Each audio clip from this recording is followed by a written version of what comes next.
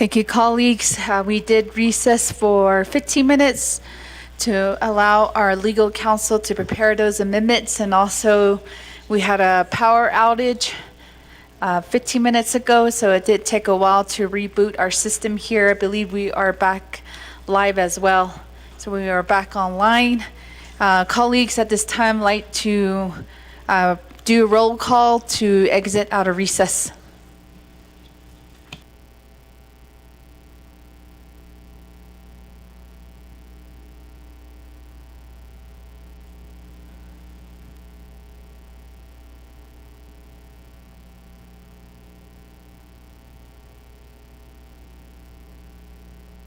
For the record, we do have Delegate Danny Simpson, Delegate Shauna Ann Plaw, and Delegate Helena NAA'BIK'IYATI that are excused for the rest of the day.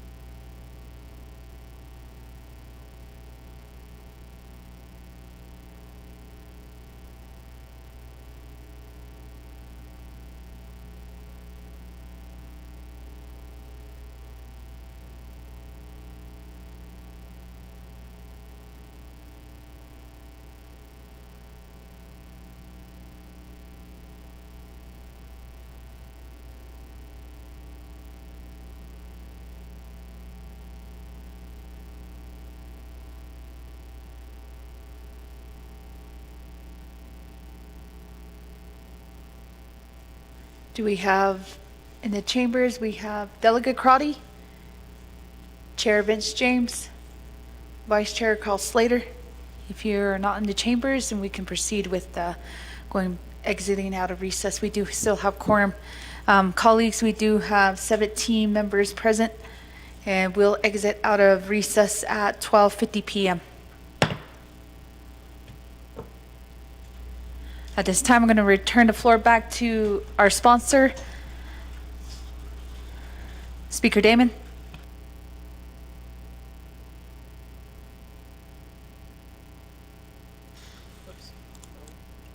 Thank you very much, Madam Chair, and thank you very much again, colleagues, for listening to legislation 0137-23. At this time, it seems like there's going to be additional time that's needed in order for the amendments to be moved forward, and I don't want to take up any further time, so I'm requesting to ask that this legislation be tabled, and if that we can come back to this at the end of the agenda, or not at the end of the agenda, but after all the legislations are heard. So that's my motion, or that's my request at this time to the committee. Thank you.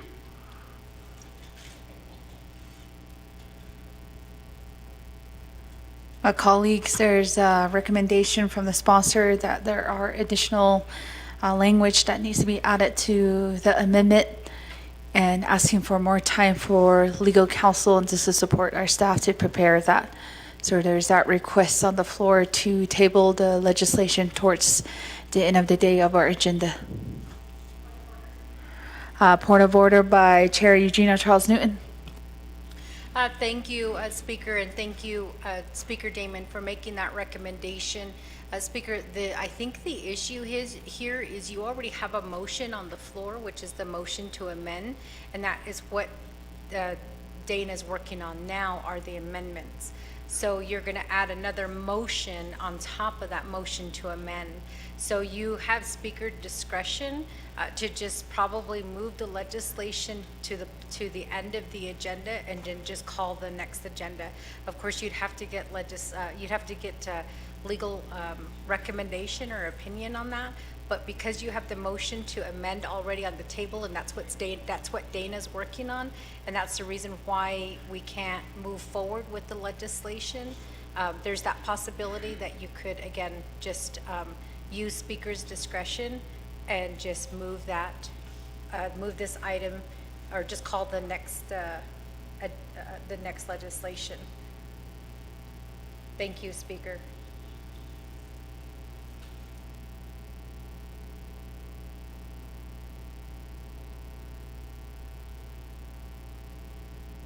Thank you, Chair Charles Newton. I'll recognize your point of order here, recognizing the sponsor did recommend just to table.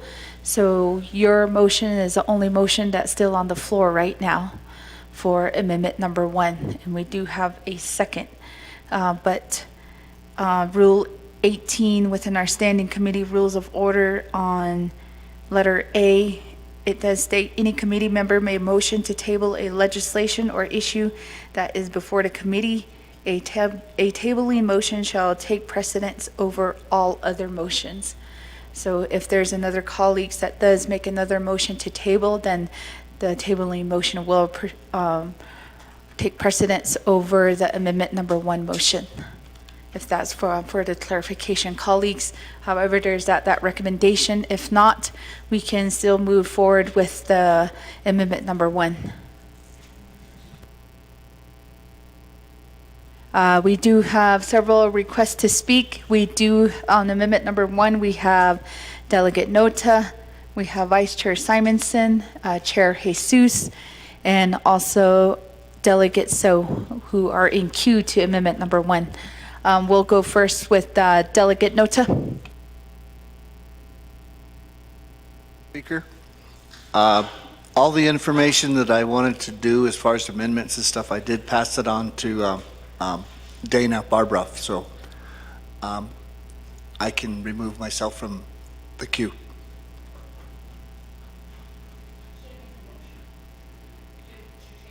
Okay. Okay. I'd like to make a motion to table this agenda item to the end of the agenda.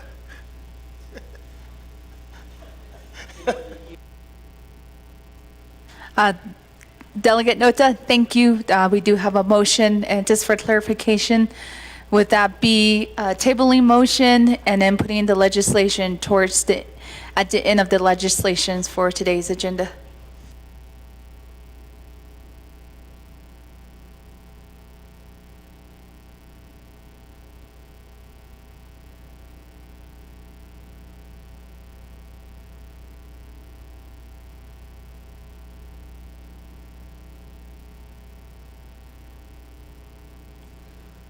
End of the new business on this particular agenda. All right, thank you, Delegate Nota, that works. Colleagues, do we have a second? Second by Chair Regina Charles Newton. According to the rules in Rule 18, tabling motion, a tabling motion is not subject to debate. And it will just take a majority vote. And we'll go to the drawing board for a vote for the tabling motion.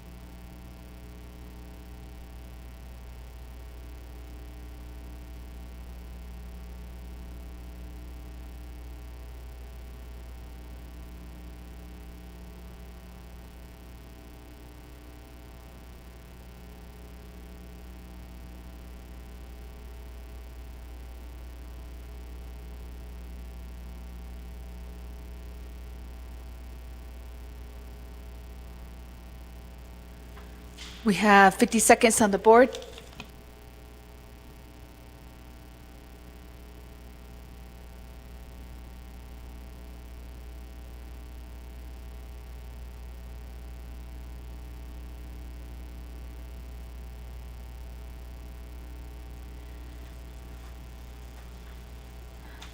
Delegate Nez, we are in middle of a tabling motion vote.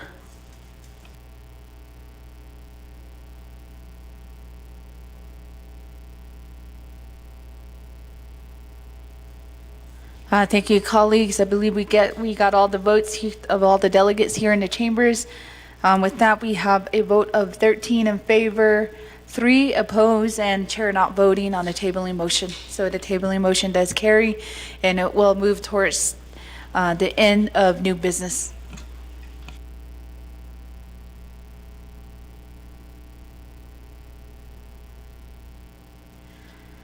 Thank you, colleagues. And now we will resume with our agenda here. We do have legislation 0140-23, and we do have the sponsor here. Staff, could you help us read the legislation to the record?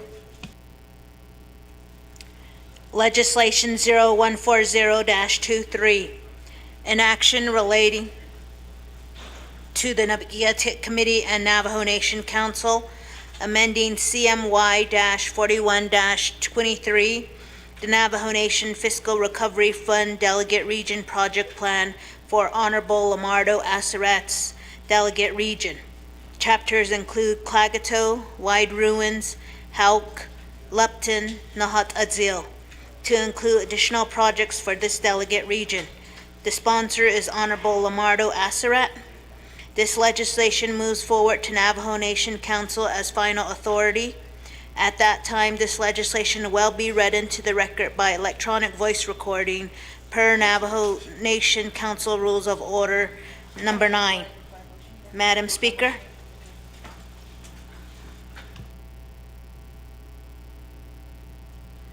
Thank you, staff. Before I accept a motion on this legislation, there is a change of vote. With the tabling motion on the legislation 0137-23, we do have a vote by Vice Chair Slater of a vote of green. So that does move the tabling vote to 14 in favor and 3 opposed and chair not voting. Thank you, staff, for reading the next legislation to the record. We do have a motion by Delegate Norman Begay. Do we have a second? Second by Delegate Herman Daniels.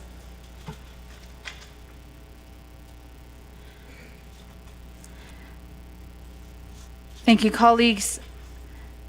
I believe the sponsor did mention there was an amendment, so I'll give him the floor to present his legislation.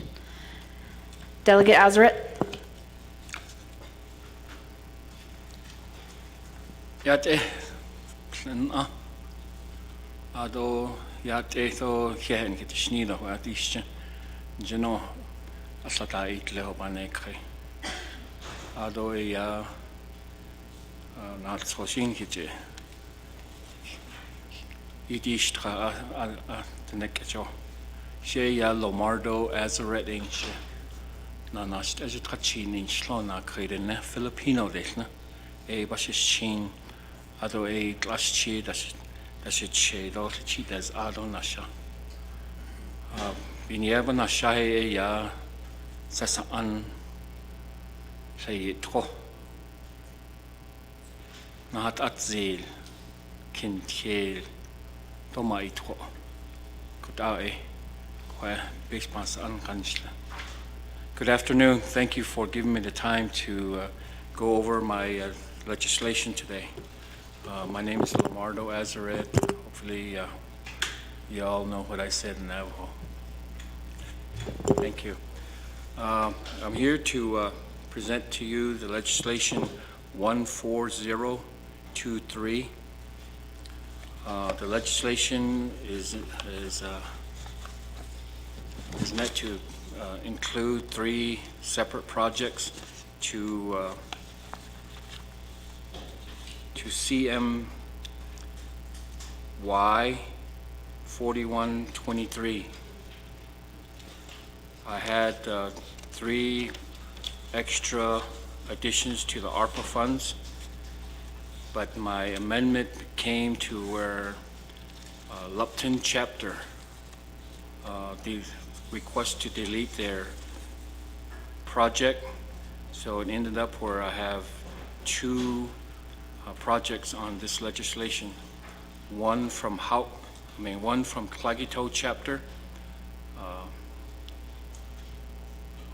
for veterans housing in the amount of $482,694. NAA'BIK'IYATI Commission Government for House Wiring Project in the amount of $237,600. I do have a new Exhibit A. Hopefully it's on the board, or it's going to be on the board. If it's not, I'll go ahead and read my amendment to the legislation. I am deleting Exhibit A summary from the original sheet and inserting new Exhibit A summary, which I just read off to you. And removing the Department of Justice eligibility rule review and Appendix A for the following project. As I stated, Sesa'ana Lupton chapter housing service for unhoused people is being deleted. My legislation is being renumbered, relettered according to paragraphs, sections, and exhibits as necessary and appropriate. The council and committee hereby authorize Office of Legislation Service and Office of Legislative Counsel to correct grammatical and other technical errors, including adjustment of compensation dollar amounts consistent with the intent of the amendment. This amendment supersedes all inconsistent language in any other committee or council. Thank you. Thank you, Delegate Azeret, for presenting your legislation. Colleagues, sponsor does have requesting an amendment to his legislation. I'll return it back over the floor to our colleagues. We have Chair Parrish. Thank you, Speaker Curley, and good afternoon to my colleagues on the 25th Navajo Nation Council. Speaker, I would like to motion to offer Amendment 1 to legislation 14023. It was emailed out to the committee at 1:04. Thank you, Speaker. Thank you, Chair Parrish. Staff, could you help us read the proposed amendment number 1 to the record? Amendment number 1 to legislation 1040-23. 1. Delete Exhibit A summary sheet and insert new Exhibit A summary sheet attached herein. 2. Remove DOJ eligibility review and Appendix A for the following project. Tesa'a Lupton Chapter Housing Services for Unhoused People. 3. Renumber or reletter succeeding paragraphs, sections, and exhibits as necessary and appropriate. The council and committee hereby authorize Office of Legislative Services and Office of Legislative Counsel to correct grammatical and other technical errors, including adjustment of comprehensive dollar amounts, consistent with the intent of this amendment. This amendment supersedes all inconsistent language in any other committee or council amendment. Madam Speaker. Thank you, staff. Do we have a second to amendment number 1? We have a second by Delegate So. Colleagues, do we have any questions or comments to amendment number 1? Second call. Third call. We're going to a vote for amendment number 1.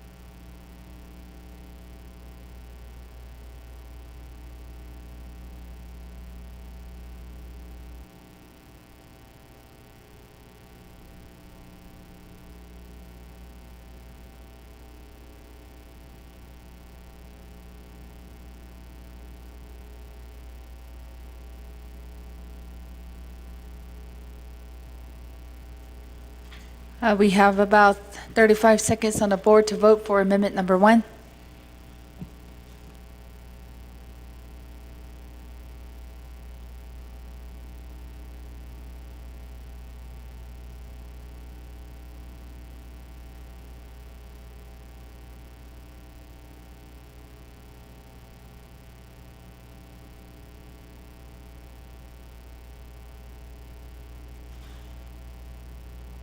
Ten more seconds to vote. Vice Chair Johnson votes green. We have Delegate So.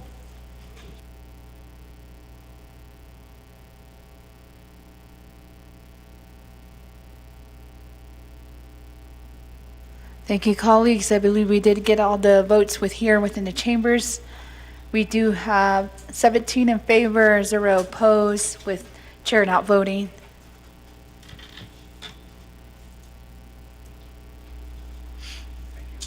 Thank you, colleagues. We are back on the main motion. Are there any additional comments or question on the legislation? Delegate Azeret, that was for amendment number 1.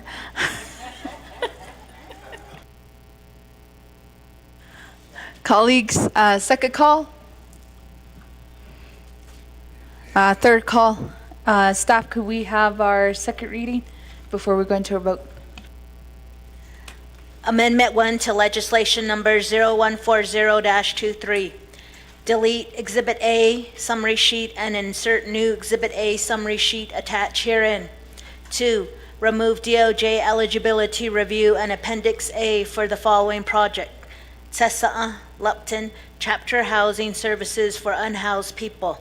3. Renumber or re-letter succeeding paragraphs, sections, and exhibits as necessary and appropriate. The council and committee hereby authorize Office of Legislative Services and Office of Legislative Counsel to correct grammatical and other technical errors, including adjustments of comprehensive dollar amounts, consistent with the intent of this amendment. This amendment supersedes all inconsistent language in any other committee or council amendment. Madam Speaker. Thank you, staff, for our second reading. Colleagues, will go to the drawing board for a vote. We'll be allowing you 2 minutes to vote.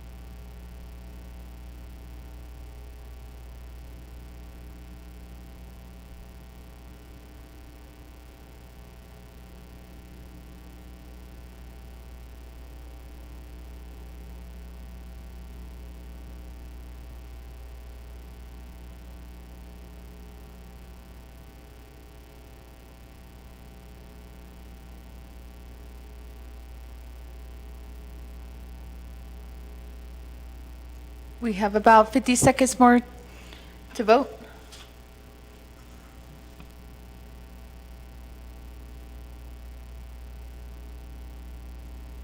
Thank you, colleagues. We do have all the votes here within the chambers. We have a vote of 17 in favor, 0 opposed, with chair not voting. This legislation does move forward to Navajo Nation Council.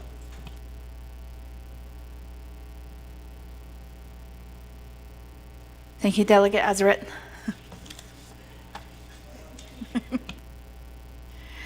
Colleagues, we're moving down to legislation 0138-23. I'm the sponsor of this legislation. Either Chair Eugenia Charles Newton or Chair Brenda Jesus, could you help assist chairing for the meeting while I present the legislation?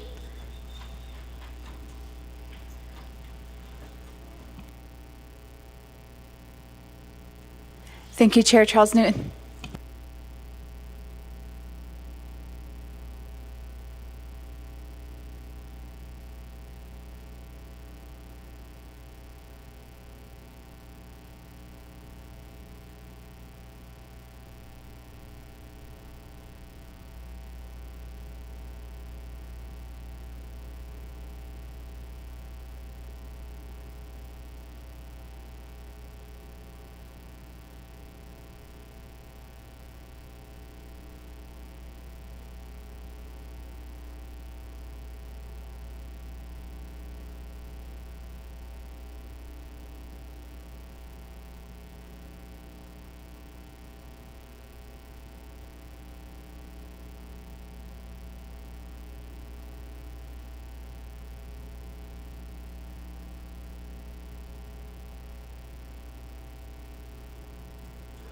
Perfect. Good afternoon, colleagues. So the chair has been given over to me to help pro tem for a little while. I do call upon legislation 0138-23, sponsored by Speaker Crystalline Curley, who is here in the chambers with us. We'll go ahead and start with a reading of the legislation. Staff, can you assist me with this, please? Thank you. Legislation 0138-23, an action relating to the NAA'BIK'IYATI Committee, approving the appointments by the Speaker of the Navajo Nation Council of Select Meeting of the 25th Navajo Nation Council to the NAA'BIK'IYATI Committee's State Task Force Subcommittee. This legislation is sponsored by Honorable Crystalline Curley, co-sponsor Honorable Norman M. Begay. This legislation has this NAA'BIK'IYATI Committee has final authority on this legislation.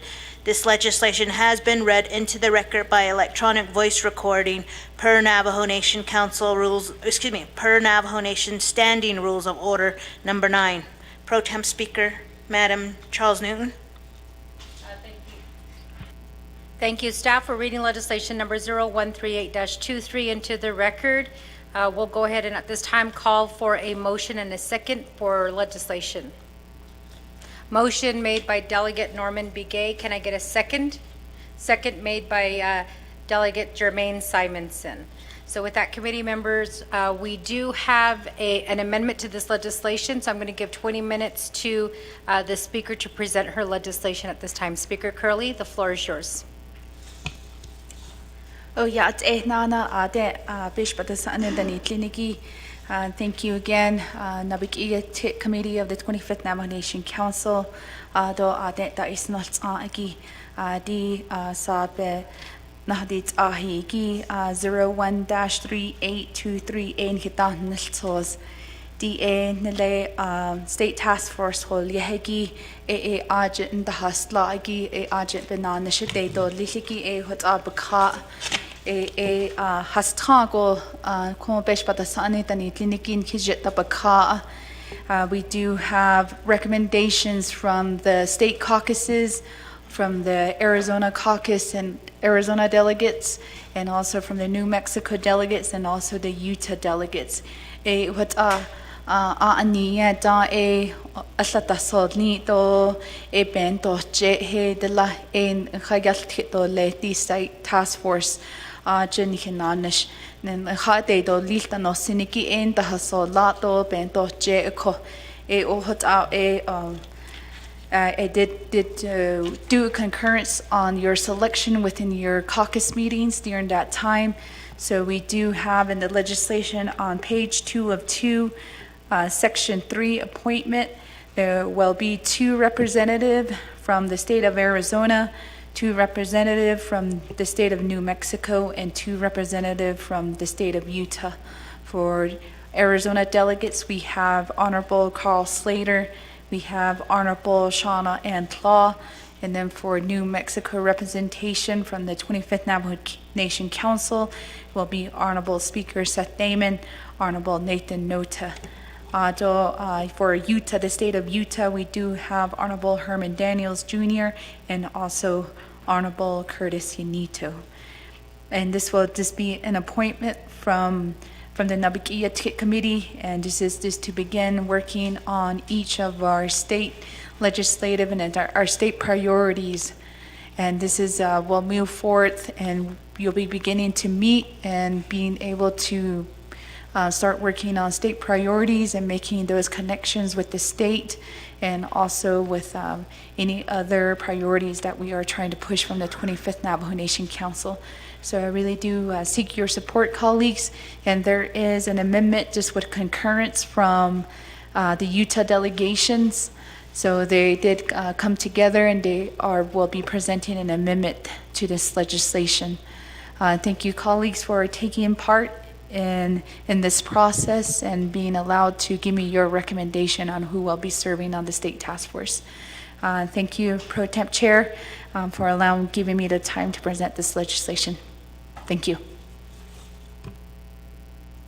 Thank you for that, Speaker Curley. So with that, committee members, legislation number 0138-23 has been presented to us. A motion made by Delegate Norman Begay, second by Delegate Jermaine Simonson. We do have on the board Delegate Speaker Damon.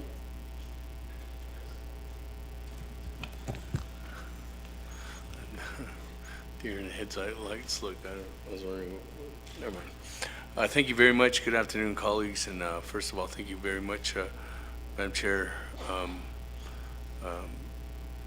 Speaker Curley, for bringing the legislation before us, as this is a critical component in really trying to make sure that the direction of the nation is adherently present, not only at every legislative session, but really more as a concurrent roadmap to really try to understand what each one of us bring to the table that we're represented to be here in this chamber, and put that forth as a plan as this committee is rectified to really put forth and focus on those initiatives and the goals that we have to build off with the state of Arizona, with the state of Utah, and the state of New Mexico, and even also with the state of Colorado. But I know that there was, in meeting with these different, I guess, getting the representation, I know that you sent out different organizational methods, and one of them was to really try for each individual state or the delegates from each state to push forward with a recommendation on which two individuals should represent them on this committee. And I know that at the time of the committee, when the legislation was presented, there was a motion to put forth, as you stated, Honorable Slater, Honorable Shauna Claw from Arizona, myself, and Honorable Nota from New Mexico, and then also from Utah was Honorable Herman Daniels and Honorable Curtis Unito. But it seems like there is a recommendation to take. I think the caucus from Utah has recommended that there be a change with on the representation to the state task force, and that change is moving. If you'll see on page 2 of 2, line 15, item number 5, line, or what it says is starts off with 5. Honorable Herman Daniels Jr. from Utah, and is the individual. Honorable Herman Daniels has agreed with the other two legislators from this body to represent this on the state task force, that his name be struck in and putting in Madam Chair Shondine Parrish in that place. So that's my amendment at this time, Madam Pro Tem Chair, is I do believe that you see that up there to strike out Honorable Herman Daniels' name, and then put in Honorable Shondine Parrish from Utah.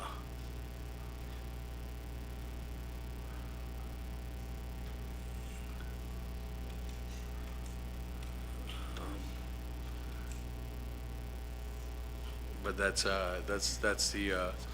recommendation at this time, and that's my motion. Thank you, and I'll go ahead and yield back to the floor. Thank you very much, Kat.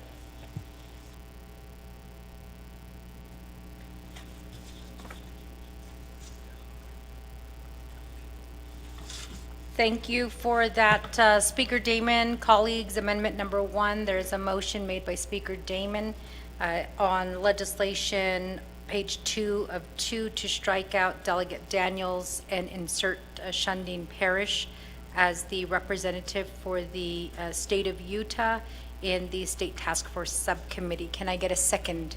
Second made by Delegate Norman Begay.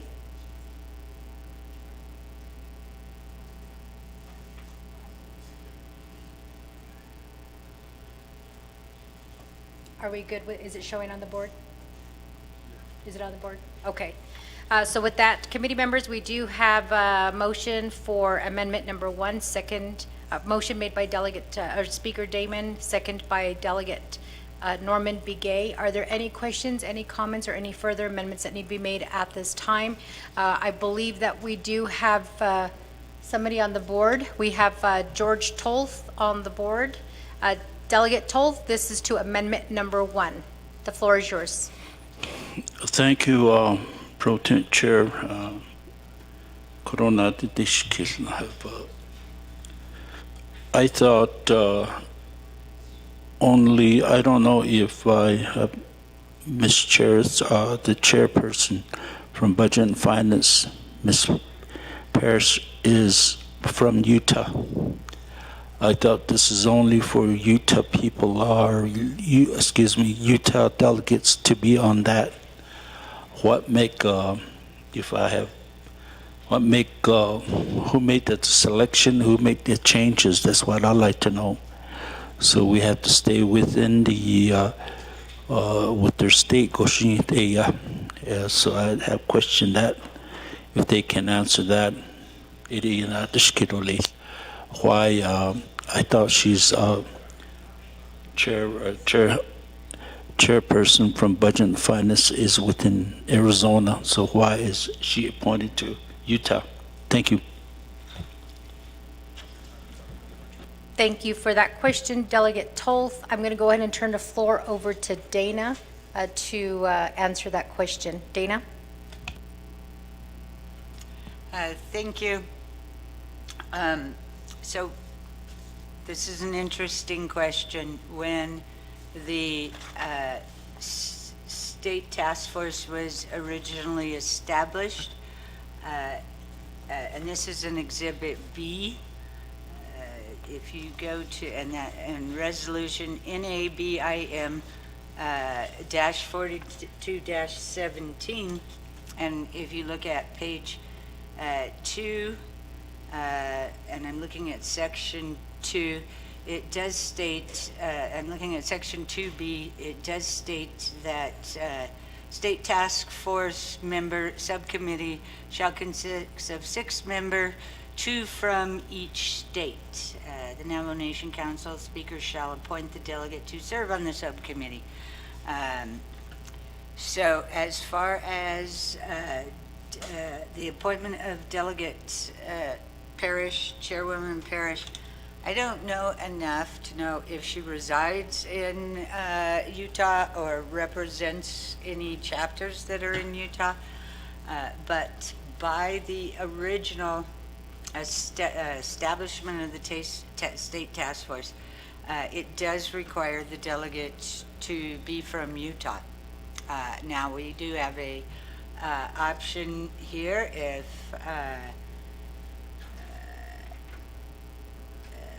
if we need to do some type of amendment, we'll have to go back and amend NABI 4217. Back to you, Madam Speaker. Thank you for that reading, Dana. Delegate Tolf, does that answer your question? Thank you, Pro Temp Chair. Kind of, but I just wanted to know why we're overstepping this, because our policy or the rule says you have to be from that state. If there's a chapter within her region, then I don't know how we can handle it, so that's the question I have. So who made that selection?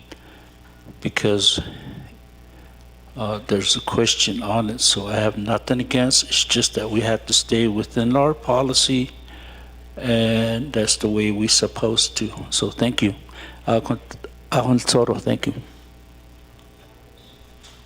Thank you for that, Delegate Tolf. I'm going to go ahead and turn the floor over to Speaker Damon, since he is the sponsor of Amendment Number 1.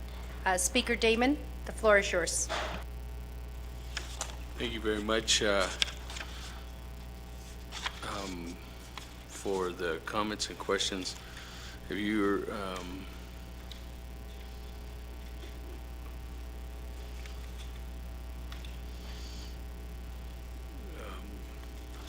when Ms. Barbroff was alluding to the direction of the state task force makeup, you'll see in there that said that they're representing at least 2 individuals.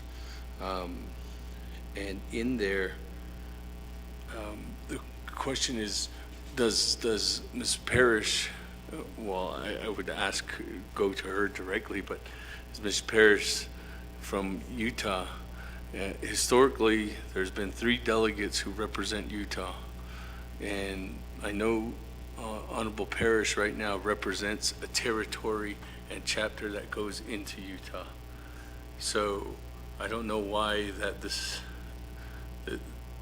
there has never been a discussion from former delegates who have held the seat that Honorable Shandine Parrish represents from her 3 chapters, which is Denahotso, Chichimbato, and Kienta.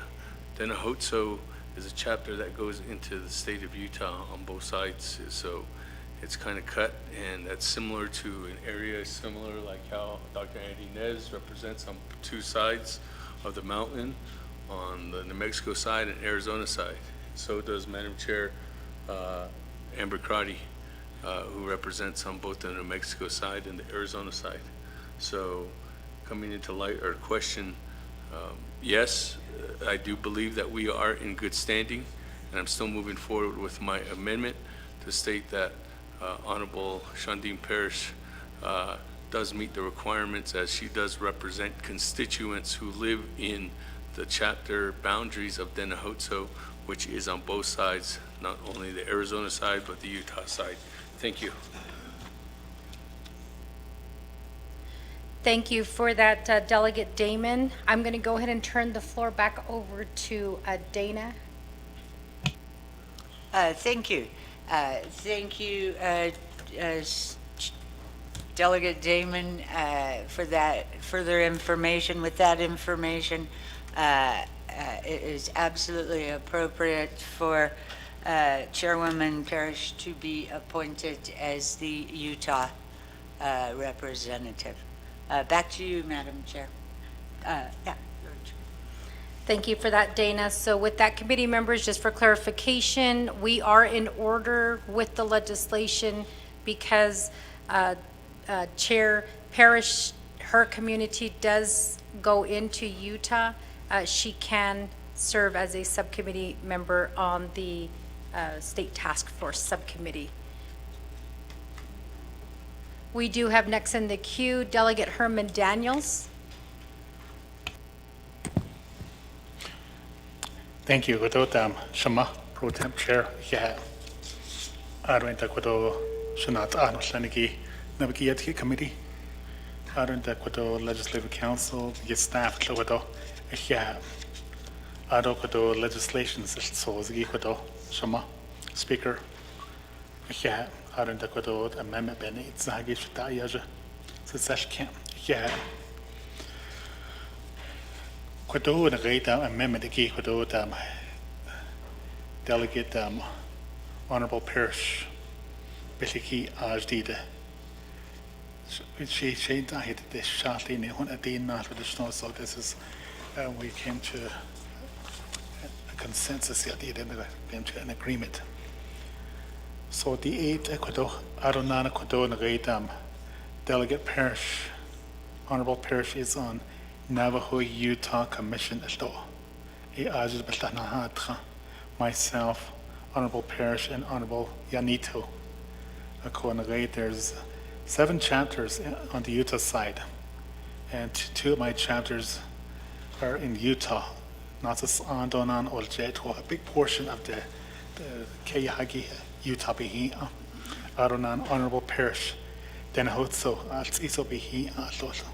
Arwenta kudo na gaita Shishla Honorable Yanito, but chapters Utah Bihi Neligo.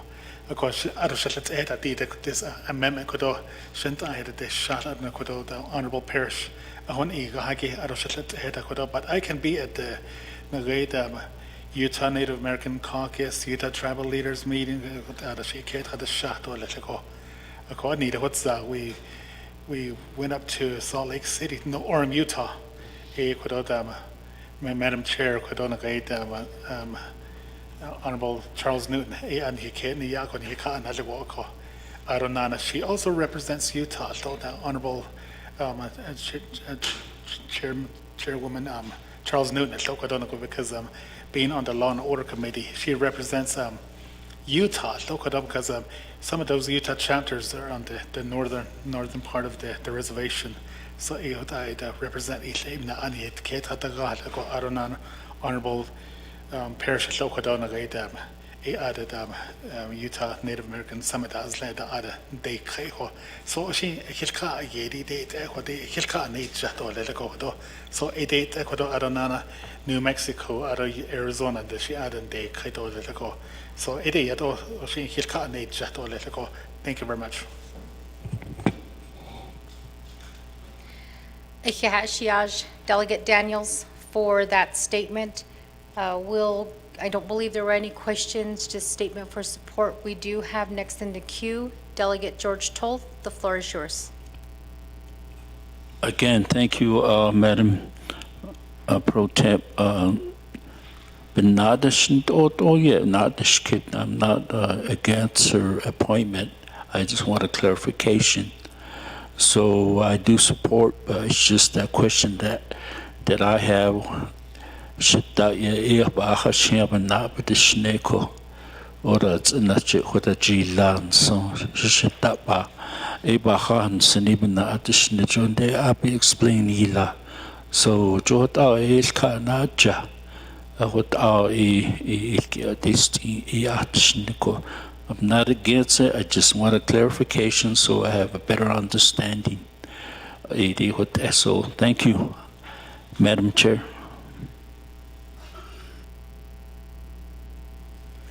Thank you for that, Delegate Toll. So with that, there's not any questions for the sponsor of the amendment. So we do have an amendment before us at this time, colleagues. The amendment are there any other questions or comments at this time, committee members? Okay, not seeing anything on the board, not seeing anything out on the floor. Amendment was made by Speaker Seth Damon, second by Delegate Norman B. Gay. Can we go ahead and have another reading of the amendment for the record, and then we'll go ahead and go straight to vote. Staff? Amendment number 1 for legislation 0138-23. Page 2, line 15, amend as follows. Strike through Honorable Herman M. Daniels Jr. from Utah. New language, underline Honorable Shundeen Parrish from Utah. And renumber and reletter succeeding paragraphs or sections accordingly, if necessary, and this amendment shall supersede inconsistent language contained in any other committee amendment which shall be conform to the intent or language of this amendment. The Office of Legislative Services, with notice to the sponsors of the legislation, is hereby authorized to make necessary grammatical changes. Madam Pro Temp Chair, Charles Newton. Thank you for that, Ms. Cook. So with that, committee members, we're going to go ahead and go straight to vote since there's nobody on the lineup here and there's nobody out raising their hands or making motion to speak. Staff, can you assist us with a roll call vote, please? Oh, I'm sorry, push your button. That's right, push your button.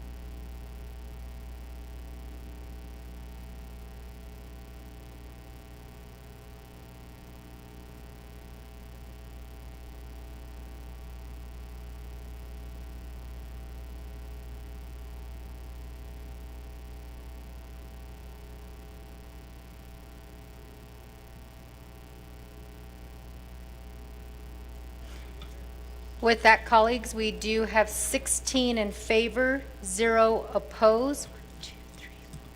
5 delegates who are excused from the vote. Delegate Helena Nazbigay, Delegate Shauna Claw, Delegate Brenda Jesus, Delegate Danny Simpson, Delegate Otto So.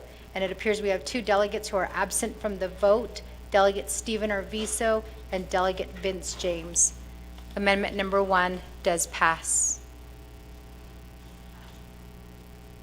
Okay, we're back to the main motion. Legislation number 0138-23 has been presented to us by the sponsor, Speaker Curley. We do have a motion that was made by Delegate Norman Begay, a second by Delegate Jermaine Simonson. Committee members, are there any questions, comments, or further amendments to this legislation?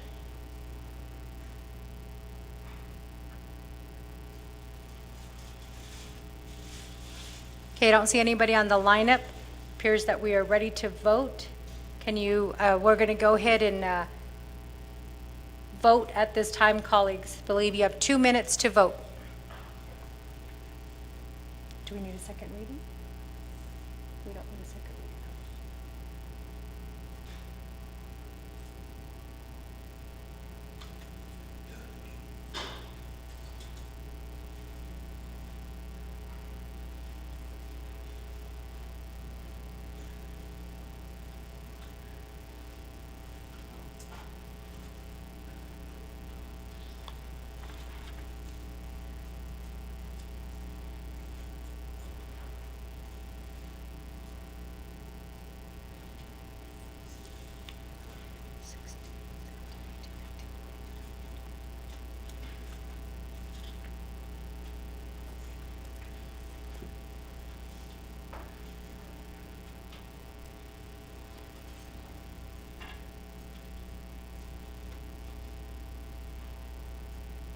Speaker Damon?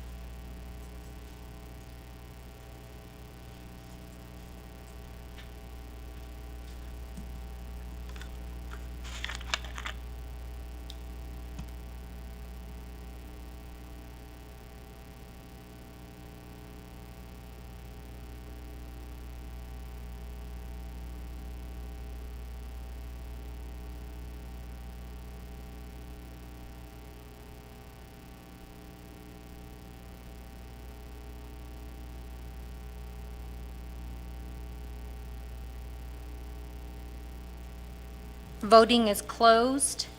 Legislation number 0138-23 does pass with a vote of 16 in favor, 0 opposed. For the record, we do have Helena Nesbigay, who is excused, Shauna Claw, Brenda Jesus, Otto So, and Danny Simpson, who are excused from today's vote. We have 2 absent, Delegate Stephen Arvizo and Delegate Vince James. Congratulations, Speaker Curley. Legislation number 0138-23. NAABI is the final authority, so we do have a state task force subcommittee established at this time. Speaker Curley, I'm throwing the gavel back to you.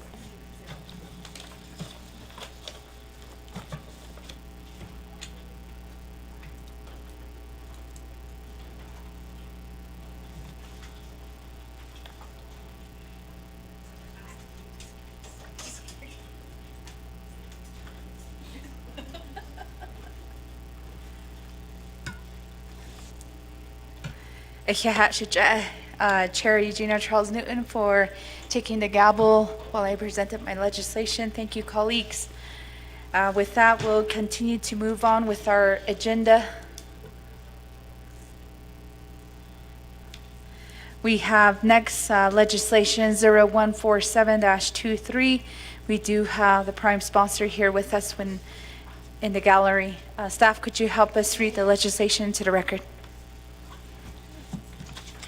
Legislation 0147-23, an act relating to the Law and Order Committee, NAA'BIK'IYATI Committee, and the Navajo Nation Council, amending Title II of the Navajo Nation Code to codify virtual attendance by council delegates at standing committee meetings and Navajo Nation Council sessions. Sponsor of this legislation is Honorable Amber Knazba-Crotty. Co-sponsor is Honorable Otto So. This legislation moves forward to the Navajo Nation Council as final authority, and at that time, this legislation will be read into the record by electronic voice recording per Navajo Nation Council Rules of Order Number 9. Madam Speaker. Thank you, staff, for reading the legislation to the record. Colleagues, do we have a motion? Motion by Vice Chair Simonson. We have Delegate Azarette.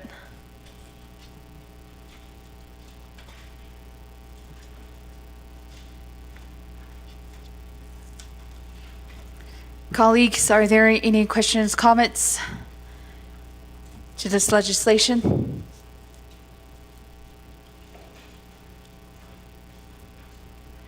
Second call. We do have a request to speak. I will give Delegate Crotty 20 minutes to present her legislation.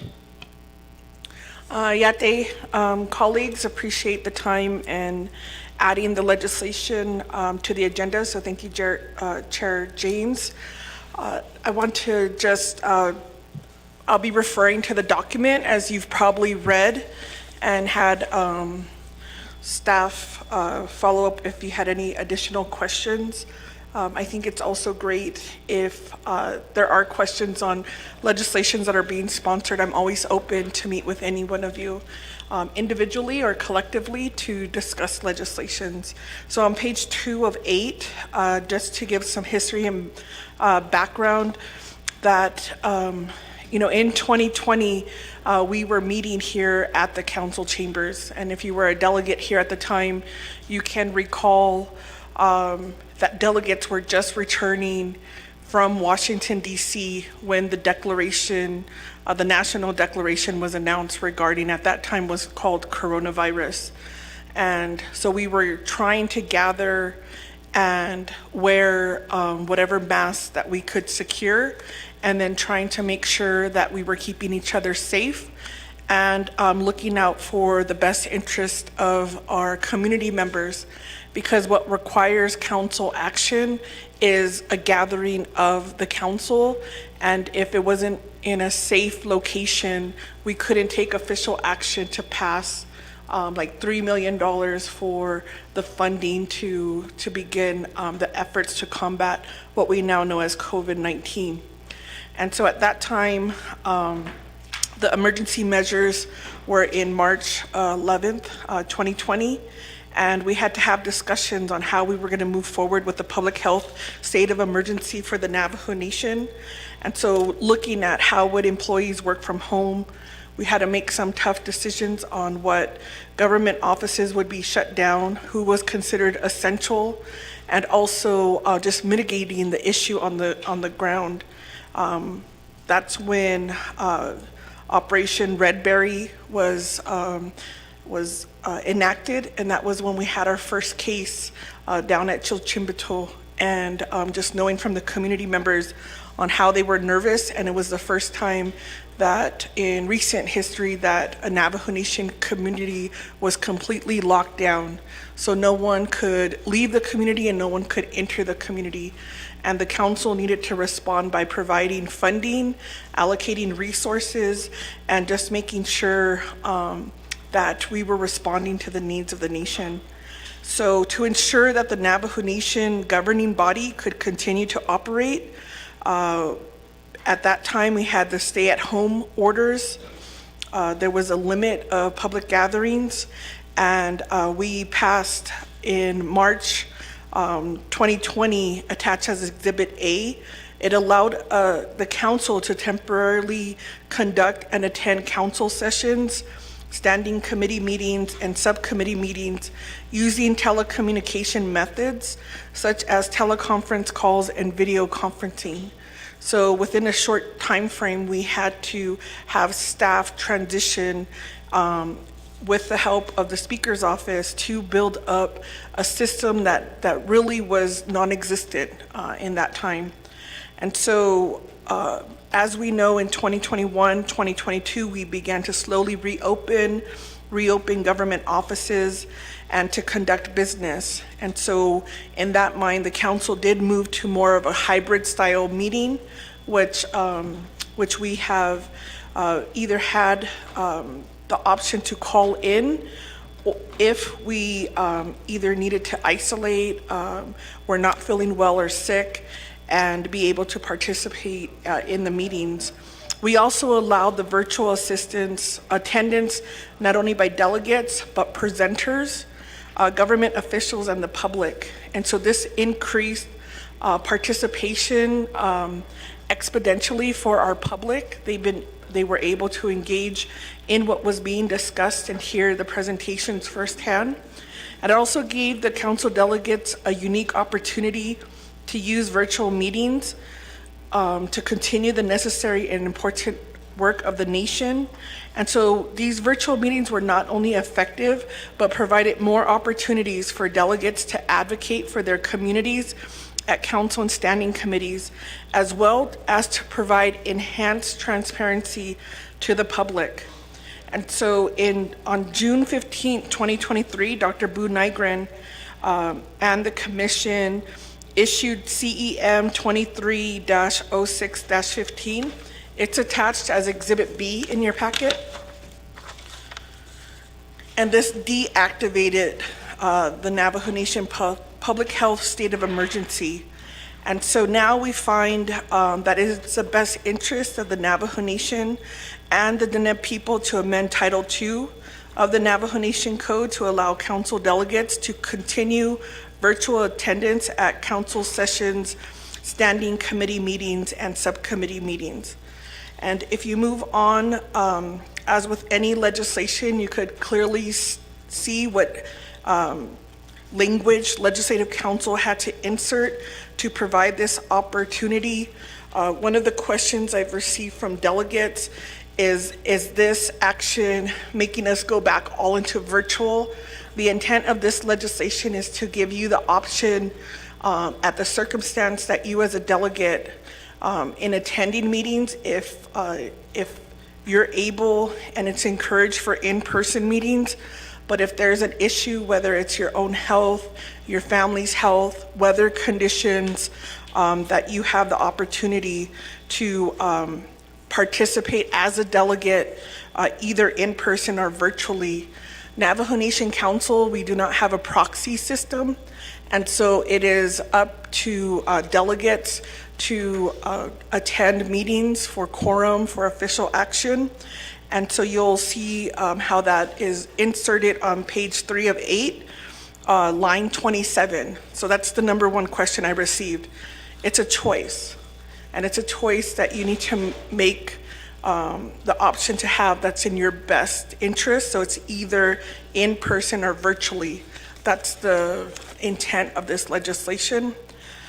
In addition, there's some updates like on page 4 of 8 regarding and clarifying language on regular session and compensation for council, and looking and referring to the rate established in the Navajo Nation Travel Policy and Procedures Handbook as amended. And so mileage will not be paid for virtual attendance, and that's been the status quo since the beginning of virtual meetings. So we want to make sure that that's explicitly included in this discussion. It also mentions who will be paid for mileage, and if you attend in person, then on page 4 of 8, it explicitly will say on line 11 that you will have the opportunity to be paid your mileage at the rate of the travel policy. Again, including on line 14 that mileage will not be paid for virtual attendance. Line 15 clarifies Line 15 clarifies the per diem for the in-person or virtual, and echoes that mileage, and this is including mileage shall, that means that's the only way to do it, be paid only for in-person attendance of at least 3 hours of the meeting or until all agenda items are concluded. And so this is consistent with how the meeting stipends are assessed, and your meeting stipend does require at least 3 hours in a meeting or until all of the agenda items are concluded.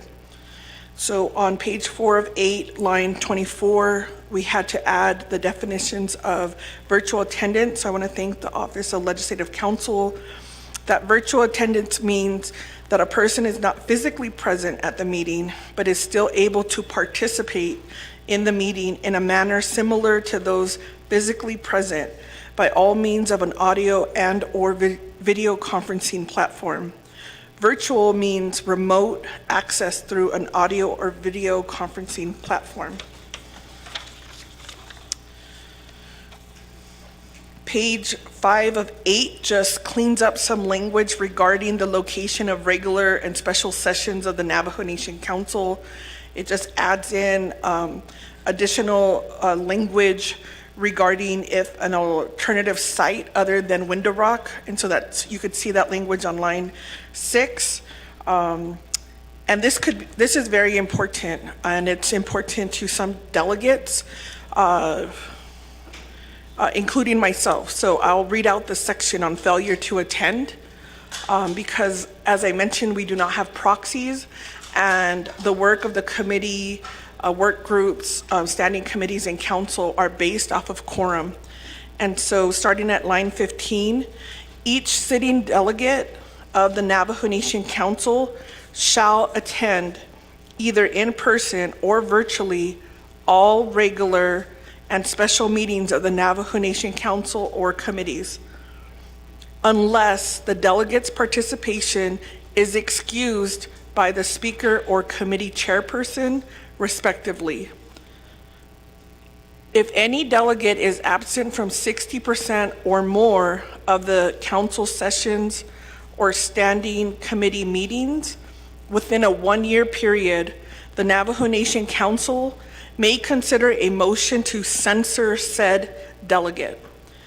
If his/her absence continues after such censure, the Navajo Nation Council shall have the authority to declare the delegate seat forfeited and vacant.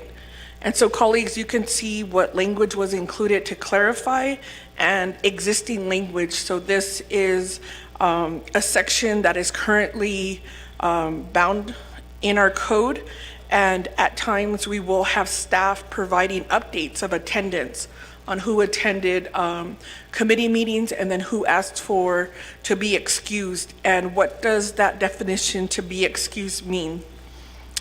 And then we'll move down just in terms of meetings and quorum. And so there is clause to connect it to the budget. So like on line 27, such meetings may be held elsewhere within the Navajo Nation if sufficient funds are available and the meeting is approved in writing by the Speaker of the Navajo Nation Council. And that could help in terms of your budget on your committees so that we can continue to remain in the positive. On page 6 of 8, line 1, no standing committee, subcommittee, or commission meetings shall be held outside the Navajo Nation unless the meeting is with a legislative body of another sovereign, sufficient funds are available, and the meeting is approved in writing by the Speaker of the Navajo Nation. And that's in line with other Navajo Nation laws in terms of what is considered official business of the Navajo Nation and what can and what confines us to making decisions here at home within our territories here at Navajo. There's also going to be some cleanup language starting on line 12. In addition, on line 28, for the vote, we had to include language for those in person. So for those delegates attending the council session in person, recording of yeas and nays votes on all motions shall be done electronically. For those delegates, and this is added language, for those delegates attending the council session through a virtual method, the recording of yeas and nays votes on all motions shall be done by the delegate's verbal statement during the session or via a dedicated text or email. All votes through virtual methods shall be announced on the record. So here we go into the voting by proxy. To clean up the language, a vote by proxy is prohibited and any such vote shall be invalid. And moving on down to the vote, so would clean up language in our on our council standing committee rules of order on line 17. Well, I'll start from line 16. So the recording of votes for, opposed, and abstentions on all motions shall be done by a showing of hands by all delegates attending in person. Votes of delegates attending virtually shall be recorded by the delegate's verbal pronouncement or via a dedicated text or email. All votes through virtual methods shall be announced on the record. Abstention votes are not counted towards the votes for or opposed, but entered for the record only. Line 23, voting by proxy is prohibited, and any such vote shall be invalid. So colleagues, that's the type of changes that needed to be made to Title II. For those, Title II can only be amended at a regular session. And so our hope is through this conversation today, we ultimately get a positive response from the committee and move this forward to summer session and have that discussion and pass there. I'll yield back the floor. Thank you, Chair. Thank you, Delegate Crotty, for your presentation on the legislation. We do have several questions and comments from the floor. First, we'll go with Delegate Tolt.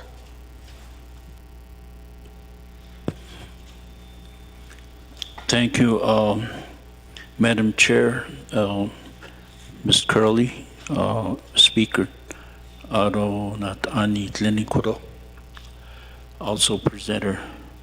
Shamakoro, your legislation. I was elected into this position to represent my people. And this house, the chamber was established for that purpose, to meet in person. Why are we changing rules? Because I'm delegated to be here and face my colleagues so we can make a better decision than just being on the phone or from a remote area where you don't get signals. Then there's a lot of problems with that. Are we giving more of our staff responsibility for accountability? I don't think that the staff is responsible. It's us. We have to be here. Like today, we're all here making rules, amend laws. So we have to be here. To me, it's a good idea. And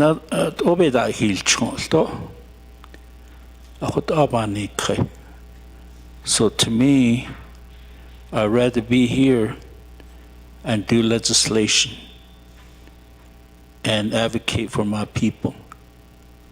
I don't want to make a decision behind herding sheep or riding a horse. A lot of times if you're going to use your telephone teleconference, virtual, in some places we had to drive around, unless if you install all the broadband into our whole gun, then I would just be laying in bed and making a decision. It's not fair for my community. It's like taking a vacation and get compensated. That's the way I feel. The intention might be good for other people, but for me, I'd rather be here in this chamber like old days. This is why it was built, to make laws, not from behind the hill. So that's my own feeling about this legislation. I hate to tell you, Mom, that I don't like this legislation. We need to be here, make a decision. What on this case?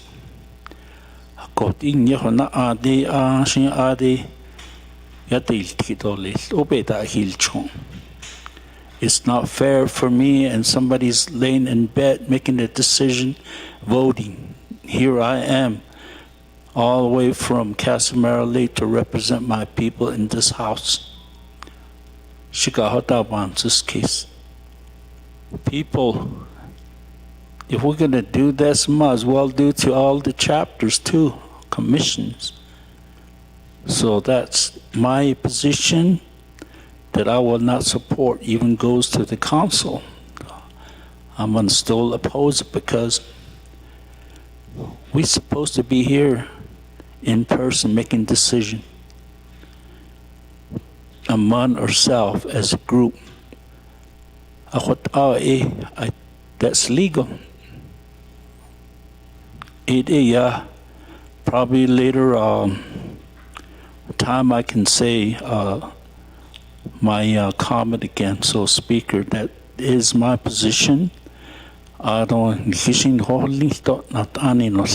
we want to go that route, we might close this council chamber. So, it seems like we're going to give more responsibility to our staff. They have enough.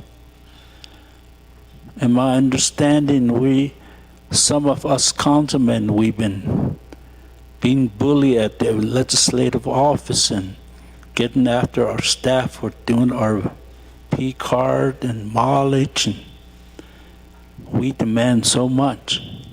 That shouldn't be the case. So I hate to say this in front of Shanatani no Sengishiga Hotan this case. Hard that has ani adobsnach Hashidoni. Kodo ye etanil ad. Even na kodo e satale. The Napahotin Sano.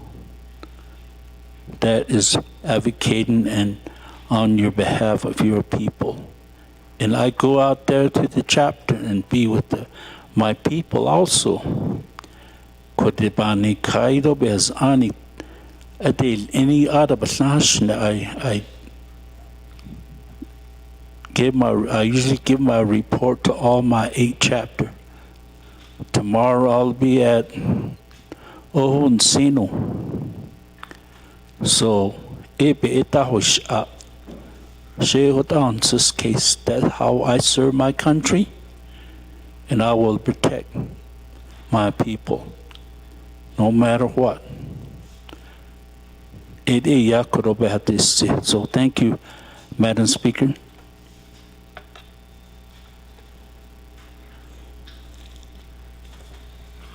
Kudoa Kihat, Delegate Toll. Next in queue, we have Chair Eugenia Charles Newton. Thank you, Speaker, and thank you, colleagues, for again, being here today to hear the legislations that will be going before summer session. Looking at the legislation, it did come before Law and Order Committee. Unfortunately, I was chairing the committee, so I wasn't able to ask any questions, and I don't believe there were any questions from Law and Order Committee regarding the legislation. The legislation came before Law and Order Committee. We had to call a special counsel to be able to pass the legislation to get it to where it is today. So my question, well, I guess I should say that Shadeja Delegate Crotty, you know, the one thing that I really admire about you, and I've always admired this about you, is your stance to always speak for the people, and how you have advocated, and you know, I know that some legislations you advocated, you know, to ask the sponsors, you know, like, how were the people involved in this legislation? How were the people, you know, what did you do as a sponsor to get feedback from the people? And I recall that yourself and I questioned, you know, the 5-day comment period, whether that's enough time for our people to get the information about legislation so that they can comment about these legislations that are going through the process. And at this time I want to commend Speaker Damon, because the 24th Navajo Nation Council was probably by far the only council that was the most transparent, because we broadcasted our council, our committee and our council sessions on Facebook, YouTube, and Vimeo. I think that was Venmo, or no, I think that's the Cash App place, but the Vimeo, I think, is what it's called. And the 24th still receives positive comments because of that, because of how transparent we were. And I want to commend Speaker Damon for that, because he set that bar. He set that bar, and it's unfortunate that this council, the 25th, is not as, we're being accused of not being as transparent with what is happening, because we're not broadcasting with a larger audience than what we were doing during the 24th. But I do recall that during this time with COVID, it was a scary time. And there, as you can see, I still have my partitions still up right now, but it was a scary time, and there was a need for us to not come together.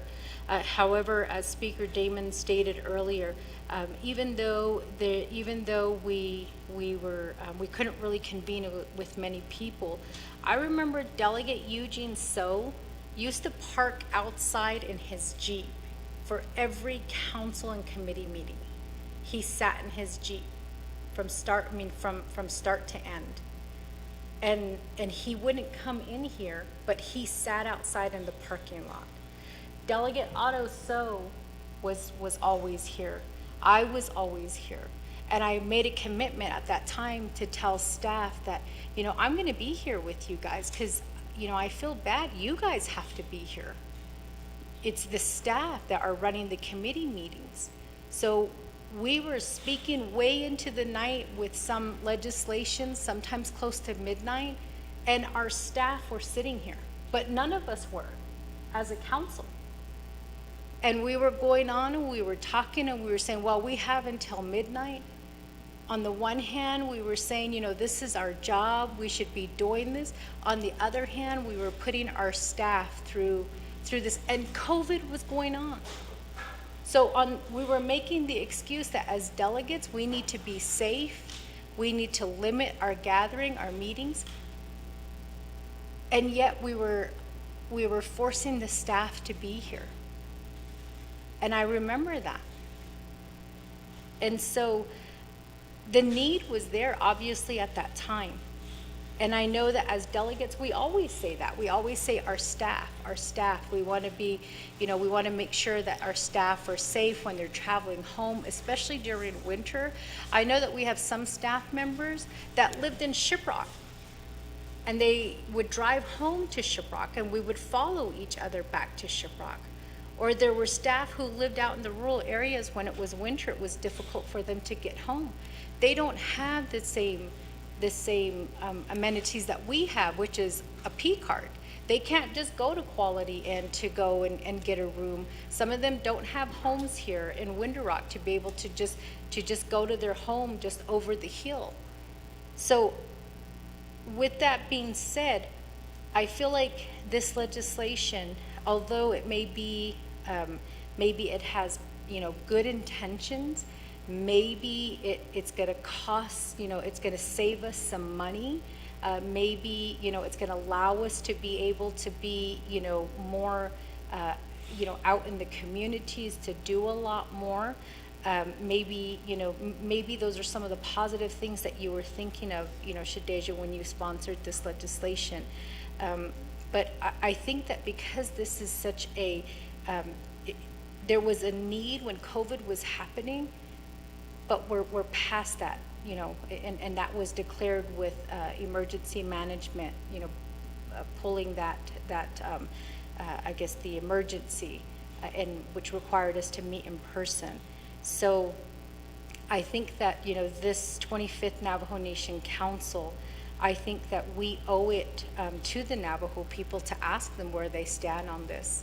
And then to also look into, I know that Delegate Crotty is always on top of, being transparent with the budget and, how do we save the Navajo people money. I want to know if this is, if it's cost effective, cost efficient, to offer this hybrid version, and I don't see anything in the packet that indicates that that this is going to save the council money, or what the positives are going to be, so that the people can reap from the positives of this legislation. And I think that I do agree with Delegate Tolf that we were, every single one of us, we campaigned. And we said that we're going to be in Winter Rock, we're going to be, we're going to be making change, and we're going to be doing this. And, it's a part of our responsibilities to be here. And, our people have expected that for quite some time. And I think it would be really unfair that we make special rules for council, but we don't allow other chapters or committees to make those special rules. And if anything, I feel like this is a special rule for council, that council can be hybrid. But heaven forbid our chapters go hybrid. Heaven forbid, Navajo, what are the different subcommittees that currently have to meet, that they have to meet in person, that because of that emergency being lifted, that they have to now meet in person, but we're the only ones that are going to be allowed to meet hybrid. So I think that as a matter of fairness, if this council, and each one of us has a vote, if this council decides to vote green in favor of this legislation, I think that we have to consider it for all, the entire Navajo Nation. Otherwise, it's going to look like we're getting special treatment, and I don't want, that's the last thing I want to see. And I can already see Navajo Times putting it on their front page that we're voting for special treatment.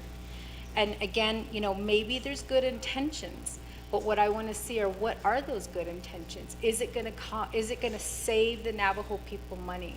Is it going to allow us to be, more flexible in addressing the needs of the Navajo people?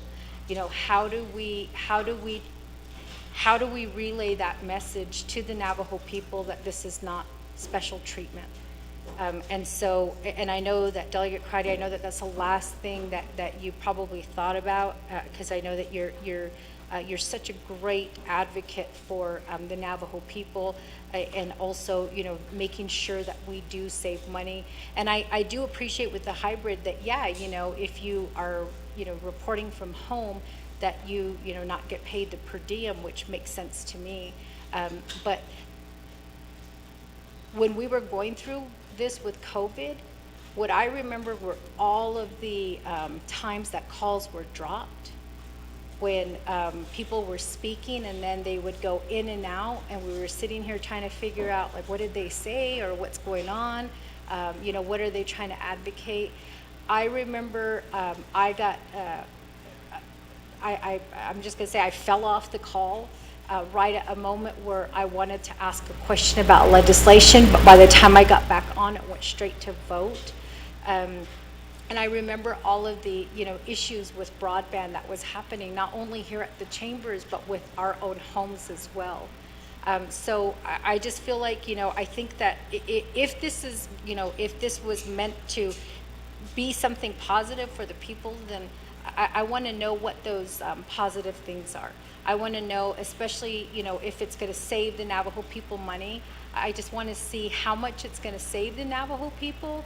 And maybe that would be something great to say to the Navajo people, that this is the change that you guys asked for, and look at some of the positive things that is going to come out for the Navajo people, and not make it look like we're asking for special treatment.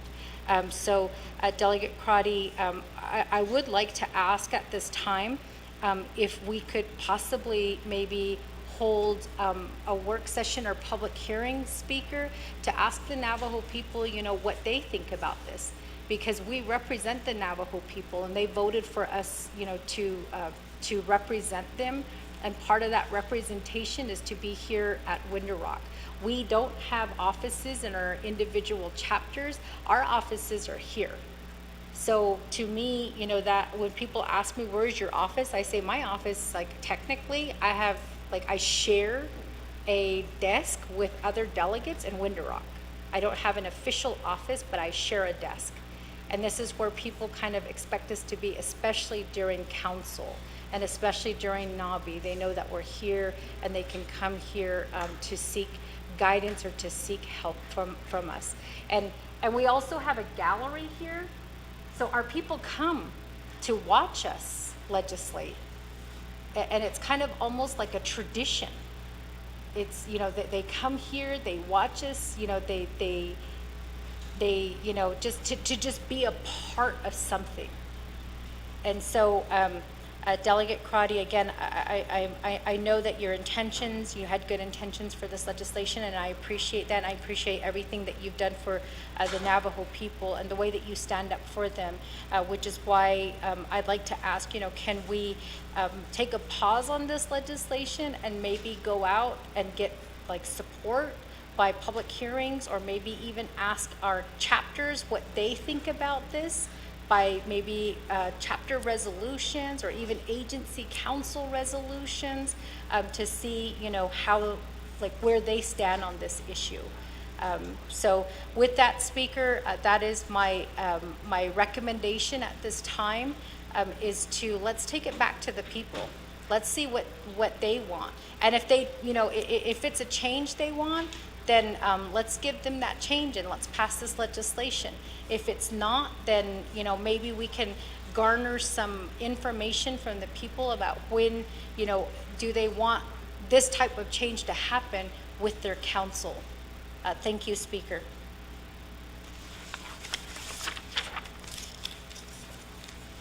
Thank you, Chair Eugenia Charles Newton, for some of those recommendations and a lot of questions that you have asked the sponsor and also our colleagues here.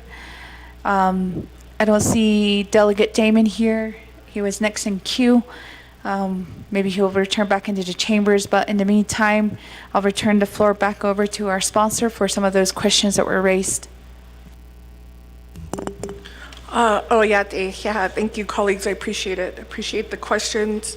Delegate Tolth, I don't think there's been a legislation that I've sponsored in this council that you have supported. So I appreciate your insight and recognize that every delegate has the autonomy to provide their leadership skills to not only their community and their district, but to Navajo Nation as a whole. And so as delegates, we represent our community members here within the 4 sacred mountains, in the border towns, in the urban areas, and our military families internationally. And that takes a different approach in terms of where we physically can be present, and at times when we're physically not able to attend a meeting. And that could be in terms of impacts to our health, as mentioned. When you're in isolation, you may feel competent and feel able to participate in the meeting, but for the health and well-being of your colleagues and your community, then you isolate to be keeping everyone safe. When weather conditions arise, like blizzard-like conditions, snow, sleet, with climate change, muddy roads, you have to have the ability to participate in critical discussions and have a menu of options to be that voice for your community. As mentioned, there's no proxy vote. So this, for me, is a choice that continues with a menu of options for delegates to participate in each of the calls, to be able to listen when decisions are being made, and then to be able to advocate for areas that require not only maybe the history or background of a certain issue, but also challenges that occur and how collectively we can work together. In terms of the examples of the state of a delegate when they're on the call, I would need to get more information in your experience of who's calling in bed. I have not heard or heard a colleague talk about that's a concern or has happened. So if you could provide that for the record, Delegate Tolth, I think it's important to note where that source of information originates, and maybe collectively we could have a sensitive conversation with that colleague to make sure that that in fact is true, and then what were the circumstances surrounding that situation. The comment regarding in a vacation or compensation, I can just state for my firsthand knowledge of calling in, by no means I can say these last 3 years have been any type of vacation in terms of meeting the needs of the nation, our people, and advocating. With each legislation and the work that it takes to review, to research, and to provide insight, the type of immediate challenges we face as delegates directly from our constituents, the programs that we have to oversee, dealing with not only the nation's programs, counties, states, federal, international. The work of the delegates is immense. And I would encourage that our story be shared more with the public so that they can understand the gravity of which the role of the delegate. So delegates are excused today because they're advocating for the Navajo-Gallup pipeline. And so we reviewed those talking points from President Nygren, and we know that there's a severe shortage of federal funding.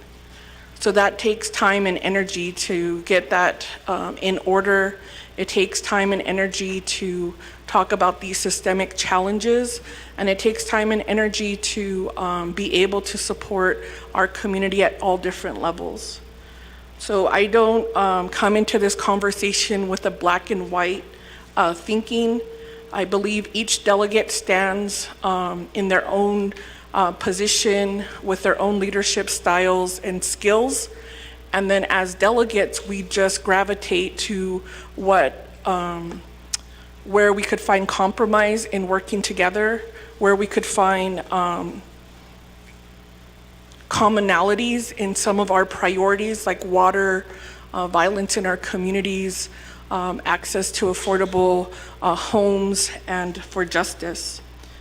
I think in terms of the comment regarding the bullying of legislative staff, I would ask that the Office of the Speaker and Legislative Director take Ms. Delegate Toll's comments seriously and have a follow-up in understanding what are some of the challenges that he has either observed or has been provided information so that there's accountability for our staff, that they don't endure abusive behavior by elected officials. That's covered under Navajo Nation ethics laws, and our staff are protected by the Navajo Nation personnel manual. So that might require like some additional training, that might require trauma-informed care on how to work with one another in a politically dynamic forum, and then how we can continue to create a safe working environment here at Legislative Branch. Delegate Charles Newton, in terms of some of the questions and commentary, to save some money, we can pull up and show the trends of how the budgets were reduced when we went into a virtual setting. And so on Budget and Finance Committee, we removed a lot of the travel budget. And what this council inherited from the last council was this uptick in travel. And that is why so many of our committees and so many of our budgets were overspent. And so as you move into in-person, there are surrounding costs, and so we could provide that data points. And I would need the support of the Office of the Speaker Finance person to start pulling out that data.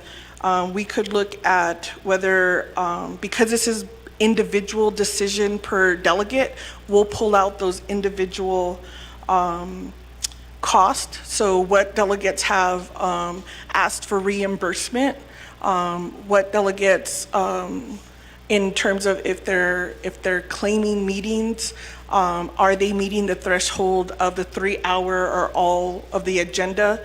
And I believe we should be able to find that in our TAs, so we could work and provide that information. That could increase accountability and transparency. And as mentioned, if you're calling into the council, you're not entitled to either the per diem rate or the mileage rate. Oh, I'm sorry. Only if you, the per diem for the virtual is only if you meet the 3-hour meeting or until all agenda items are concluded. So I apologize for that misstep. And so we can and can ask the Navajo people. There are comments that are made here in the back. I think in terms of the comments, whether they're opposing or providing some insight, I do see and echo these comments, right? They've been on vacation for too long. They're not focused when they're in call-ins or Zoom sessions.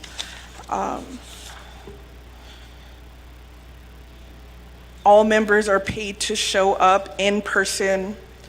And so, so these are individual comments regarding to allow delegates the opportunity to decide what's in their best interest in terms of health and well-being, if they're able to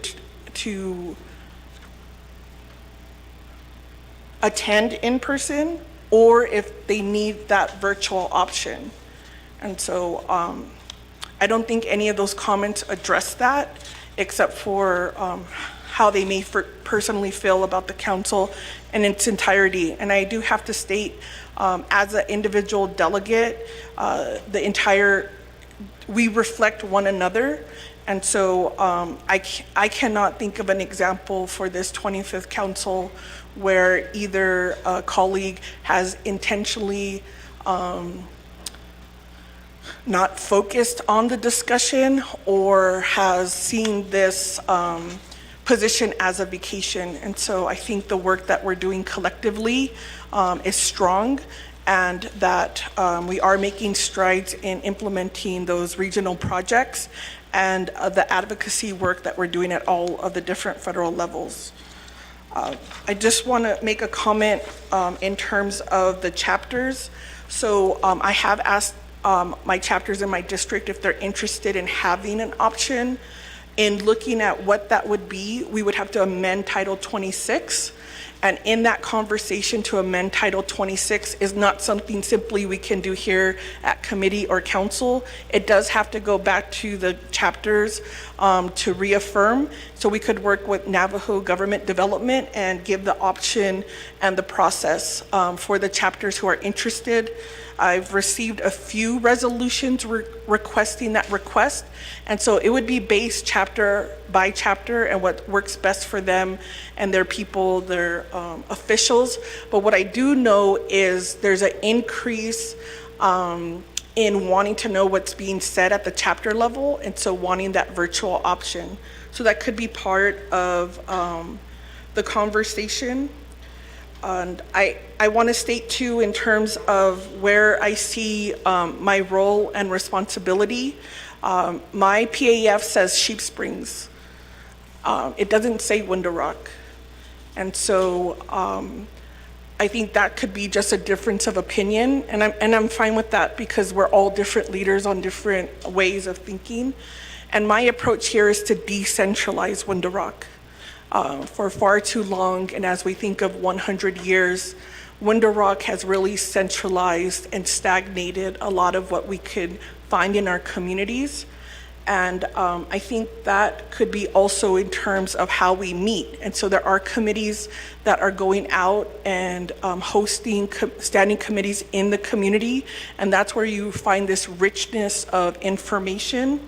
And I think and I would hope that the executive programs would then decentralize also, if only like at the agency level, so that you're not required to come to Window Rock to get things done.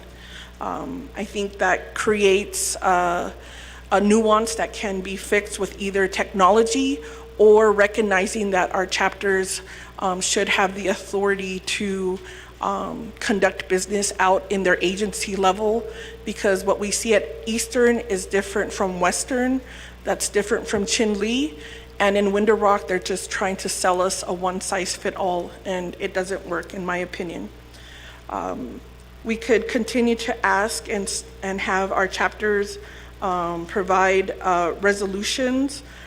So I love that in my attendance, I have not missed one agency meeting, whether it's been virtual or in person,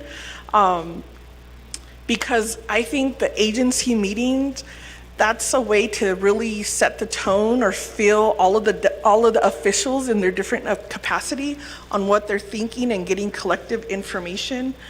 We certainly can see how agencies want to guide council delegates, but I think ultimately the role and the responsibility is, at this time, we're allowed to amend Title II.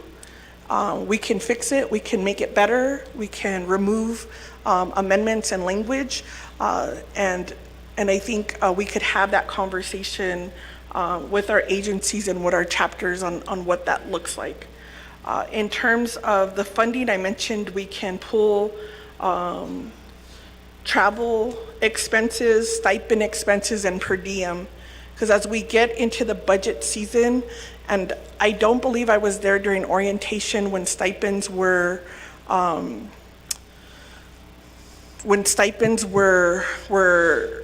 provided to delegates who were coming on board. There's actually language in the budget that provides what is eligible to be claimed as a meeting claim. So our base budget from the people is $25,000. There was a court case, Judy v. White, that stated delegates cannot increase their income or their pay without going to the people. And so maybe this is a good time for us when we talk and say, what do you envision the role of the council delegate is to say, we've been given $25,000, and then how do you feel about how do you feel about the stipends? Because the stipends in the budget says for chapters. It says to attend chapter meetings.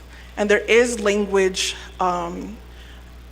that you cannot claim, like let's say a work session, And then there's been other areas like, what is the status? Can you claim a leadership meeting?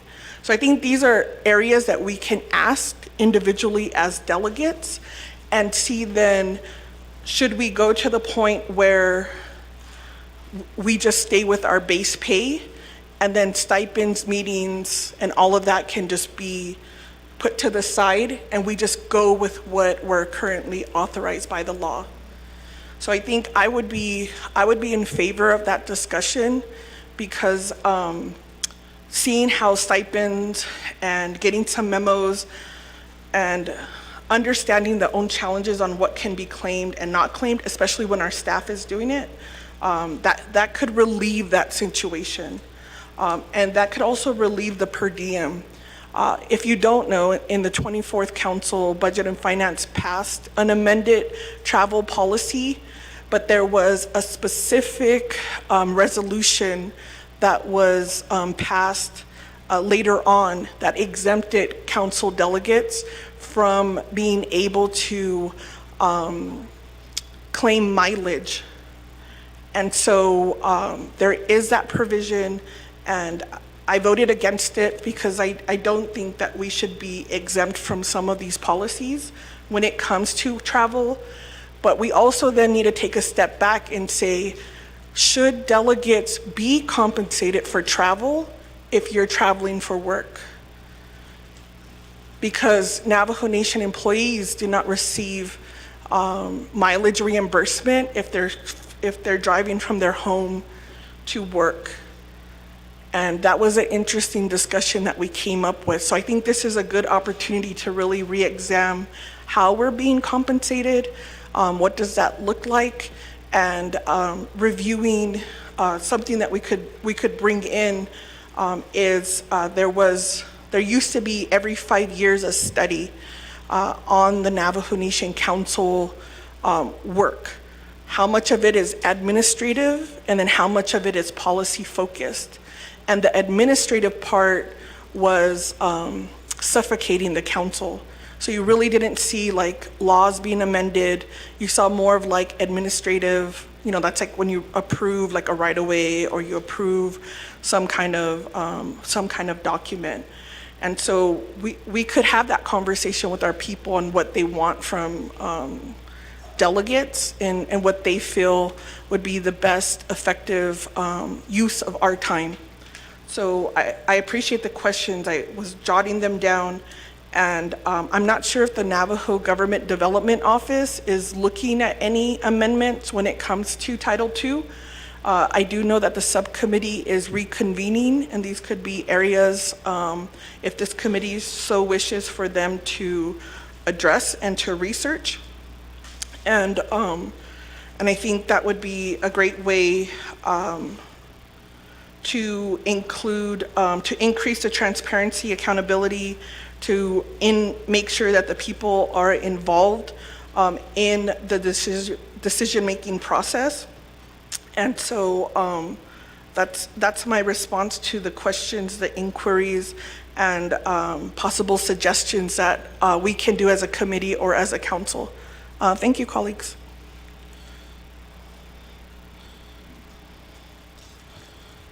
Thank you, Delegate Crotty, for your responses to a lot of the questions that were raised on the floor.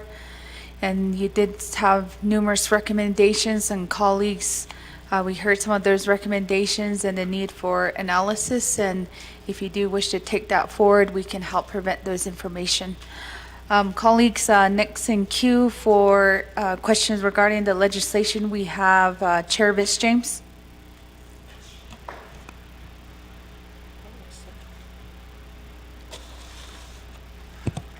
Ik had speaker Kodosha na hun ako.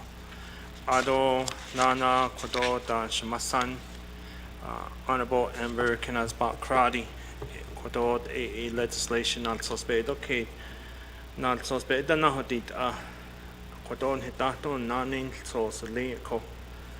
Ado nana Kodo ba nate inito ba yel tiki ko. Ako not ani jelle ko.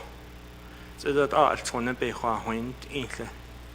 Ian Gianni do Adola Ejifne Jitlani da Behawind Ila Hajdet Ehi is not Nenit an Jogahit Arthata da Najo Nahota the Neye Juan dat Inla Oko Quenza de what not Aninit Lo in Hiltahwell Jishinle Ako Kodosa be Yatit do Belt Anika do Belt Anna Alta she what answers Keshe what Abansas case Ehidi Nego Akon Lede in hidden Ehlahout an Hansenada Kisle Oko Ako Shisazido Dide Kodon Hidato Nil Sozige Njone Nsod what Ibansas case ako.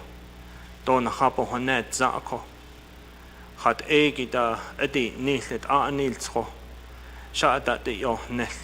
We need change. Di no how she yahil tiehon da di lagasho da bane khile ako. Di a islahot out ishlih di hot a lahot a that di nil da no how she ho out ne hada de losho da hita da khato da ban da alte ako. Atho da khishit iam beyond da hi kha okot an khaan da I nalo bane khain le ko okoko kwenza da hol just di la khait au do lehla jokot ako nlet o joko da anish dot o jot ne ke da hat ako oko aje hot bananish del ako o che da hal now adonana Nate Ashlatin Kayahozo, the federal government, Alto Ahot Islahandat Leho Konzade Banana Shetik Eko Oko Edo needed da Eya hot Bana Alteho Eha Olte, than Hedi Kodo the Kosan Sanast it's at Dani Trahanni, don't Dajo Bago, Betahwil o beach at Dati Kreko Oko ad Abichin Hiltahoye in the I don't have this app da nada hiti no da Oyoch da nil cheho hajo ba o bitanel den ako Colin del iho alcheta huil na ko John de njonela bohone zala jokot ako bohojil ato ba akwishni zi do the kui go shi hot a beta anishon hasala ba akwishni zi ho njonel la the quid sheet edo the quid sheet non nation lenigi in jil iho where hard ato where not after latta white and asni la ako jokot ehid ela a konehi in hani liado a hone in hitaton ni liala jokonanat elto oko okot ao ga beta anishla okot ao la ado la ebe Nast a condient a nasi gal jokot eko kon lede dik ato annehe da kot ato kodo de NAA'BIK'IYATI zohas ando ato kot beach da da al yuge da antsage be itahuit aland eko ado le da hodon nilto bin da don neshe obe itahuit Beshma sa an adon Haniyada Adonana Ado Eya Eltro he Krita Beshma sa ane Ado Korm as Linta Edo Datan hits yes what the all loss of Korm Akoko we have to defer these items to the next meetings or what are Naspel Jishoban Ban Aste Eko ad Elcheta the Nil Neo Itahuit Aho ko what are Bansi Kreselin ko John de Kote Hajo, Alkahanajet, Neto Hajo, Janeth Ogo, Di la Ashon, Jono Nal Sos Kodo, Bedanahot, Nal Sos Bedocate legislation, Ikila and Jono, Artskin law, Nas, no Tahla, Jokot Oko, She what Nesh Eko.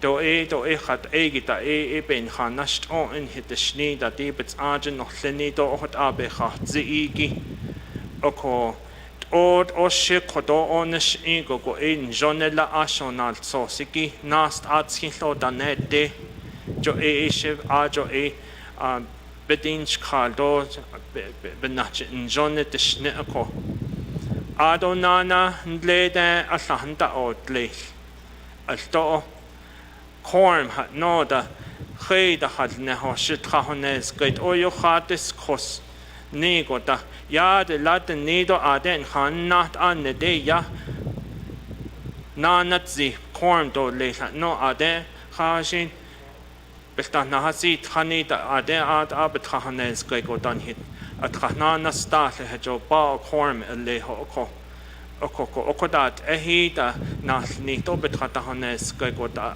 بابا هونيت زات وانت تاهولون جوكون سها كيسي دوبان سها كيسي اتألا جوكوت إيشيش زيدو باهون سن أكو the safety of each and every one of us جوكوت دو بان سس كيس نلقوت آلا نخبو هونيت زا آدوت باللاتشن التو أجا كودوكوت يناناش تكي إن كوجي وبانشي دوت سناناس كيس أجا لا نخي كودو بيش بانسا أنني تلنيجي دي نخا أني هوت خاني ليا لي هوان دنا هوني تلو إيدو دان لي نانش بكيت خدي دات لي تلو تخاهوت زو بكيت خدي داهو كود لا نخان دات نشي ستاف لا كود نهاز تخا جو كنانات ألتو أكو نخيئن ليد نيتا بيش بانسا أنني تلنيجي نلا نيتا ستاف إيكو دي إسلاحن لون دا أويوغ ستابيت إن دا أثني دا أكو دا نهاز تخان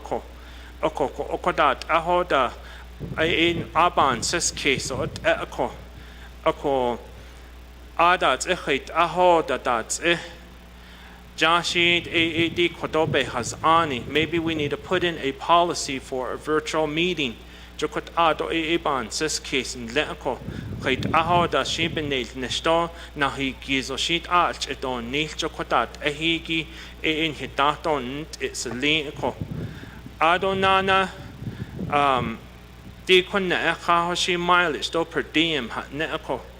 Ishin ha even yaba yel tieko alto. Akoko do chahoshi be is dot in ligi it eda per diem. Aya hajo ba go yan per diem hit ni hilia. Aya hajo ba go yan ni hit chidit kondiet Sato ya bahanda hachon da hot an hit chidit da holon leko. Akoko had egita hot ahoda had egita mileage ben hahint on da akot the sneak ako do hahoshi be is dot ilido do hahoshi be so honaji yanalk it is do lihi it the mileage in the sneak ako de hananat yani danin de akot ben hahint ako benno koni NAA'BIK di sto na koni NAA'BIK na di sto koni la nan hitten na so da 20 da yana da jilkha na so da ledest ya ho ya na kha ban jga le ko ga na lo da hanji cha na ha shi meeting go na jo da le ko okot ahigi da ko o khajo na antin ni hitten na be بالشتا هويت هيجي إيتات أكو هجوب نبتن نوتين لو هجو يا أكون زندو ليه جوكت أكو إيديت أكو أدو ساتش إيد أو ساتو ساج إنيل زند لأكو كود أو كدوشنات أنو سنيجي أو هجوب الكين دي أكو. We know that we have a lot of different tasks that we do daily. Ako beis anit and leako. Speaker, the speaker, she has a lot of work, even though she's still a council delegate. She oversees a lot of different areas than any other delegate that sits on a standing committee. As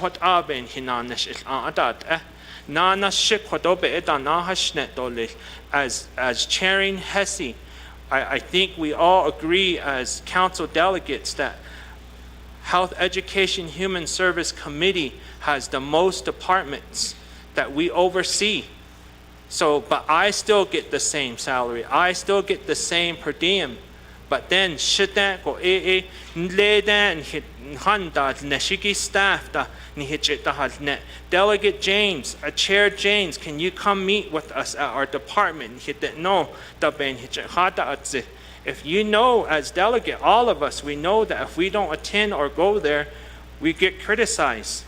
I don't know how in Hadas on the Cho Ingo on the Nagot Asahiki Esata done hit that no ben hit yet. So each of our standing committee, our oversight, the oversights that we have for our departments are different. Got a dot base on it, echo base at our in Hinanish echo. Shisazindo as chair of chair for HESI, Shady Shihyat A for virtual, because it really helps me to multitask and really helps me to move forward with actually being out there and meeting with my departments and the staff. She quit out nish echo. Adonana, Sato, Asto, Bistahasis Tanigi, Aja on HESI committee. Stot Anza, then Sapisinda de Luoko. Sometimes we have a short agenda. Sometimes our short agenda can be, our meetings can be shorter than the time that they have driven out to Wenderup to have an in-person meeting. I one report one of my colleagues would be coming out from Tubai City or from the Chi area, driving 3 o'clock, 4 o'clock, and 4 o'clock in the morning just to make that 10 a.m. meeting. And here the meeting only lasts for 30 minutes or an hour or only for 2 hours. When this virtual would have been more beneficial for them if they knew that there was only 1 or 2 items on the agenda. That's the case. It does this be a ata jilon e kodo beshban sa ane e da jilin la ako jo ko da ban sa da ke si da ako e do da ko de jilaho in person ha non le dan da eastern dan da to ha ji le dan da sa besin da de lo ni na ta dan le ni ki ko de jilaho e korn ba na has ta na an let di ko de e na ta ha ko ya if it was a virtual meeting, one the sit down. Do a de hashi, Nihinat a Kodo Bestanasi, Tani do a hashi, a beno, Kodo Ade Bestahat, or Jo Combe Khan, Sehen Ban, C case, Dobe Khan, C case, Kishi, at Ahi Griko, in Hitaton Nil sauce, Shamasan and Lenin Nil sauce, Linko. She what are by Hadis the thought or Nikilbahos and Dole Benia, Besizeni Gibenina, or Yotla Atash Dash Hashan Ayan Hashin Ditch Ahits Ako, Adajan Dished Echo, Corn the Bay Khanate Ido, Be Ishtan Enils and Echo. We make sure we oversee and we have our body language take over as precedents. We need to respect each other as the 25th Navajo Nation Council.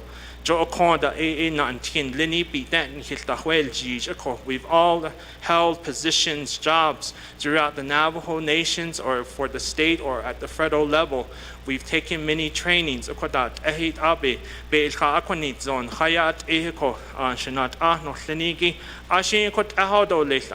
Speaker,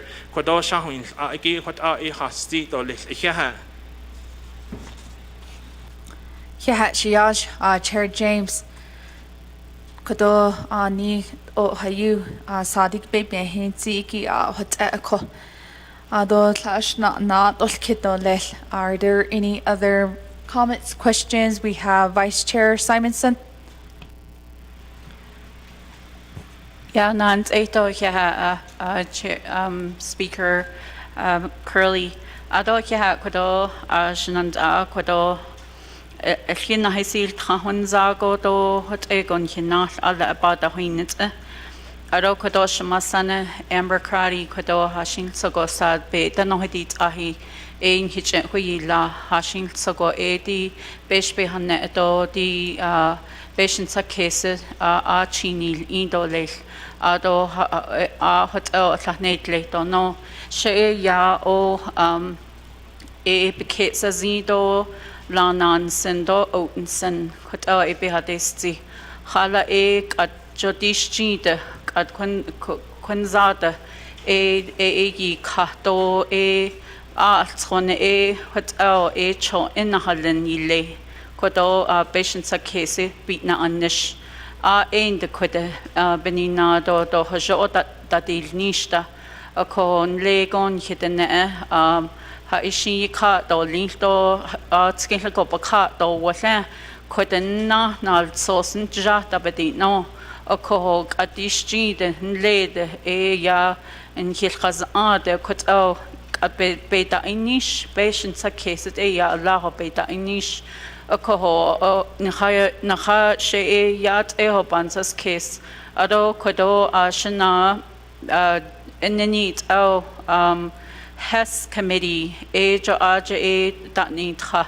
hashing tsago o yu ein hinanish nhiyado hashing tsago bikitat neat programs and departments adon late o de beso o yu belwel aja go na belwel ko 90% dan nigit federal funds outside funds ko hotel yan na nish be dj ko beninani benina late o de kodetan hit nila ko di hestani glenigi ajelto aiches biadota HRSA da biadota the Substance Abuse Mental Health Service Administration ajelto da na si tranto at the federal level ko ade da was state that dan hit nila ko di beshmatas angelot da na halno dan hitel dot na halen ko ya shi bin yet nen kha iznel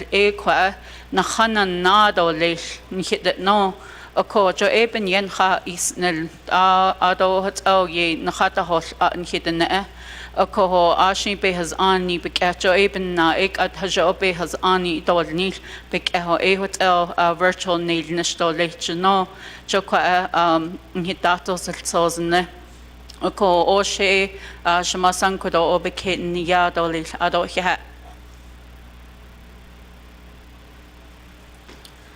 ha Vice Chair Simonson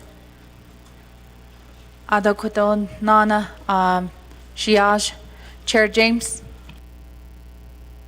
dan shama speaker atla go nanesis na khejin hodoya dich ahoyo shnes ahoko so the chapter Ajit Khatnas Nelson Neligi to go into virtual meetings. Ajit in the legislation so I did drop legislation to have to move forward so chapters can also go into the virtual status. Ancient area Ecuador Hiltanasis Tani Beshmasa and Ehot to get supporting resolution from the chapter. That way they can also move forward with their chapter virtual meetings. I just want to let you guys know that I did drop legislation, but we'll have more detail coming further on down the road. Thank you.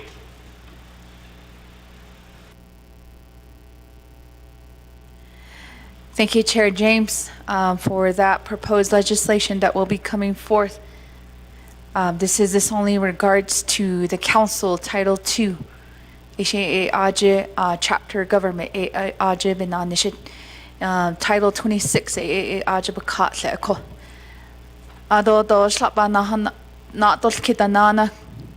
colleagues, are there any additional comments, questions? If not, I'll return the floor back over to the sponsor. Chade, Delegate Crotty.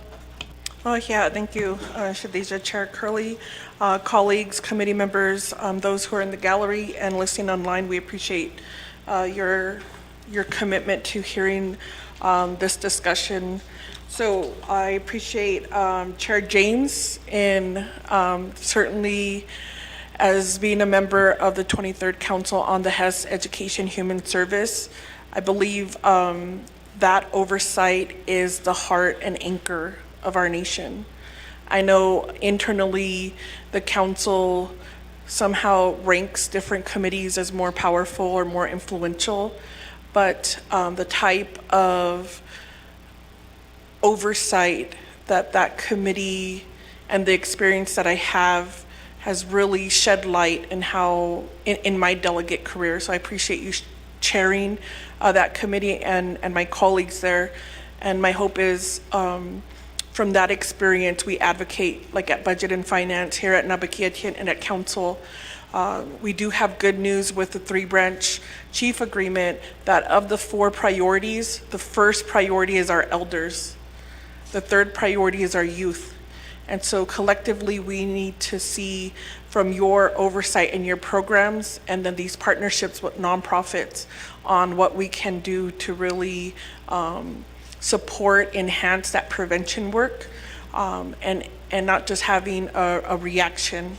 And so I appreciate the committee. I understand the workload, but it's good work. And my hope is if there's any need from NAA'BIK'IYATI committee to please let us know or offer reports and solutions on how we could support your oversight. Thank you. So I wanted to mention that. The other thing I wanted to mention was also the well-being of council delegates. We take for granted our own mental well-being. We take for granted what's happening in our homes and in our families and our communities. And we're not just public figures that have no feelings or have, ice hearts. We've made a dedication to be public servants. We took the risks and we were vulnerable to become and ask for our people's votes. And they selected your leadership style to represent them here. And what I find is at times it could be hard to juggle all of the meetings. It could be a challenge to travel out. And I did hear at one time Chair Parrish and Delegate Begay mentioned they're traveling over 3 hours one way to get here to Window Rock. And so we want to, on our committee, we wanted to support them in their community and go to their community.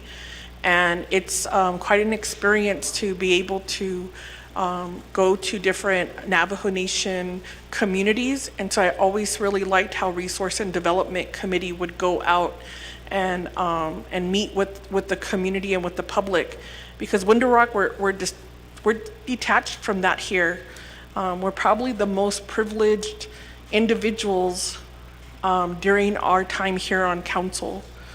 And so I think in terms of how we can balance that would be the opportunity for us to make the best decisions and how we show up to each meeting. We can encourage one another to be here in person.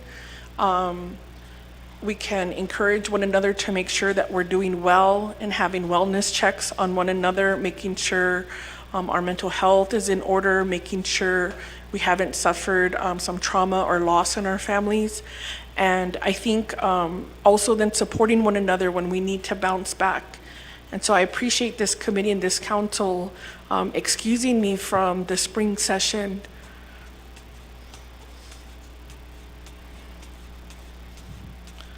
Because I physically could not show up.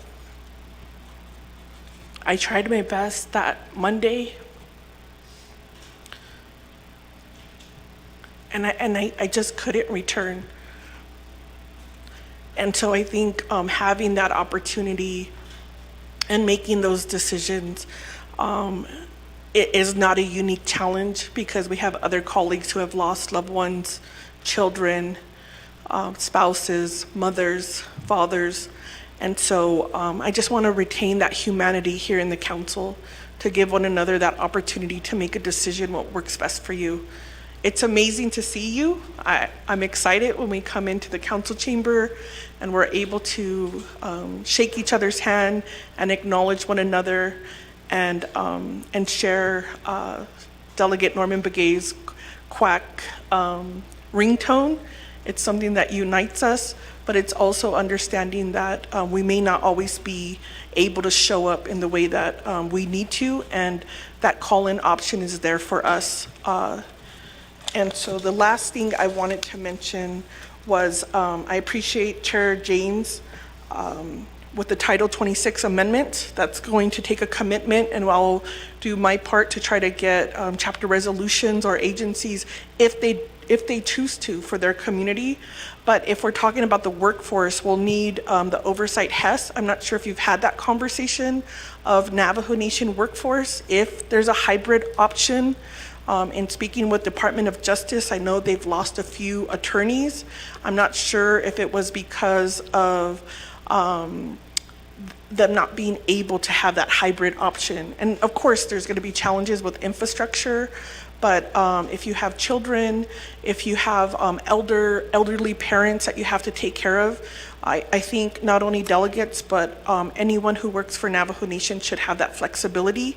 And there's more than enough modern mechanisms to make sure they're doing their job and being accountable for their position. And so for my colleagues who have to drive out multiple hours, my heart is with you, because it's your own personal vehicle. It's time away from your family. And so maybe this is a good way for us to pivot and see how we could create a schedule so there's not a conflict in meetings, or if there's a way that we can make sure delegates and staff are safely attending meetings, setting up meetings. Because even in person, there's times where council, like one time we stayed in session till like 3 or 4 o'clock in the meeting. I'm not suggesting that, because after a certain amount of time, your brain capacity starts shutting down. And so that's what I mean in terms of the health and well-being of one another. We could say, hey, let's pause, let's take a recess and come back to this in the morning. And that might be helpful in terms of how we relate to one another, because I don't know what you have went through when you enter the chamber. And so sometimes if there's like tension, or we're not able to really see where one another is coming with, I always think, there may be something behind that. And so we'll just send a little prayer and blessing, and I just try to keep snacks. And it's very warm in the council chambers today, so I appreciate the staff who brought in the fans. And that's my response. Thank you. Thank you, Delegate Crotty, for your responses. We have additional questions and comments by our colleagues. I have 2 delegates in the queue, so we'll go turn forward for the responses. Chiche, Delegate Tolt. Madam Chair, NAA'BIK'IYATI Committee ni tlanige. No inta kaya ba yilki sma.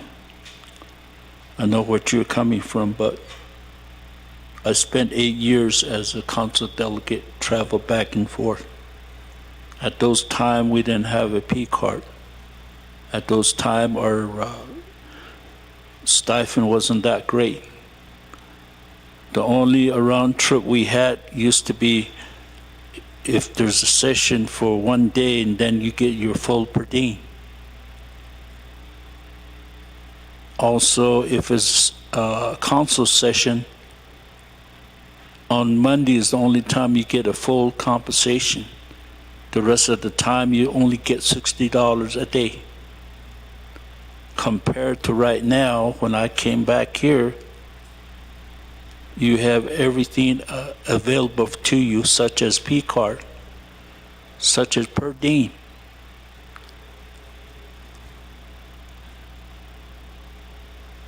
So, a lot of our elderlies used to have 88, didn't complain. They made it through. He could okay tleko. Ako ashin ni on zarin jaga, it's yeah. But you didn't say that when you were elected. Benyandi ndos kodo. O ingka dishwal. O ebe da nila. Ako eba na nelko. I don't. If I come here, I'll be spending money on my wear and tear of my ride. I'm not going to stay home. Probably once in a while I'll do that. But it's not fair for me if you just stay home and call in and you're just in your bedroom or living room or traveling in your hometown. You have to look at that side. That's the way I feel, and like I tell you, all of you, that I don't support. It's probably good intention for people to travel. We don't have luxury in our area. Some of you guys, some of you councilmen have stores, hotel, and paved roads. Where I represent my chapter towards east,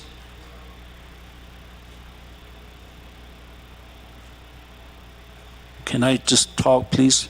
If you have a comment, you come to me. So, ideya shibinch iko. Lere da hol jiste da hayun de lansen. Kade kode ya hay aho hidi neko. Ideya she hot abe hanadisi. So we have to look at if it's fair for me to just come out here and wear and tear while you're at home, making calls.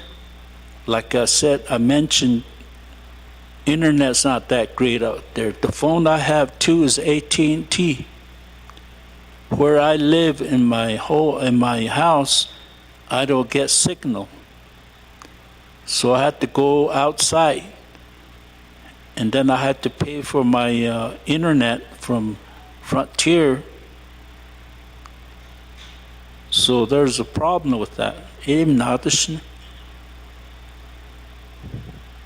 So that would be my last comment, and I still, disagree with the legislation.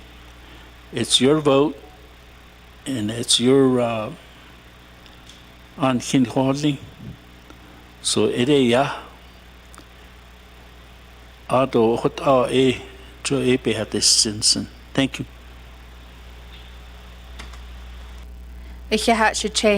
Delegate Toth. Next in queue, we have Delegate Norman Begay.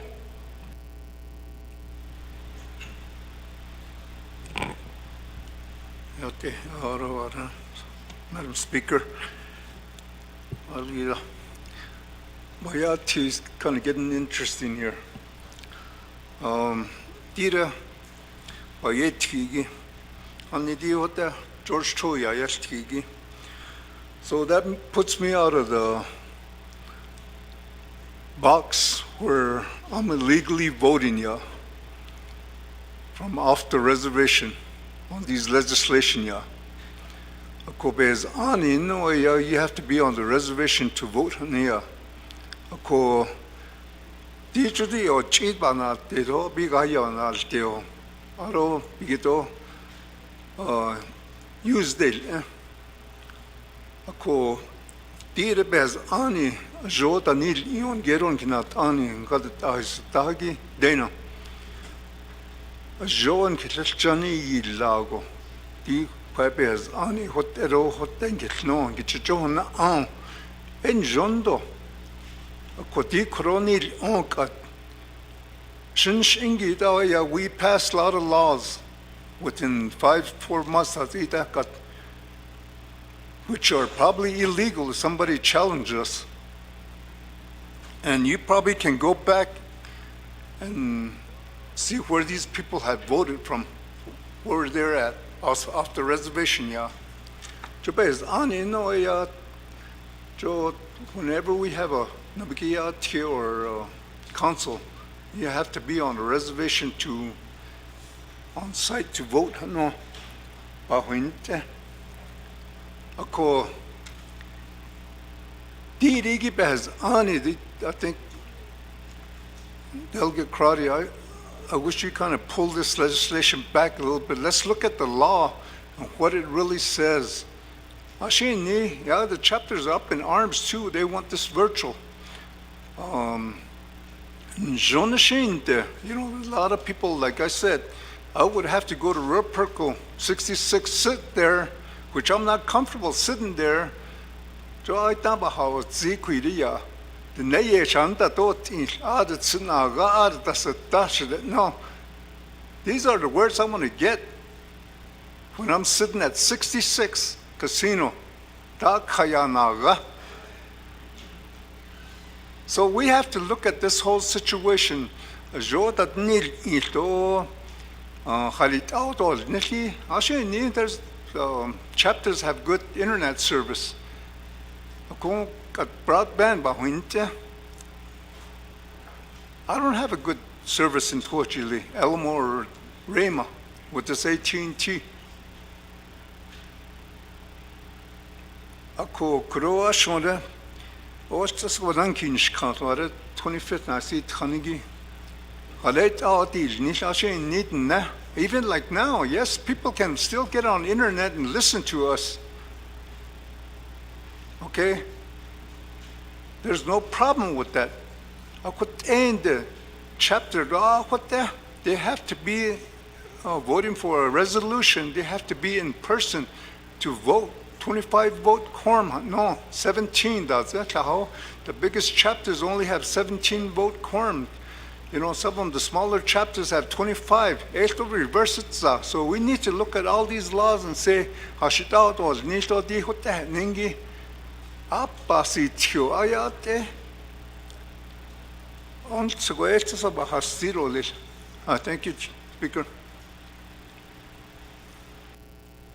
Yeah, thank you, Delegate Norman Begay.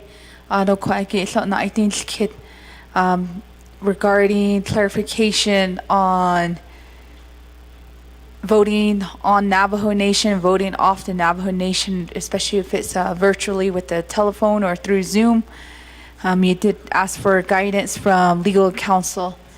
I'll give that question here to Ms. Barbroff so we can have that question clarified. Ms. Barbroff? Thank you very much.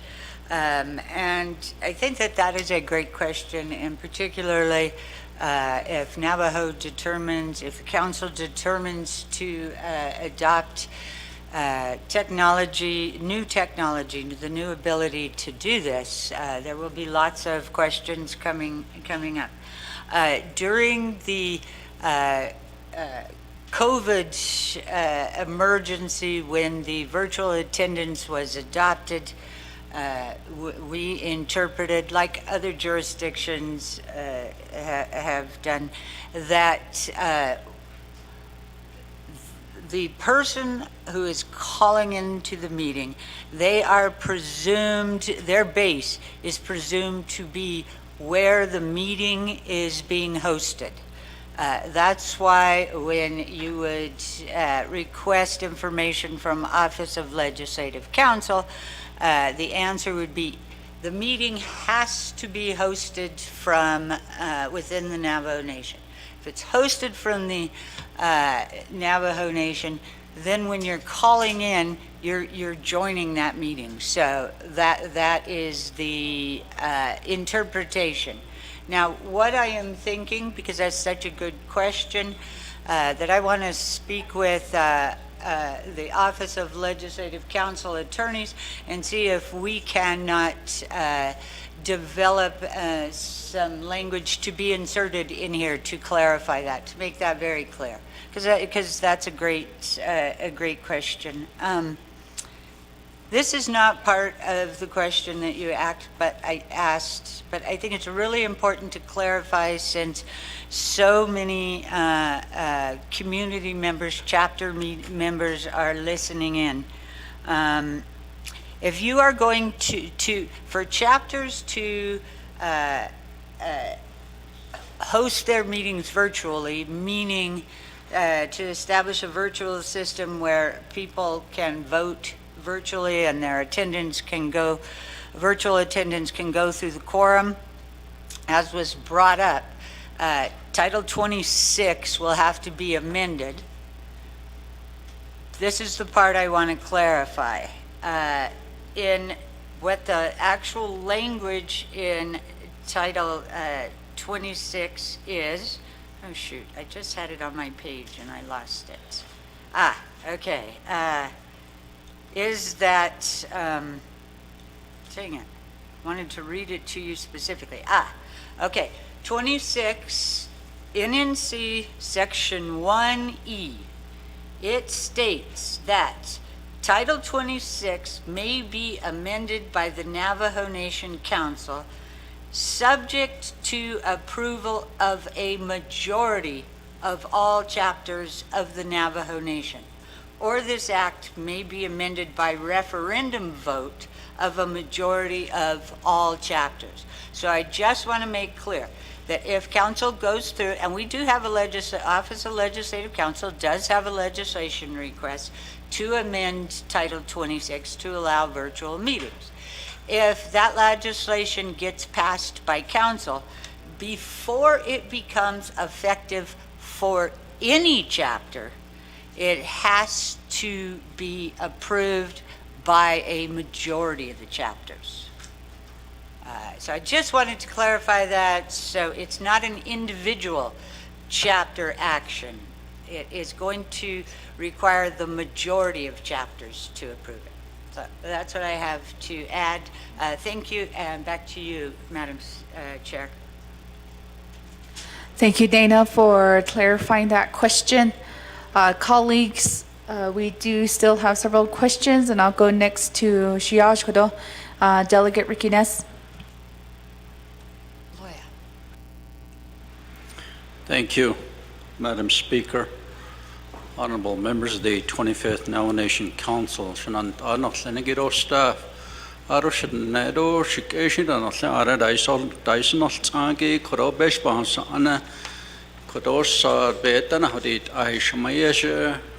Chair Amber Crowd in Hitaron in Sos.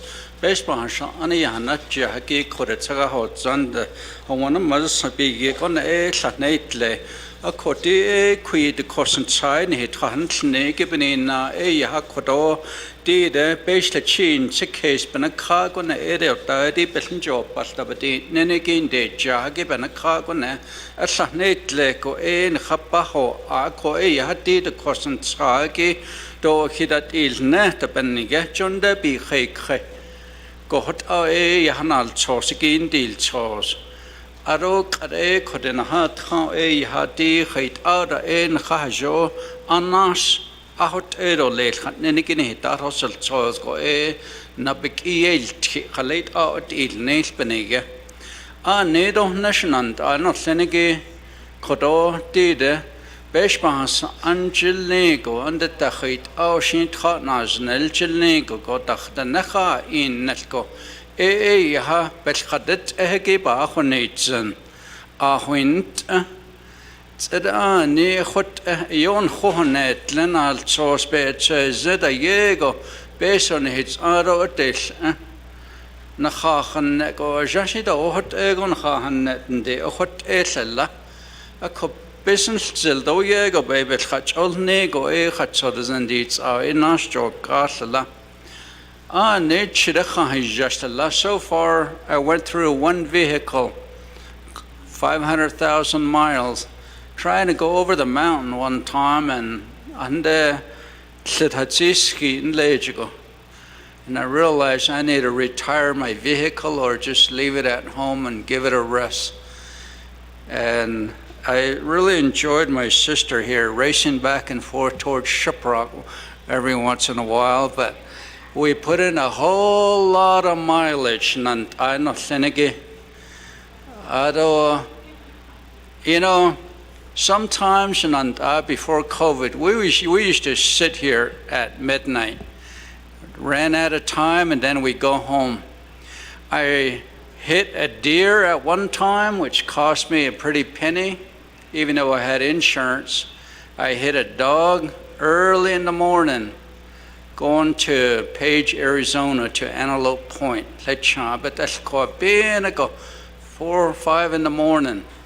A hot on Hinan, Nishiki Dale, Edo, Ahosan, the Haishin, Hitahi, Chido, Gasto, Ohodon, Nilgido, Bahonate, and a Koan Nien had a hastation, and I know Senegi, Hala, a yon hot nanin, Holno, your families. Ne hati konta nepanel atopanel daropanel nishiki hot han ha isnel Ako she shizige latin lata the nebet chapters shako. I don't count mileage. I don't worry about mileage. O khandishidat onsentle. Dire haba hensen kon Vienna sausage betraisa a konde. Ahorat egda ebe a ko jobe be obe jail wasako nenegidat o e kon ben kha akhanya. Steak date, no, but we don't do that here. But I believe that we make do with what we can. And with this meeting, Koroya, Title 26, under the duties and responsibilities of the chapter president, iki alaja kwagi agenda chapter officials, kwagi bachba. Staff don't know because Arabish bahasa anatera kwagit hot abas zochit arashi banaho artisad be tanahadit ahi legislation supporting resolution at the local chapter shibani on suntle, but that doesn't mean that we rule the chapters. We don't do that. We're here to help them. That is what they're there for. That's the local leadership. This is our job here. The committees, whether we travel to the west side of the Navajo Nation, the east side, the north side, the south side, 27,000 square miles of the Navajo Nation. We're one day on the west side, another day we're on the east side. We have to travel, we have to do things, especially with RDC. Aroshi, Koron, Lilan, Order, Lego, Judicial Complex, Nadasnel, Azel, and Nadasnel, Health, Hesi, Bedeti, Oltnan, Hodahot, Eso, Nation, Chizukesko, Korehane, Jat, NAA'BIK'IYATI, Gibehes, Ani, Daily, Edo, Council Session, next week, all week, Shinkoren, Hindan, Nistolet. Akoti kore egisi gishe an hin khas laqait awshin otle do arat besh behne biget o yashti to nossen goshin to khota akoti khorat egin hinanish oba khuinzen do khait alia git awshin she arashlet ahra. Either way, it doesn't matter to me. If I need to be here, I know I need to be here. And a lot of these meetings, as a leader, you set an example in this. And I don't want anyone to be offended by this, but as a leader, you set an example by being on time or being early. When the roll call is taken, late or the appointment when you get later or Hania that Janessa appointment or Hagida. Yesterday I was coming to Winter Rock.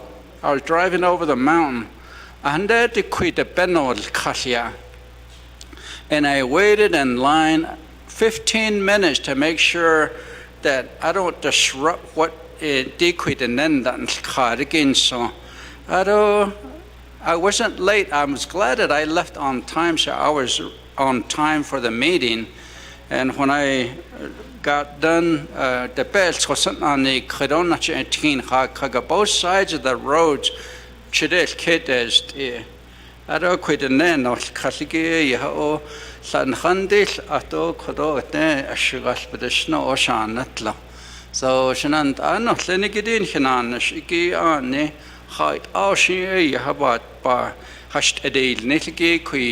It'll depend on your red and green votes, or if you want to table it, work session, maybe the whole council needs to be at the table at the time. But, unfortunately today, somewhere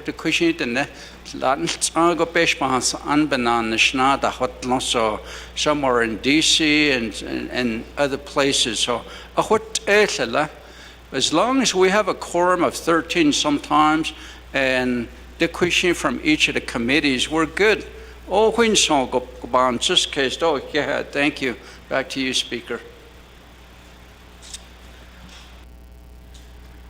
Thank you, Delegate Nez Kodashiyaj. We still have several questions on the legislation. We'll go through with the questions first, and then we'll return back the floor to Delegate Crotty. Ado Kodonana, Shana, Delegate Begay. Oyananati, Madam Speaker, the 25th Council. I know we have a Title II subcommittee. Has this been brought up to them too? That how they're going to address this issue? Because we formed a Title II, didn't we? To talk about this stuff like this. That's my question. I don't know. Has it been brought up? Thank you, Delegate Begay. We did establish the Title II subcommittee. And in regards to membership, we'll turn that floor over to Ms. Barbroff. Thank you. Yes, the Title II, it's actually called the Title II Reform Subcommittee. It was established, I don't have the resolution number right in front of me, but I can pull that up. It was established for the 25th Navajo Nation Council. Each of the standing committees was to appoint 2 members. If I recall correctly, and I'm checking right now with Jalissa's help, although I haven't asked Jalissa yet, but I do believe that only Law and Order Committee has actually passed legislation to appoint their members. On the other 4 standing committees, because NAABI is a standing committee, I don't believe we have had a request for those legislations, but if anybody wants to request the legislation for your committee, it is ready to go, just waiting for a sponsor request. Back to you, Madam Chair. Thank you. Thank you, Ms. Barbroff. Delegate Begay, I think that helps clarify your question. Ado Kodonana, we have Speaker Damon to the legislation. Thank you very much. I just want to, first of all, thank you very much, Madam Chair, for bringing the discussion before us. Thank you for sponsoring the legislation. As I always say, that we're not going to be talking about an issue until you drop a legislation. No one's talked about this issue, so thank you for. It's kind of like you had to force a discussion at sometimes, and no matter if it's coming from a subcommittee or not. But thank you very much. I just want to let you know, Madam Chair, that I am going to sponsor an amendment to this legislation, and that amendment is not ready today, but I will most likely have that available by Navajo Nation Council session, and that amendment is going to omit Navajo Nation Council sessions, as I do believe, I do see where Honorable George Tolt is coming from. I do see the questionabilities, but I do believe that historically there's numerous different individuals, not only from our constituents, that come, and traditionally we meet 4 times a year in this chamber. And I think that still should take precedence over everything, is us knowing that is well in advance, that we have other meetings throughout the Navajo Nation that we concentrate on, whether it be from your local communities all the way up to the federal government or internationally too as well. But I do believe that those 4 weeks are set aside, and I do believe that those 4 weeks should still be, we harmoniously come together and debate issues, not agree on everything, but make sure that we try to do the best possibilities to protect and move forward with our sovereign right to continue our Navajo Nation government. So I just want to let you know, Madam Chair, that I will be sponsoring an amendment. Unfortunately, that amendment is not ready, available, and I don't want to hold this legislation up. But I just want to let you know that that amendment will be forthcoming. Thank you very much, Keha. Thank you, Delegate Damon. At this time, I'll return the floor back over to the sponsor, Delegate Crotty. Yeah, Chad, I appreciate it. Committee members, thank you. I think in terms of this legislation is not mandating either in-person or virtual. It's giving you an option on what works best for you as you set up your schedule and conduct your duties as a council delegate. In terms of the impact from the 88 delegates down to the 24, I worked at the Net Policy Institute during that time. And so what we did was we analyzed the workload of the committees. At that time, it was 12. And we now know there's 5. And I can recall the 22nd council, no, 21st, 22nd, being down at Quality Inn. Some of the staff are still here. I know Ms. Barbroff was here while we were having those discussions. And the workload of the 24th is at a rate that is not sustainable by one delegate, because you inherited the workload of 88 delegates and 12 standing committees. We were, as delegates, you were granted a legislative district assistant, and the early years of that assistant was very you didn't know if you were going to have that assistant budgeted for you. And I would say the only standing committee that retained its original authority under the 88 was Budget and Finance Committee. The Budget and Finance meets twice a month compared to other committee schedules. And I think they may have received just a little bit of maybe the former Economic Development Committee or maybe the TDC committee. But so what you're set up to do is the work of 88. And so maybe this is a great time for the Navajo Government Development to give us a high-level summary of what that means.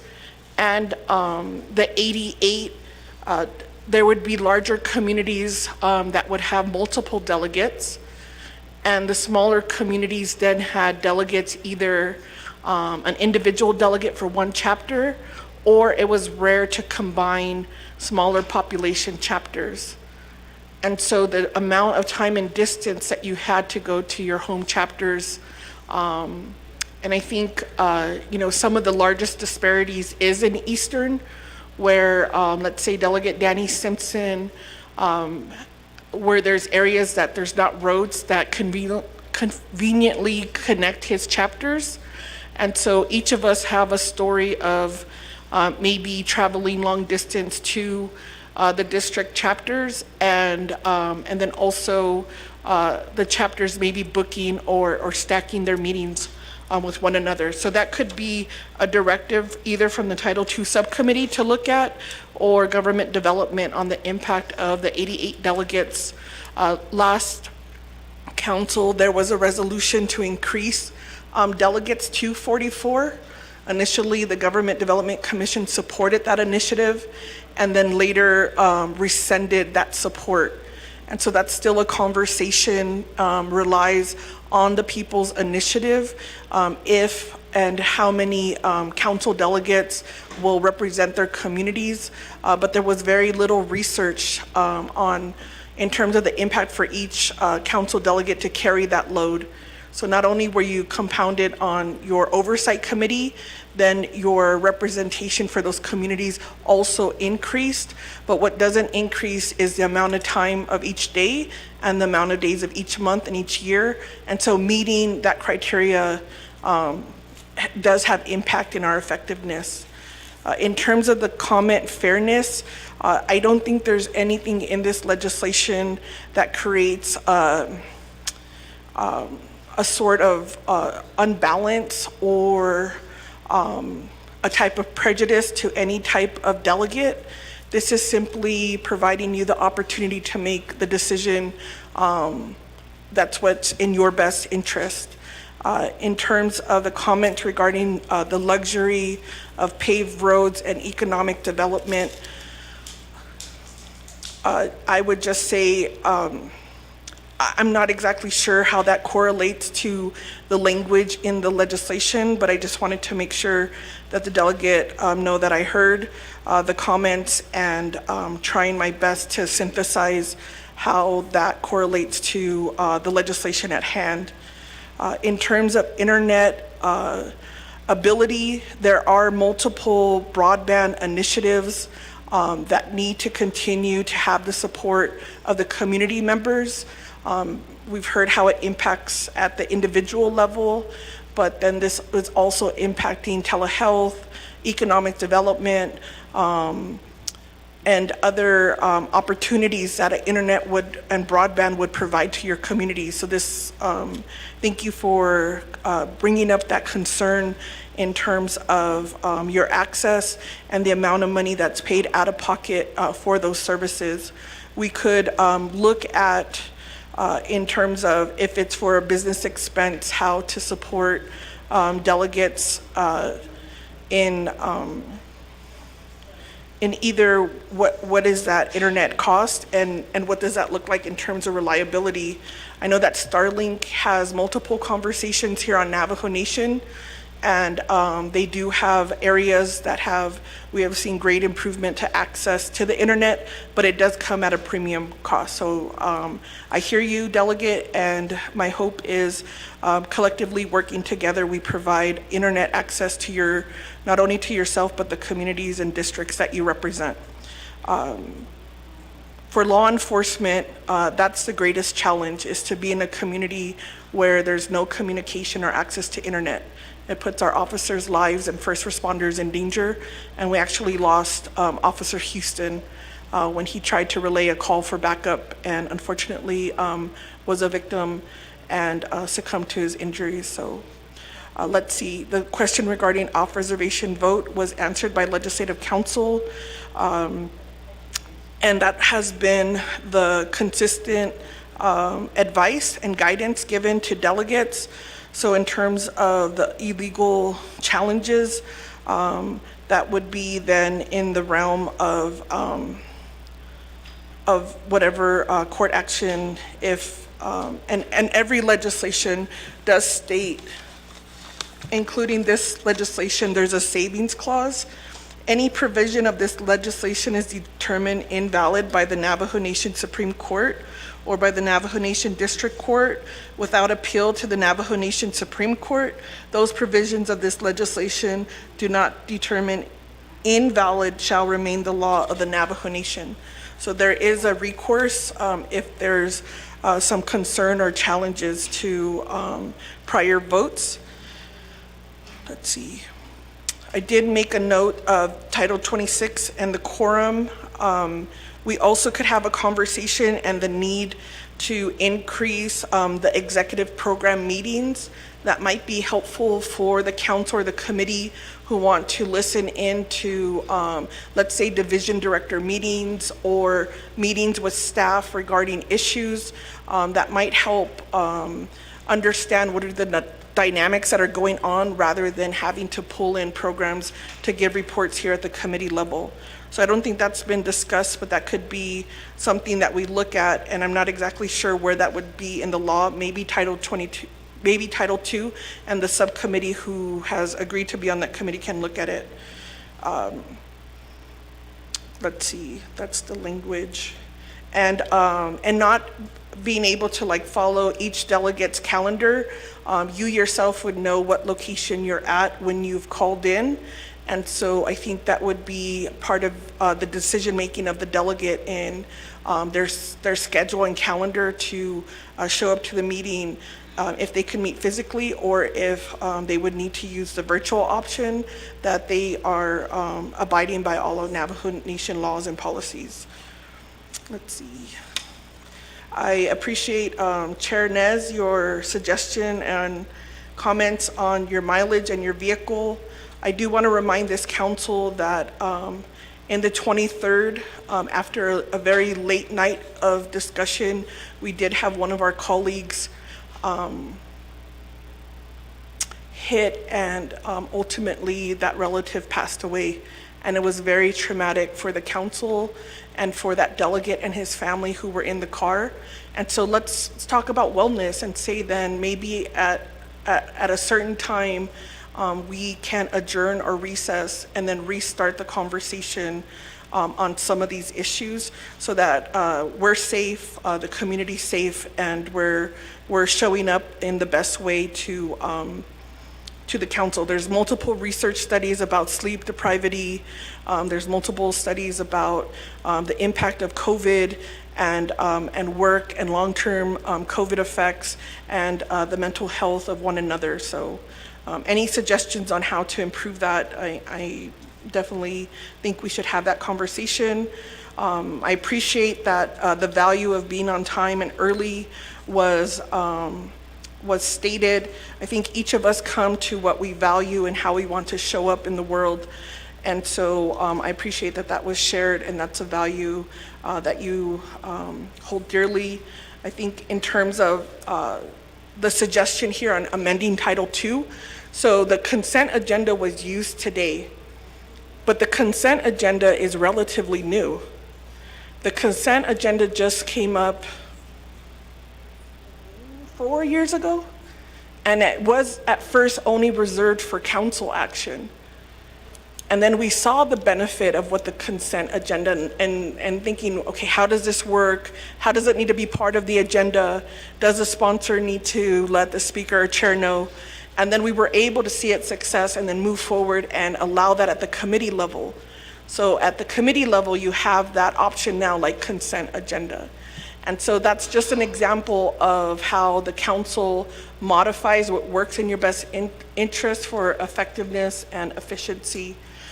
So according to Speaker Damon's mention of the amendment, I appreciate you conveying to the committee that that amendment is being developed. You did mention omitting council regular sessions, and so I think that could, at this point, I would just want to hear what the rationale for the amendment. I heard a little bit just in terms of we need to be here present. So that's like a value that emphasizes communicating one-to-one, valuing like being able to see each other face-to-face. So I see that that's a value for you as a delegate and as a leadership. So I see that. I don't necessarily have that same value. I have found sitting on federal commissions, state commissions, Navajo Nation commissions, that a lot of good work can be done, either hybrid, in-person, virtual, and it always comes back to the individual value. I do have programs or committees that feel like there's a value of seeing me in person, but I'm not sure how that brings value to the conversation. And there has been delegates in the past who just simply stopped coming on Mondays because they said all we do is congratulate one another, recognize people, and give reports. And so I don't agree with that, but that's what I mean when everybody comes in with how they believe they should show up as council. I would just, in the amendment, if it's just regular sessions, because sometimes previously a lot of special sessions would be called, and so I'm not sure in your amendment if you're going to clarify. So that would be my only comments, but I appreciate hearing from my colleagues and any questions you have on this legislation. But a lot of it has just been, in my opinion, what values and leadership skills that we bring in, and we're so diverse. And I think that's what is beautiful about this council is collectively we're creating possibility to do the business of the nation, but there are certainly areas that we need to focus in on where we have chronic issues that our people need our help to take council action on. So like if I could just say, family burial regulations, Delegate James and I have been waiting 2.5 years to get those regulations passed. We're looking at E911 for vital services, and collectively, we're all looking at the ARPA projects because we have less than a year for those projects to be passed by the council and encumbered. And so each of us is coming at that in a different way, and that's the beauty of diversity, but it's also the beauty of inclusion, because we all should show up as our authentic self and what works best for us. And that's what I tell upcoming leaders. That's what I tell interns, and that's what I tell anybody who wants to participate in Navajo Nation government, that we have to respect one another's uniqueness and just see that collectively we could work together on these goals. Thank you. Thank you, Shade. Delegate Crotty, for all your responses to each of our colleagues' concerns this afternoon. And this is a very important subject, so thank you for the dialogue, colleagues. And we'll keep going forward. We have Delegate Nota. Yate Speaker Crotty, yeah. Ado Delegate Speaker Curley, yeah. Ado Delegate Crotty. I appreciate your legislation, Jonah. I see the merits of it, and I see what you might be trying to accomplish. For that, I thank you. Listening to some of the other delegates, Charles Newton, Delegate James, and then Delegate Damon, I agree with many of the comments that they put forth. On this part.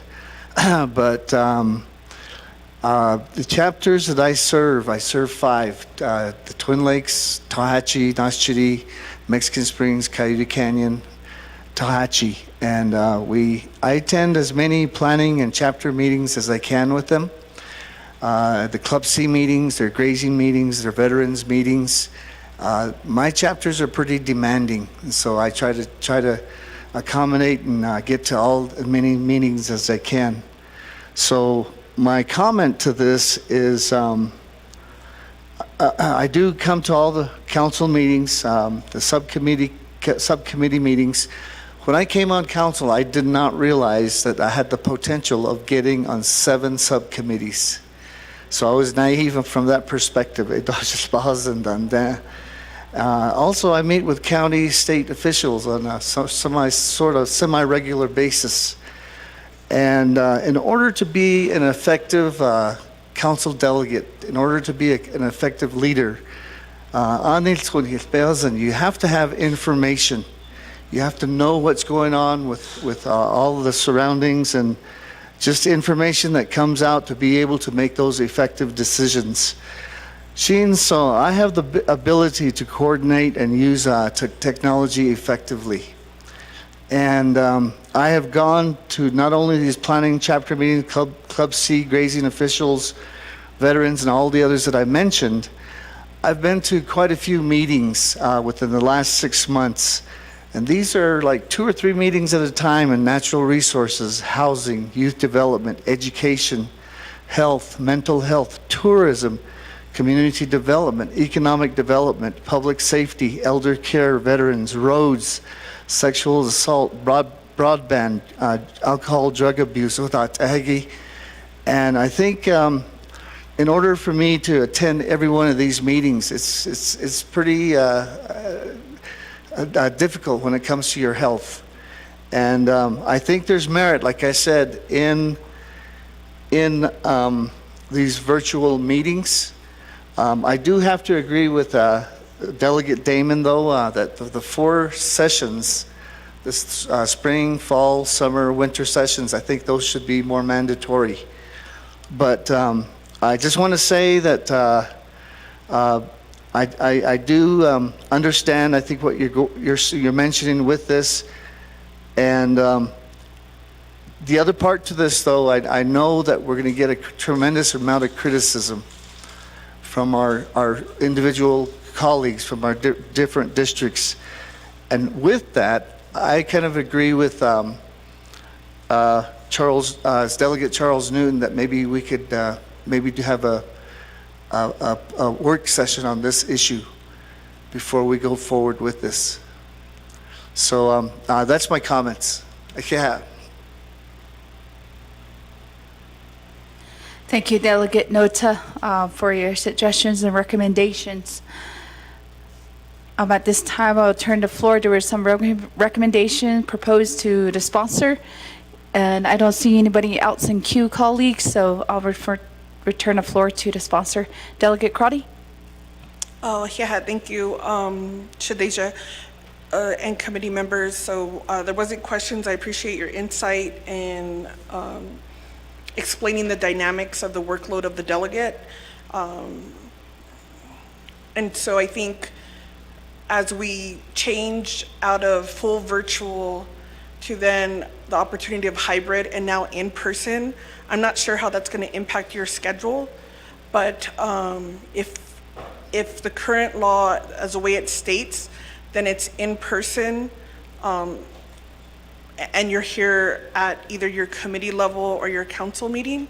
And so I'm not sure how that will impact the other meetings that are on your schedule. And that's why individually each council delegate will do what's best for them. And a vote and in favor of this legislation is not a vote saying that you're going to call in virtually. A vote is saying that there's merit to having the opportunity to call in, to be able to participate, to be part of the discussion and to vote, since there's no proxy. And we don't know what unforeseen circumstance could happen in the future. So I'll leave it up to the delegates. I do want to say there has been challenges when it comes to quorum at NAA'BIK'IYATI.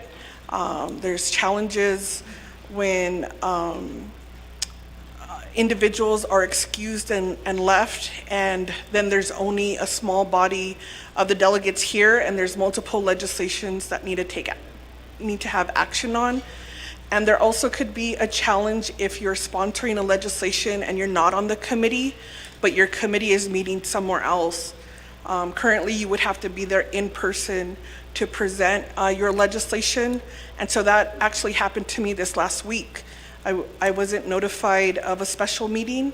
Lucky enough, legal staff had texted me, so I had to head over here and then have our regular special meeting at 10 o'clock.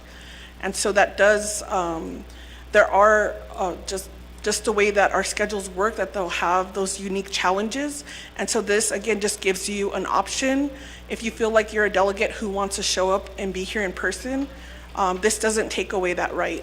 That just gives other individual delegates the ability to make the decision that's what's in their best interest at that time for that meeting. I just want to say too, in terms of time, if I stop to get gas, when you stop to get gas, can you just get gas and get in your vehicle? I feel like the cashier has an issue they want to bring up. I feel like the person who went in there to get some pop has an issue they want to get up. I feel like the person who's washing their windshield. And so sometimes, although time may not be on our side, we also need to take that time to listen to constituents and concerns. And so that's why I'm saying all of us show up in what works best for us.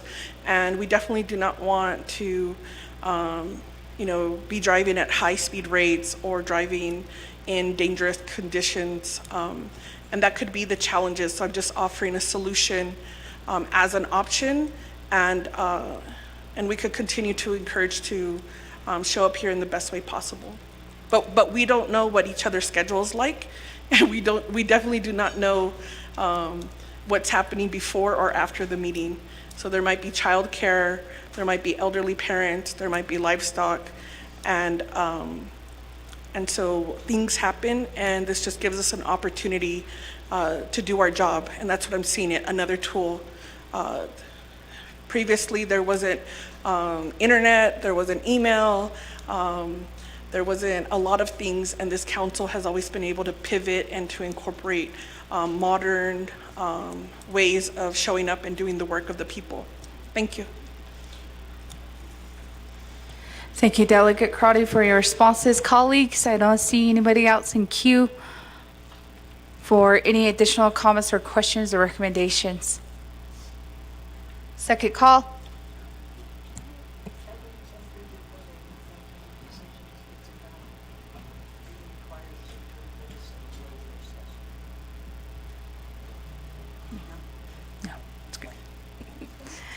We do have one more question from Shiaj Kodol, Delegate Daniels, and I'll turn over the floor to Ms. Barbara Oftiche, so she has additional clarification on some of the questions that were asked. Session A, Kodol, Delegate Daniels. Thank you very much, Madam Chair. Yeah. Adonana Koto Shama Koto Dam, Honorable Crotty. Thank you for this legislation today. I've heard some recommendations, like a work session. So my question to you would be, are you okay with having a work session on this legislation? Because I've heard a number of questions. So Madam Chair, just a quick question. Thank you very much. Shiaj, Delegate Daniels, believe that was a question over to Delegate Crotty, so I'm going to allow her to answer, and then we'll turn the floor over to Ms. Barbara for additional clarification. Delegate Crotty? Oh, yeah, thank you, Shaj. So the question regarding a work session, that could be an option, but the only question that I'm not able to answer today is the cost savings of this legislation and the budget information, like how much funding or how much Navajo Nation general funds are used for delegates to travel, like how much funding are we using monthly? So would that be the intent of the work session? And we could talk about the stipends, the claims, the per diem, the travel funding. Is that the intent of the work session? Is that the information that you would need to make a decision on this legislation? I think I just need to get clarification, because if we're developing a work session, then what questions weren't answered, and that would develop, either moving forward to, if a work session is needed, if there's any questions that haven't been answered. Thank you, Delegate Crotty, for your response. I'm going to allow some time for our legal counsel. She did state she does have several clarification on some of the questions that were posed here. Ms. Barbroff? Thank you very much. I just need to bring to the attention of the council that when the Title II was amended in 1989 to establish the three-branch government, going from the chairmanship to a president and council, that legislation is CD 68-89. It's a big, thick legislation. If anybody wants it, just let me know. I'll have somebody send it to you. But what's important is that in that legislation, it states that and this is on page, under the resolves clause, they did legislations a little differently in 1989, but Resolve Clause 6, the Navajo Tribal Council further authorizes and directs that any amended to the adopted Title II amendments and the 1985 Judicial Reform Act shall require 2/3 votes of the full membership of the Navajo Tribal Council. The 2/3 vote requirement shall not apply to technical amendments, but other amendments shall be presented at the regular session of the Navajo Tribal Council. the Navajo Supreme Court in Navajo Nation versus Morgan, and I can also send that out, stated that that is a promise to the Navajo people that cannot be broken, that any amendments to language that was in the 1989 Title II amendments under CD 6889 can't be waived. So what that means, because this legislation is amending the 1989 Title II, you can only do those amendments at a regular session of council. So when you're talking about having a work session, are you thinking of tabling it? If you want to act on it now, it's going to have to be at the special session. If you don't act on it at the special session, you can't act on it until the fall session. I just wanted to make sure council was aware of that, and that's all I wanted to share. Back to you, Madam Chair. Thank you, Ms. Barbroff. Next, we have additional questions from Delegate Begay. Yeah, Madam Speaker, the 25th Council key. Ayo lo azonde lo wata selneo yo skyfin do mileage labayatki. You know, the thing about it is that why can't we just go on salary? Forget about our mileage and just put us on salary. They'll end everything up. That way we can just call from home. Get better home service, internet service. I'll just kick back and sit on the couch, listen. Maybe if I want to, I'll go outside. You know, like I said, you know, put us on salary. That way we won't be chasing these meetings. We won't have to be going all over the place. Seems like, you know, we were just talking about virtual meeting. Somebody brought out the Skype window. I mean, I hardly use my plastic card anyway, so. Well, virtual, you know, let's go on salary, you know. Send us a monthly check. Thank you. Thank you, Delegate Begay. Nana Shiaj, Delegate Daniels. Yeah, kodota, Madam Chair, arunta kodota, shama kodota, Delegate Crotty, kodota, yeah, ani kodota work session bahasi kodota work session no to ani arunta dahi khatala, alo ito be na ho tipo, alo. Kodota bansis case kodota gaita since Speaker Damon has an amendment kodota gaita summer session that she to present the letter. I see now get deal too. So I'm ready to move this forward. Thank you.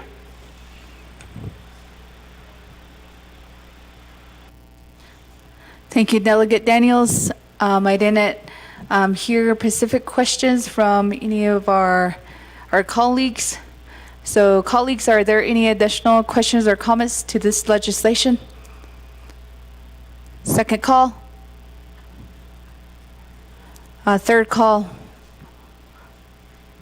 There was no amendment, so we'll just go straight to a vote, and we'll go on to drawing board. We'll be allowed 2 minutes to vote.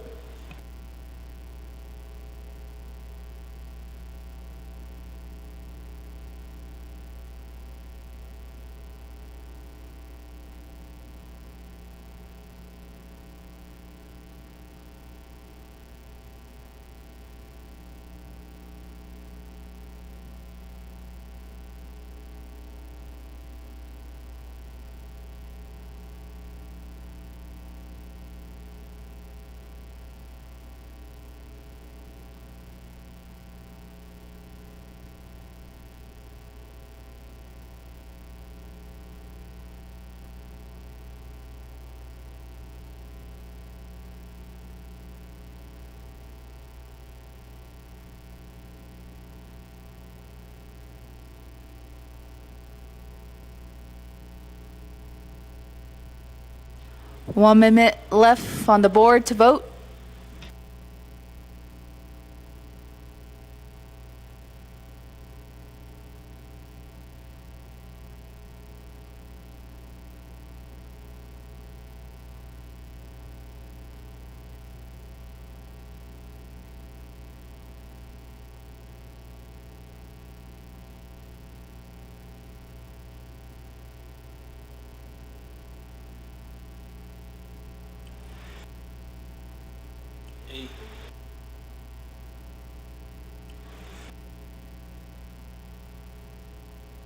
20 more seconds.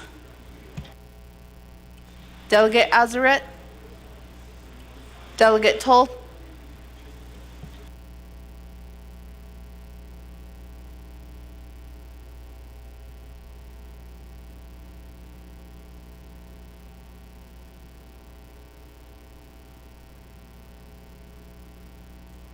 Thank you, colleagues. We did lock down the votes. We do have 7 in favor and 10 opposed. And this legislation does move forward to Navajo Nation Council. We do have excused absences by Delegate Simpson, Delegate So, Delegate Jesus, Delegate Pla, Delegate Helena Nesbegay.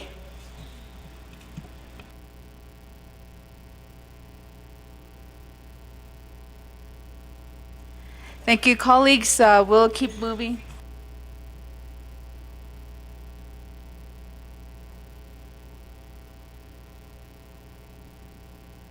We'll keep moving on with our agenda, colleagues. First, we have Chair Eugenia Charles Newton on the floor. Thank you, Speaker, and thank you, colleagues. At this time, Speaker, I would like to request to be excused. Colleagues, I am presenting, or I'm actually providing public testimony tomorrow at the AUSA, which is the Attorneys of the United States of America. We are going to be talking about our federal declination of cases. I was actually on the agenda this morning at 9, but they adjusted the agenda, so I'm on the agenda at 9 tomorrow. So I have to leave for Albuquerque at this time. Colleagues, I do apologize for that, but the tribal consultation, they didn't consult us on what days they were going to be meeting. So much for having a tribal consultation, right? So Speaker, I'd like to request to be excused at this time and to let my colleagues know that it is a valid reason for my excusal from NAA'BI today. Thank you, Chair. We'll mark you excused and safe travels down to Albuquerque. Colleagues, we'll still move forward with our agenda. We have legislation 0145-23. We have the prime sponsor here. Staff, could you help us read the legislation to the record? Legislation 0145-23, an action relating to the NAA'BIK'IYATI Committee and the Navajo Nation Council, amending CD-67-22, the Navajo Nation Fiscal Recovery Fund Delegate Region Project Plan for Honorable Amber Knazba-Crotty's Delegate Region. Chapters include Cove, Totalina, Two Gray Hills, Red Valley, Twohalsko, Sheep Springs, Tsa Alnos, Beclabato, Gada'ai, Toko, to include to include additional projects for this delegate region. Sponsor is Honorable Amber Knazba-Crotty. Co-sponsor is Honorable Otto So. This legislation moves forward to Navajo Nation Council as final authority. And at that time, this legislation will be read into the record by electronic voice recording per Navajo Nation Council Standing Rules of Order. Number 9, Madam Speaker.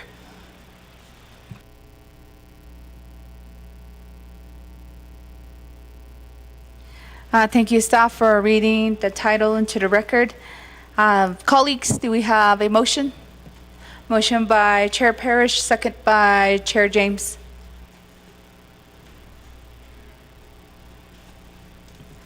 Colleagues, do we have any questions or comments on the legislation? Second call. Third call. Colleagues will go to the drawing board for a vote, and I'll allow you 2 minutes.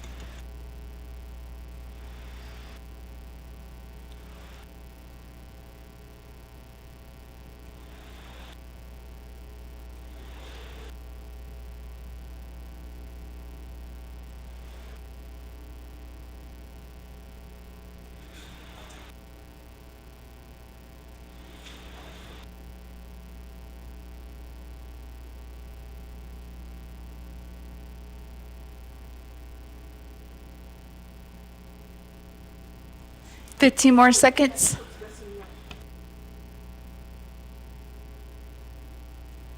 Vice Chair Johnson votes green.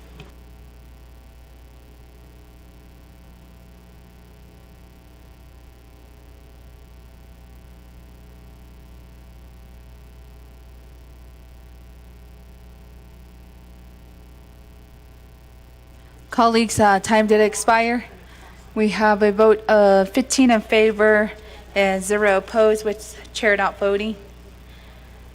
With the excused absences of Delegate Jesus, Delegate Law, Delegate Charles Newton, Delegate So, Delegate Begay, and Delegate Simpson.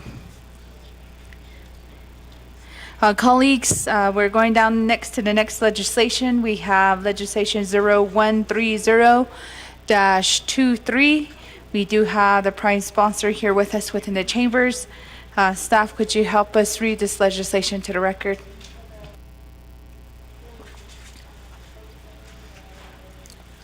Legislation 0130-23, an action relating to the Resource and Development, Budget and Finance, and NAA'BIK'IYATI committees and to the Navajo Nation Council.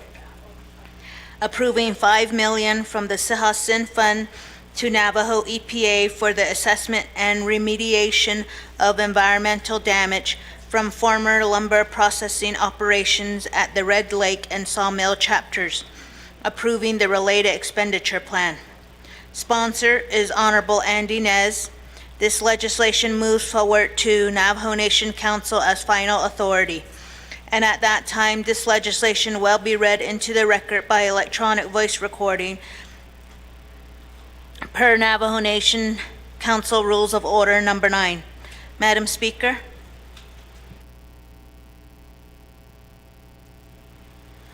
Thank you, staff, for reading that legislation to the record. Colleagues, do we have a motion? Vice Chair Johnson, do we have a second? Second by Delegate Ricky Nez.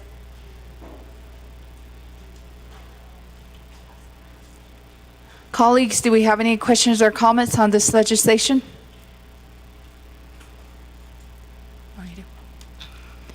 Sponsor did raise his hand to present. Did you? No? I thought you raised your hand. Second call. We do have questions on the floor. We'll give 20 minutes to our sponsor, Delegate Dr. Andy Nance, for your presentation.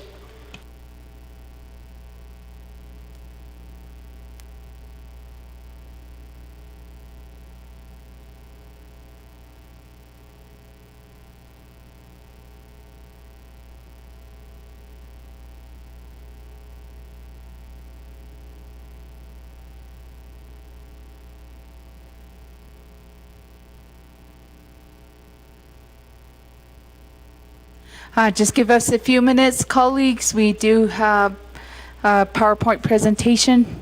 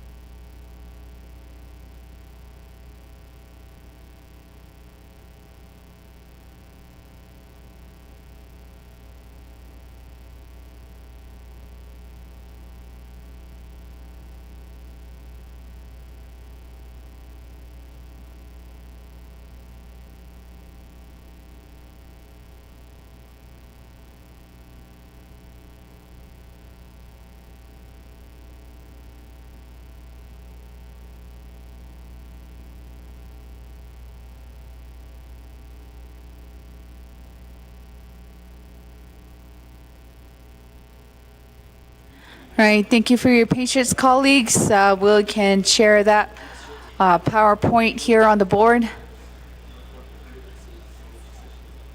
And if we can get that PowerPoint sent out to the council as well, we can send it to all of our colleagues.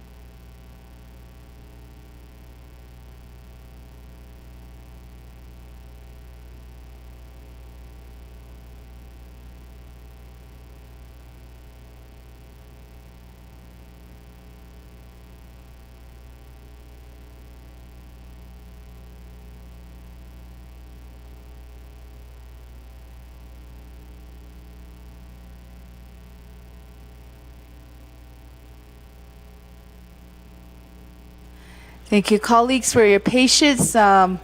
We do have some colleagues that I noticed that have left. I don't know if they're returning or coming back, but I didn't get an official notice for being excused for. Okay, we do have, I think we still have quorum here. Staff, can we double check? I believe we have 13 here in the chambers. Okay, we have 13 colleagues here in the chambers, so we still have quorum.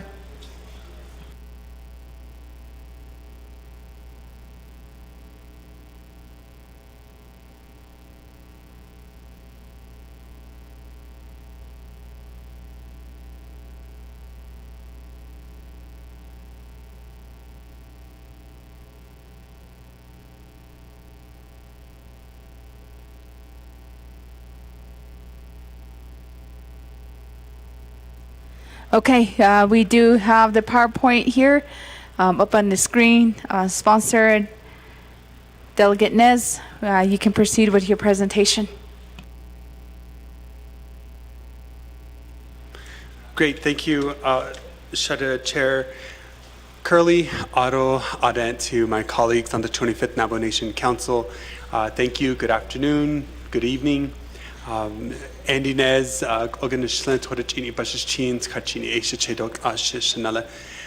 bring to you forward legislation tracking number 0130-23.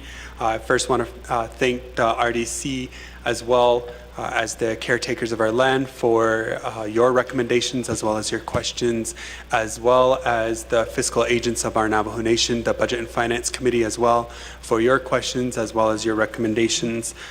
With me here, I have Navajo Nation Environmental Protection Agency, Ms. Pam Maples. I also have Mr. Ed City, Division Director, here in the room on the call. I also have the Red Lake Chapter's Club C President, but I also have Department of Justice from Natural Resources Unit online as well to help answer any questions following this legislation presentation. So first and foremost, NFPI in the in the early 60s started in the community of Sawmill, which is about maybe 10 miles just northwest of Window Rock. And as you head towards the south, north into the east, is the community of Navajo, Red Lake number 18, where the part 2 of the NFPI started in the early 1970s. And so over time, the lumber mill has created a lot of contamination and toxins to our land. And I always indicate to many of our constituents that I am a legislator, not only to our people, but to our natural resources, our water, our medicine, our land, our plants and animals. And this is just a prime example of the advocacy that is needed when it comes to the disruption of our land. And so this fund here will help to further those assessments and remediation as it pertains to the land that our people and our animals use here in the Upper District 18 area. So with that, I just wanted to preface that here and give it an opportunity for my agent to further elaborate on the presentation that you see before you. Pam?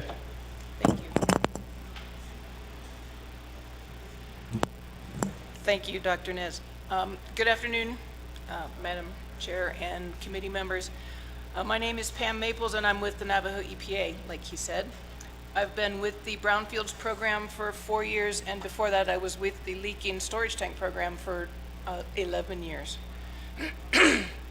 I would like to say that we don't normally spend time thinking about the ground that we're walking on, but most of what we do is recorded under our homes, buildings, and industrial plants. The ground absorbs and hides the traces of our activity without us even realizing it, and sometimes what it's hiding isn't good. Next slide, please. In 1965-ish, the Navajo Forest Products Industry site was in its heyday, and this is the map that shows the activities that took the timber storage up on your, up there, although it doesn't show, up on the right, and then ran it through the facility, and lumber sales was down on the bottom left of the plant. Navajo Forest Products Industry was a tribal-owned enterprise. It was originally built in 1939 up at Sawmill, Arizona. It expanded and moved to Navajo, New Mexico in 1960. NFPI has been closed for 26 years with very little done to mitigate the extensive contamination left by operations at the site. Plans are now being formulated by the Brownfields program to clean up the site where NFPI once stood. And when the work is complete, even if it's completed in segments, the land can be reused in a way that provides jobs and supports the community of Navajo and Red Lake chapter. Okay. Next slide, please. NFPI operated for 8 years before there was a Navajo or a National Environmental Protection Agency, and 10 years before there was a Navajo Tribal Environmental Protection Commission. However, due to their standard operating procedures, they've always been in violation of the Federal Water Pollution Act of 1948. And what that means is standard industry process of the day was if you had waste in your facility, you threw it out into the nearest body of water so that it would flush away. And they practiced that at this site. Next slide, please.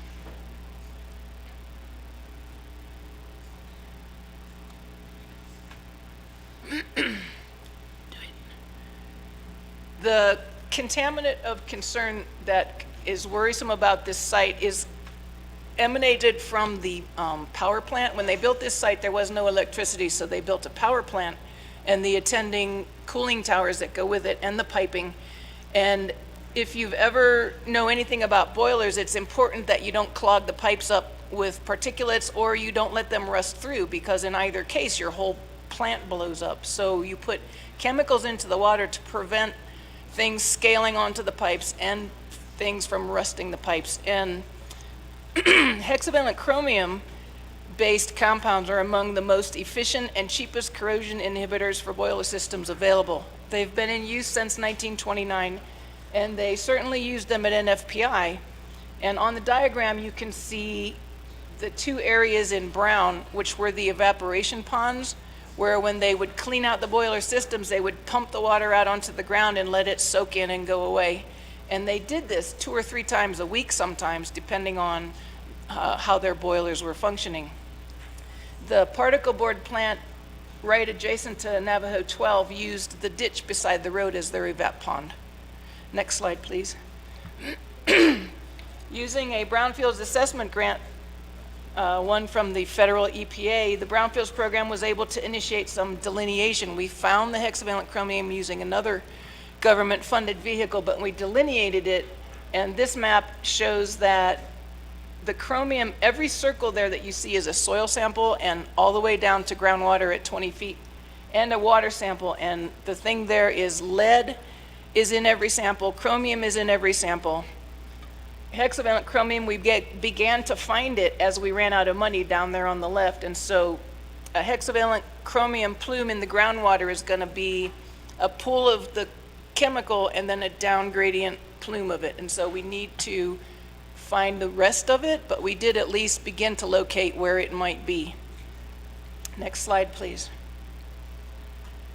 If you zoom way out, and the area we were just looking at is that red weird polygon in the middle, it's a fenced-in 104 acres. It's the mill site proper, and the groundwater beneath that mill is thoroughly contaminated with formaldehyde and, thank you, petroleum. There's 2.5 acres of petroleum. There's 2 feet of diesel floating on the groundwater in one of the areas. But if we zoom out and take the whole area that this site impacted by discharging pollutants into the creek, and above the dam that fills the lake, the diversion dam, we've got an 800-acre site here, including a 275-acre dump that we don't know much about, except that the creek has washed a channel through it, and we know that there's hexavalent chromium in the soil and the waste that is actively falling into the creek right now.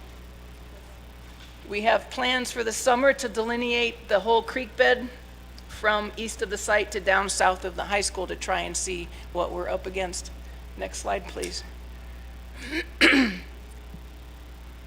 This is just a map of the petroleum contamination. The yellow rectangles are asbestos mixed in with the source soil, which means we can't disturb the soil, which makes cleanup very complicated. It can be done, it's just complicated. Next slide, please. There had been a lumber drying kiln on the site. It was an asbestos inhalation hazard. It had sat there for 25 years, and summer of 2021, US EPA came from Region 9 and did an emergency time critical removal and took down this building and took it away, and all of the asbestos in it and every piece they could find on the surface of that whole fenced-in area. So the surface asbestos has been abated, but we know from that action that there is still asbestos in soil at depth, but we don't know how deep it goes. Next slide, please. Up on the particle board slab, there's this gigantic swimming pool feature. It's 80 feet long and 25 feet wide and about 30 feet deep.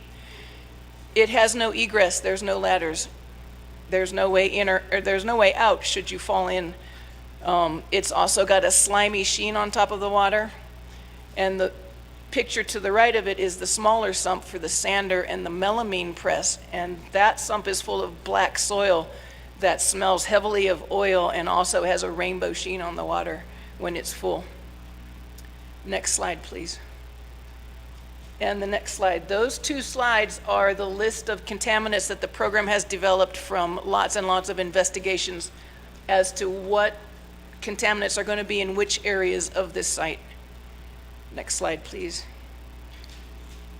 And the next. Okay, this is a picture of a waste pile that most of this picture, since I took this, has fallen into Black Creek. This pile has been tested and has hexavalent chromium in it at something like 14 times the standard for soil for the protection of groundwater, and it's falling into the creek. You can see the dark bands beneath it where the leachate has been soaking down through this pile and sticking on the bands of soil all the way down to the creek bed. Next slide, please.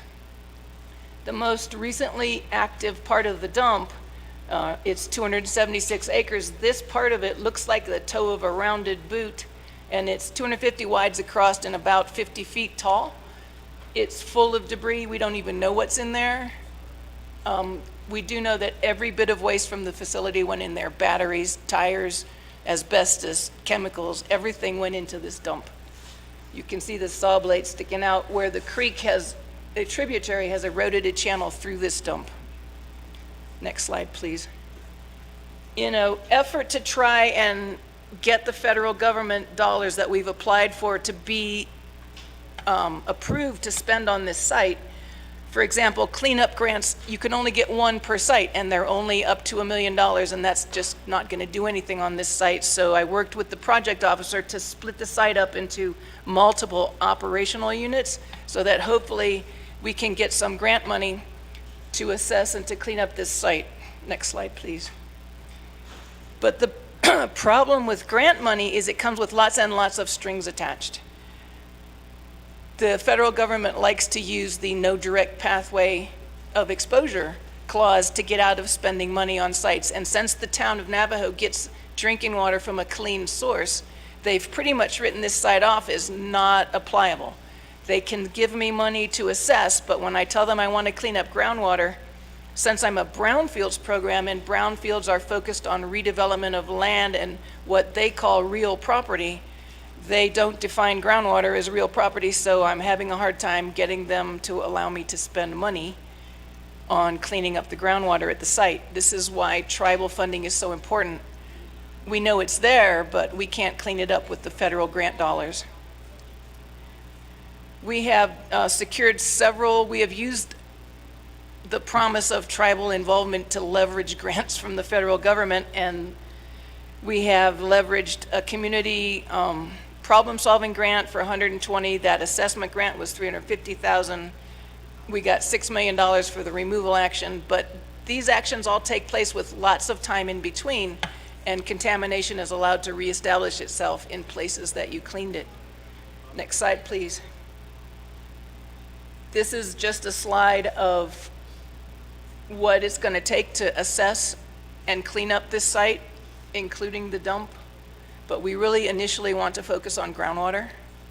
And you can read these. The presentation that you're going to get has note slides in between all of the picture slides. Next slide, please. All of that being said, the NFPI site was the second location of this sawmill. They have the same situation going on up at Sawmill, Arizona. In the blue rectangle is their lumber drying kiln laying open to the ground with the asbestos roofing and side paint flaking off and blowing around in the wind. I've managed to get the federal government to commit to another removal action. FY24, they're going to do that. And then after that, it will render the surface safer to drive a drill rig around on, and then we need to get serious about exploring the groundwater here, because I think a lot of people in Sawmill have wells, and this contamination has just been sitting around up there for 60 years and thoroughly needs some investigating. Next slide, please. And the last slide is just the cost summary of what it would take, a very rough estimate, because we don't even know what's up there to do to address Sawmill, Arizona. That's it. Thank you, Pam. And Chair Curley, I do realize I have some time left. Last I looked, it was about 4 minutes. I don't see it up there now, but I do want to exhaust all of the time I am allocated. With that, I do have the president online from the Red Lake Chapter's Community Land Use Planning Committee, also known as the Economic Development Committee there within our community of Red Lake, to offer an opportunity to also share some highlights that the team has been working with, which is part of our pursuit of CSN funds, was to help strengthen the area of producing economic development planning that is needed. Community of Navajo is one of the most high dense by population communities across the Navajo Nation. There's a lot of recreational as well as other commercial and residential opportunities that the community wants to pursue, especially when you reach a point of cleaning up over 100 acres. So with that, still unsure how much time I have left, but Shazada, Pristine, if you're on, I'll yield the time to you. You have about 3 minutes. Shazada, can you hear me? Oh. Hold on, Delegate Nez. Just for clarification, colleagues, for being as the chair for NAA'BIK'IYATI committee, I did recommend for all of our presenters and agents to be here within person, but I can allow this time to allow that during this NAA'BIK'IYATI committee. But during council session, I would prefer that they all be here in person for our presenters and also our agents and sponsors.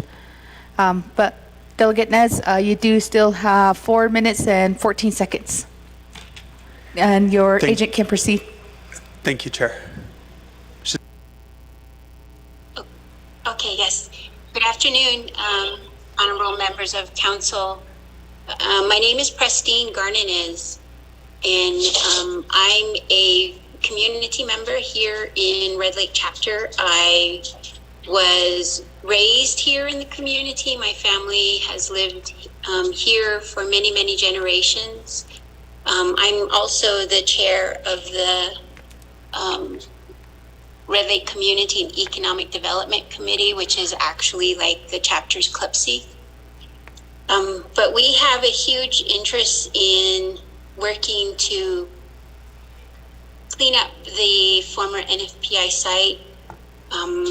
Growing up, you know, NFPI was always this industry in which we knew that they processed the lumber and sold lumber from there, and it also was sort of an anchor for our community.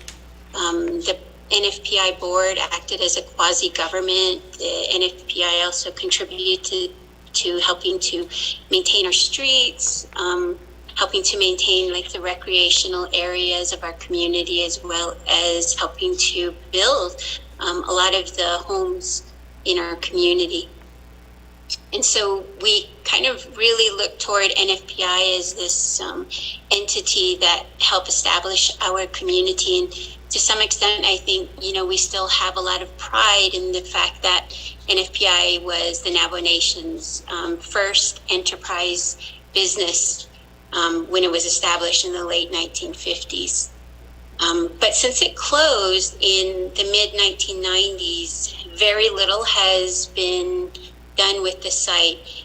And I admit, as a community member, I just assumed that the Navajo Nation was looking out for our community and working to help understand what is going on at the site and making sure that it's safe for the community. And not until about 4 years ago when I talked with Pam Maples from Navajo EPA, and she gave a very similar presentation to our committee about the site, that I realized like how kind of dangerous it still is, and it's really quite alarming as a community member to learn just how unsafe the site is, and then how it has affected the rest of the environment around the NFPI site. I still have sheep. You know, I have family members who still utilize the water that comes down from Black Creek into Red Lake to help irrigate their farmlands. Our animals sometimes still drink from the creek. And NFPI and their operations has affected basically the creek and the Red Lake, as well as, you know, communities that are downstream. And then when I also learned that the kiln was also flaking off asbestos, and, you know, as you guys know, the winds on Navajo sometimes are pretty strong. I thought, okay, how much asbestos was I unknowingly breathing in as I lived here in the community? And so that's why we've taken a real huge interest in this, and like how many other people are out there. You know, I'm getting older in years, and like, later on, will I see some health effects from the exposure to this site? And you have to wonder, with a lot of folks here in our community, if some of their illnesses are stemming from either having worked there or having lived here in the community for a really long time. We don't know. And that's why we're asking for this funding and asking the Navajo Nation to help us figure out what is really going on there at the site. I think Pam has given a thorough update of what has been done so far, but there's still more that we need to learn. And once we know what we're dealing with, then we can make a plan for how we can work to fix all of that.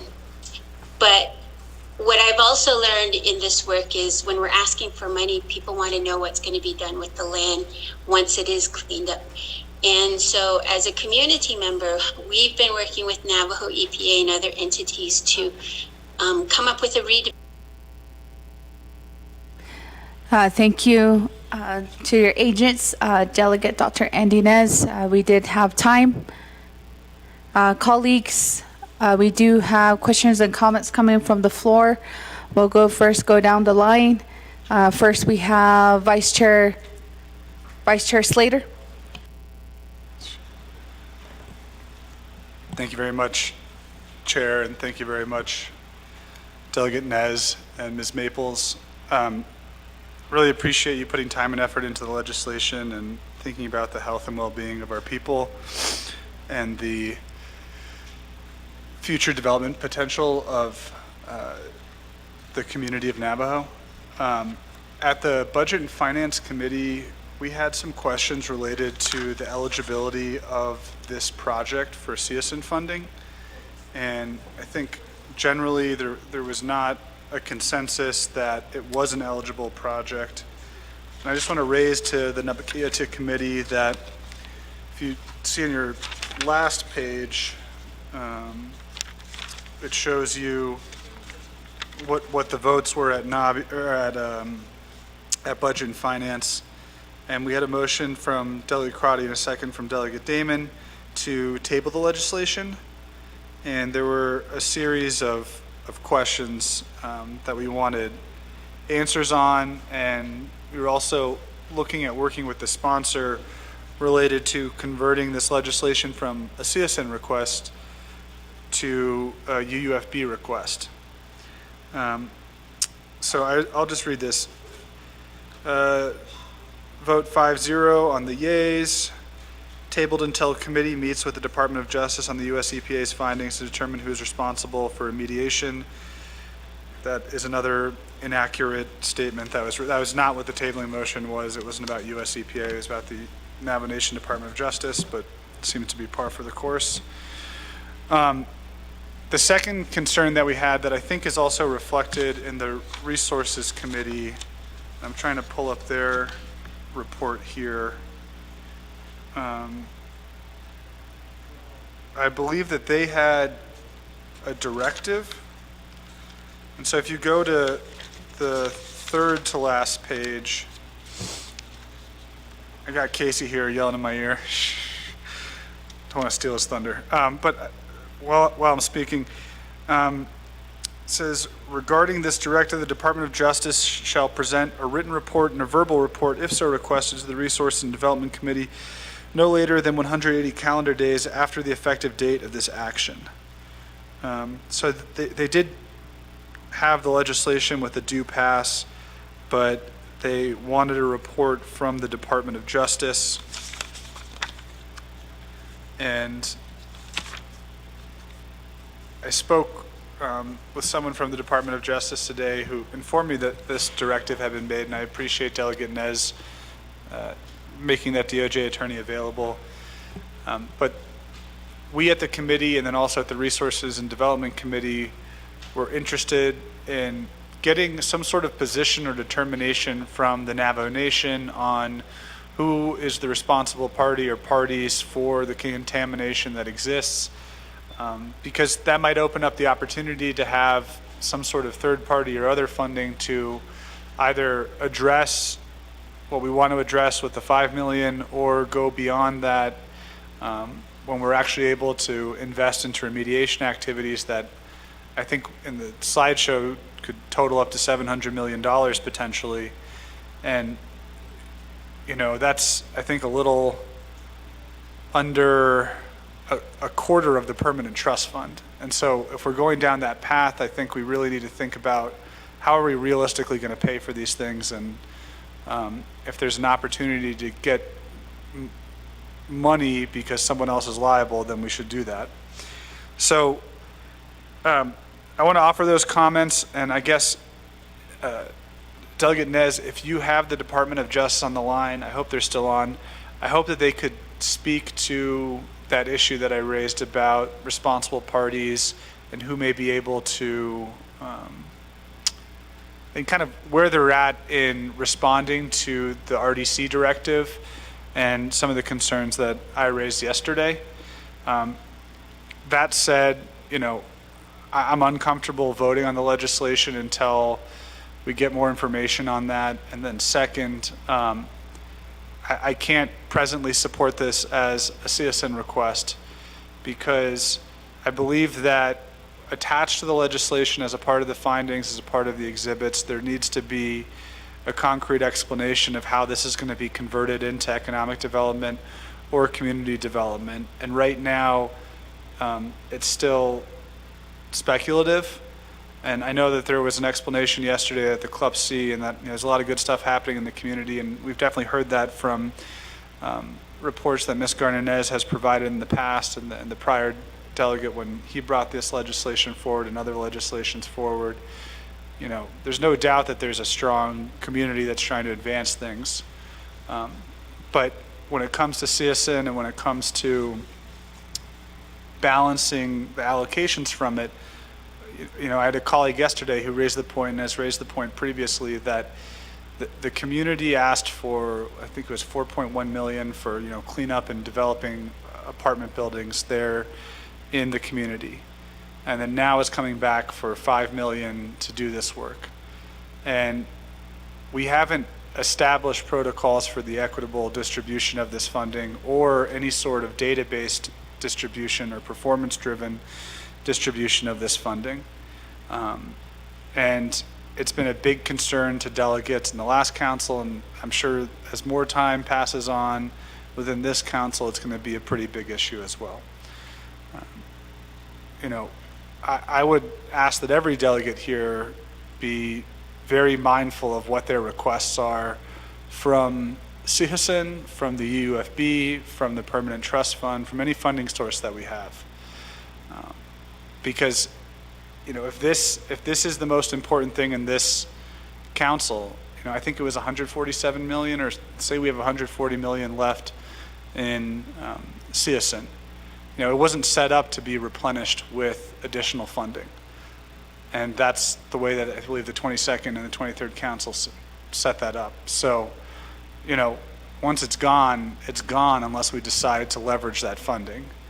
And right now, I think next year we're projected to have $157 million in money that's available for the general funds budget. So that'll, after you add 40 million from the permanent trust fund income, that'll be a $4 million reduction year over year. We don't know exactly what that'll be. We won't know until, say, April of next year. But the nation's finances, I think, in my opinion, it's precarious. It's not a huge, diverse economy, and I could see how redevelopment of this site could play into that, but I would like to see the concrete string that connects actions now to a very, reasonable time frame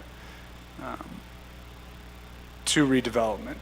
So those are my thoughts, but my request, Delegate Nez, is that you provide some time to the Department of Justice to talk about the RDC directive and whatever they can share right now in the work that they're doing. Thank you.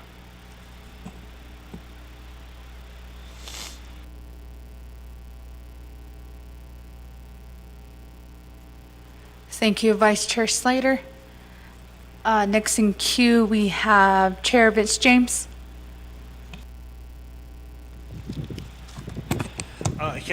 Speaker, thank you very much again. Ado Kwado, Shiyet, Honorable Dr. Nez, and then your agent as well. Ado Kwado Nahasi Tani, Basebans Annitlini, Kwado legislation Linigin Hidato Nanas, so it's ako Dide Ani Kwatao. Besa bakan eyanjil on kishdiga ko ako shisazido na the toye behanasze o hayud eya nihe employees adoj itahas kai nihe salao dan linid o hayu adoj itahas kai ako kwanza ta hol jiste shaka o he Hajila Beso Tahane stage, Dishni Ako. Of course, she dot the hot best and a hot in Toye. Kodobe Landa sit Lane or Shinda, the amendment that the Schlicht to ask for $5 million for Toye cleanup as well.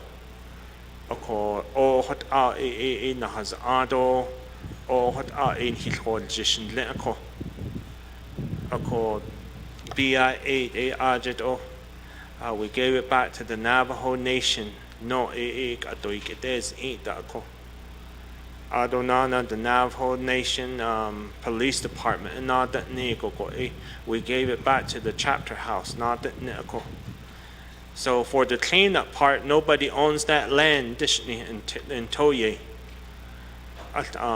Quite in general clean it aholia go ha shin shi kaya na hat ni do licht snow da ba yast ko di dot hot ako don ni this legislation, if it passes, once the cleanups happen and all of that takes place, ha shin shi di ni do licht ni hin kaya di no hot ba yel ti do licht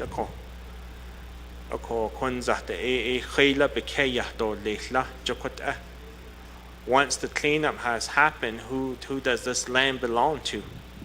Who will it belong to?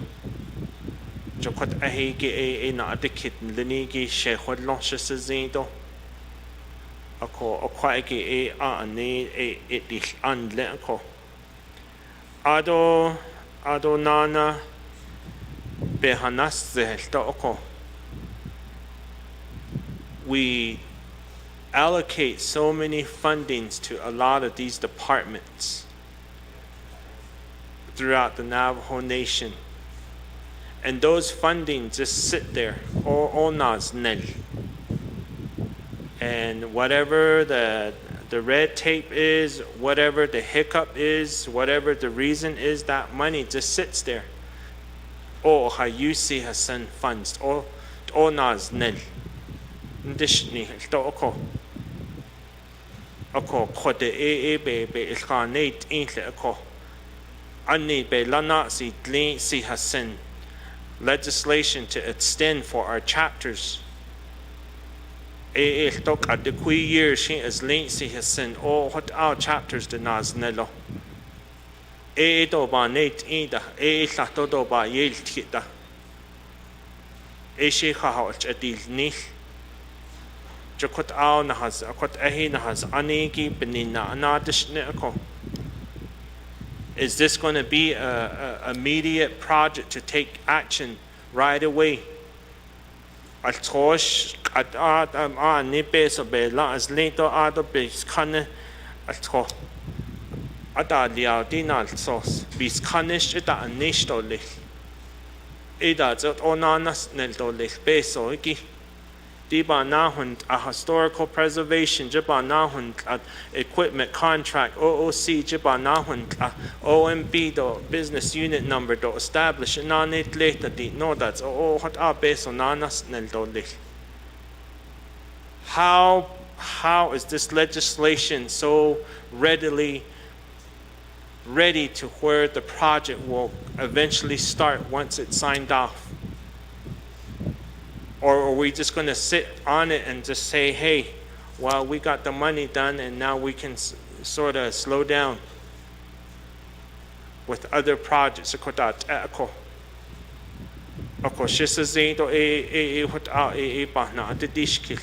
How soon will this project start if the funding's allocated?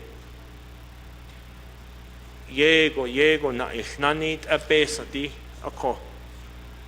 Division of Community Development, they're sitting on billions of monies and funds. They're just sitting on that money. We're not taking action as council on what we need to do with that funding. ARPA funds, how she projects identified, will this legislation be in that same situation if we approve this funding?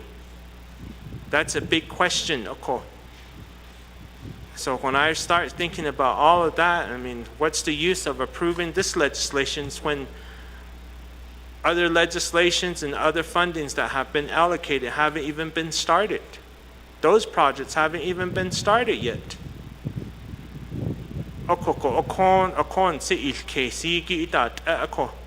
How serious are we about to about this legislation to begin right away. EPA office, then she ha'ine, Jakodat Eko. OOC office, then she ha'ine, OMB, a letter to Bitahas order. Their recommendation or their concern, legislation Bitahas order to make sure that this project will immediately begin. The cleanup will immediately begin, because as we continue to just let these sites just sit there, you know, it's contaminating the aquifer somewhere, and then it's downhill from there to Fort Defiance. The she water pumps. And then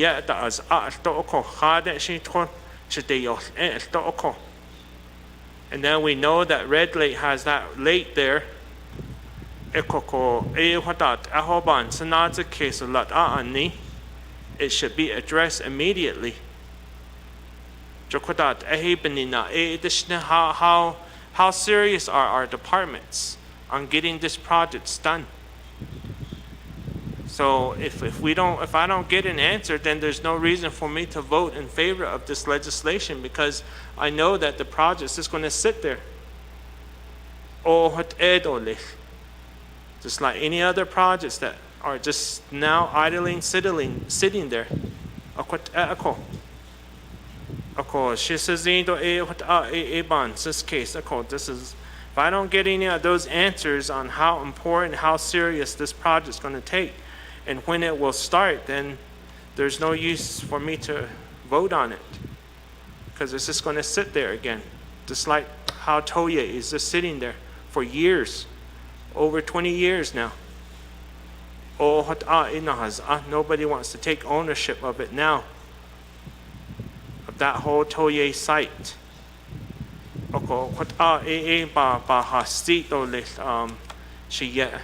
Honorable Dr. Nez, and then Speaker, and then Agent.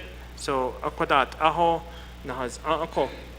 so I'd like to ask for that, and then I thought we just did a legislation regarding virtual meeting. I don't even know if we have a quorum now. But it's a learning lesson. For my colleagues,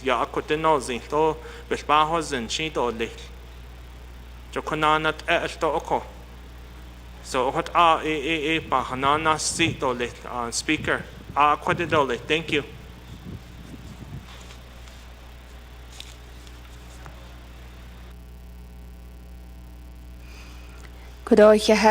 Chair Vince James, for your comments.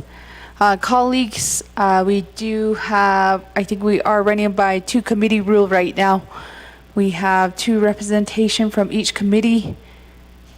So we still have quorum, colleagues. We'll go next to Chiche. Delegate Toll.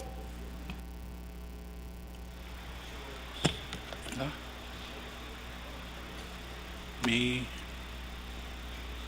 too. Thank you,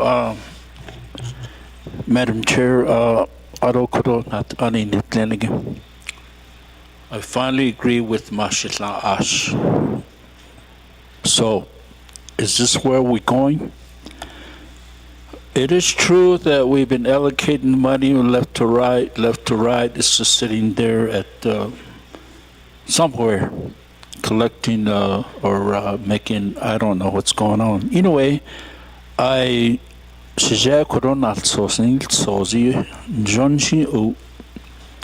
but there's other needs that we need to concentrate. The main thing that the nation already promised our community was to build homes, even by executive branch. We're going to build 1,000 homes. It hasn't been started yet.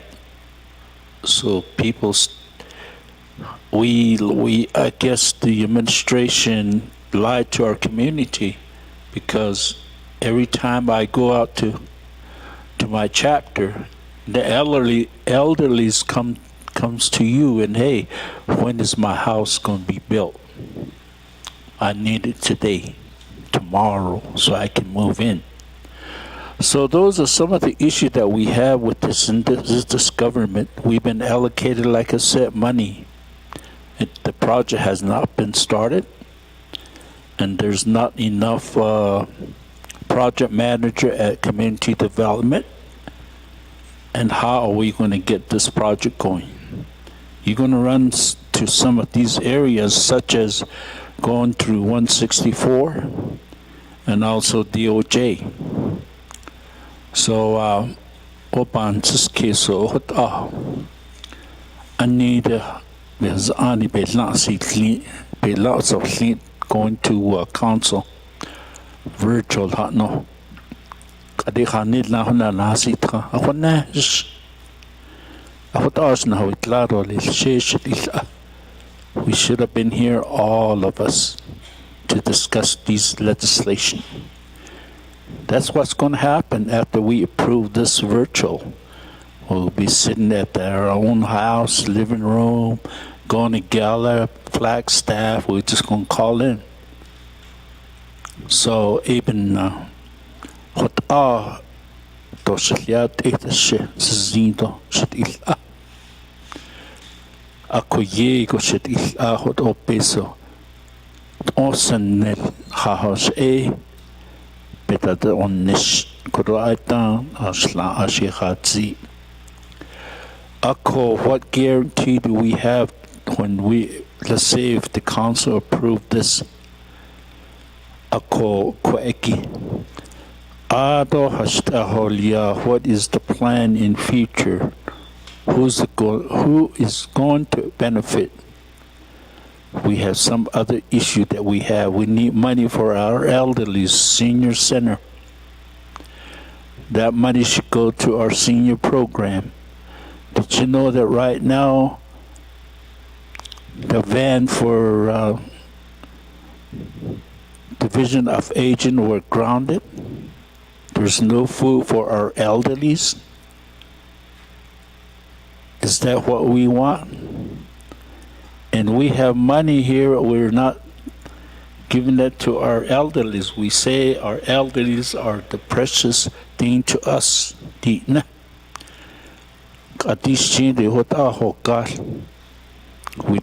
do have money, but we're not giving to our elderlies.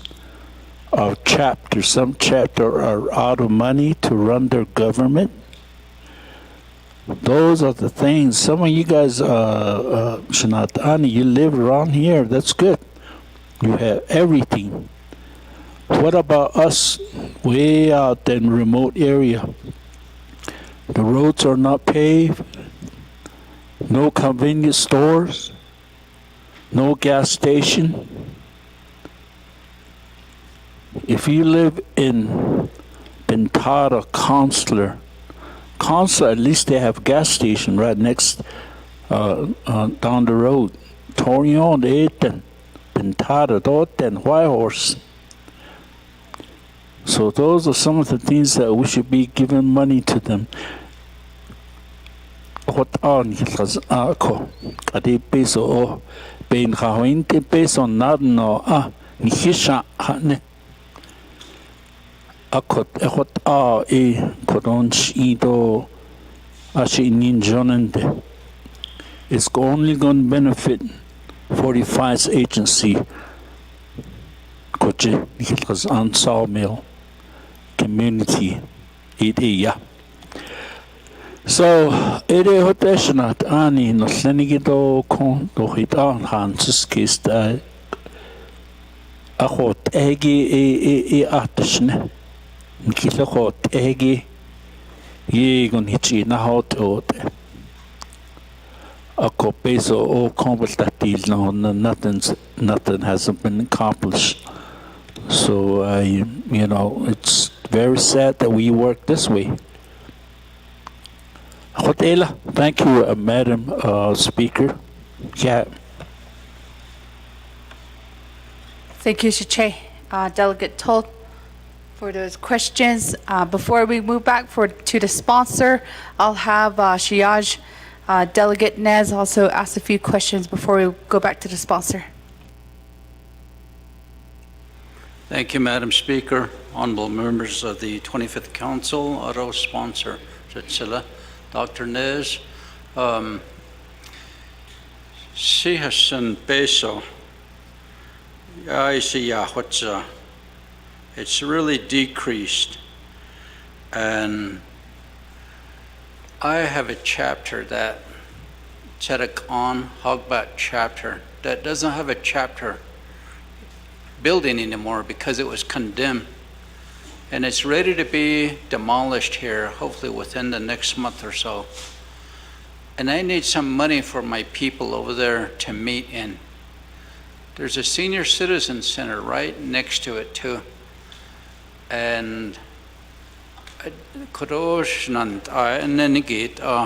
Honorable George Toth, some projects are worthy of being funded. Honorable Slater had a legislation to pretty much clean up or demolish some of the buildings in his chapters. Back on the 24th Council, we just decided, why don't we just make an inventory of how many buildings do need to be demolished? Do annat e hanat khas angit e peso qui na hodod linslande saho hodahot ehodone. And I remember this legislation right here, Dr. Nez, Honorable Wilson Stewart, Nehitaronin saws. It barely made it, but it was vetoed because of I believe, the amount of money and how the money was going to be used. Maybe United States EPA has money. Maybe they have grants that we could use to clean that place up. It is hazardous, and from my understanding, that lake there, Red Lake, Torahedeginida, is probably contaminated. And it's a nice lake when you drive and see it from a distance. But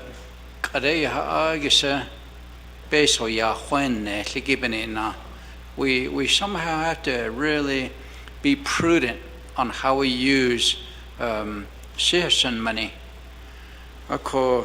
Halet oro lehla elni goban today case data corona hard tran beso ki la go chire don't eat has twido sani our elderly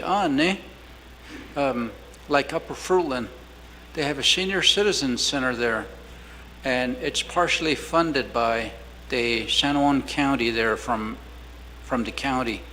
Ako ahorahot ego halet abigatalla elno. And US EPA, Dr. Nez, went over there to tour that place. The executive director of Navajo Nation EPA and the president's office was responsible for coordinating that. And you know what? They left the main man out of it, Wilson Stewart. He didn't get an invitation at all. Not even the chapter officials at then. And he drove up and he says, I'm the delegate. I need to know what's going on. I represent this chapter. I do the same thing for my 6 chapters. Bayashtke. Tucson Electric Aran, rights of way, Barinu Adlan. And to me, Tucson Electric is not being fair to the Navajo Nation. 34 million lump sum they're going to give to the Navajo Nation for 25 years. That is like $1.4 million annually. What are we doing here? Tucson Electric, they make a lot of money.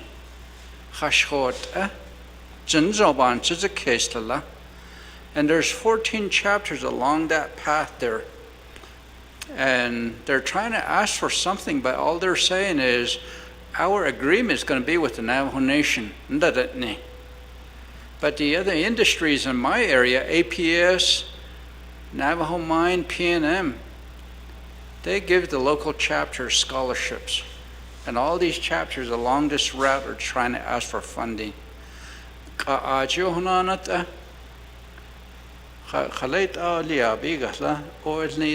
this really a wise use of citizen funds? Yes, you represent that region, Satsila, and I think we can use some of this money in different areas. A moratorium, no, on some of these monies. We need to put a stop to the spending somewhere, somehow. We may look at everything and say, where are the priorities at? Thank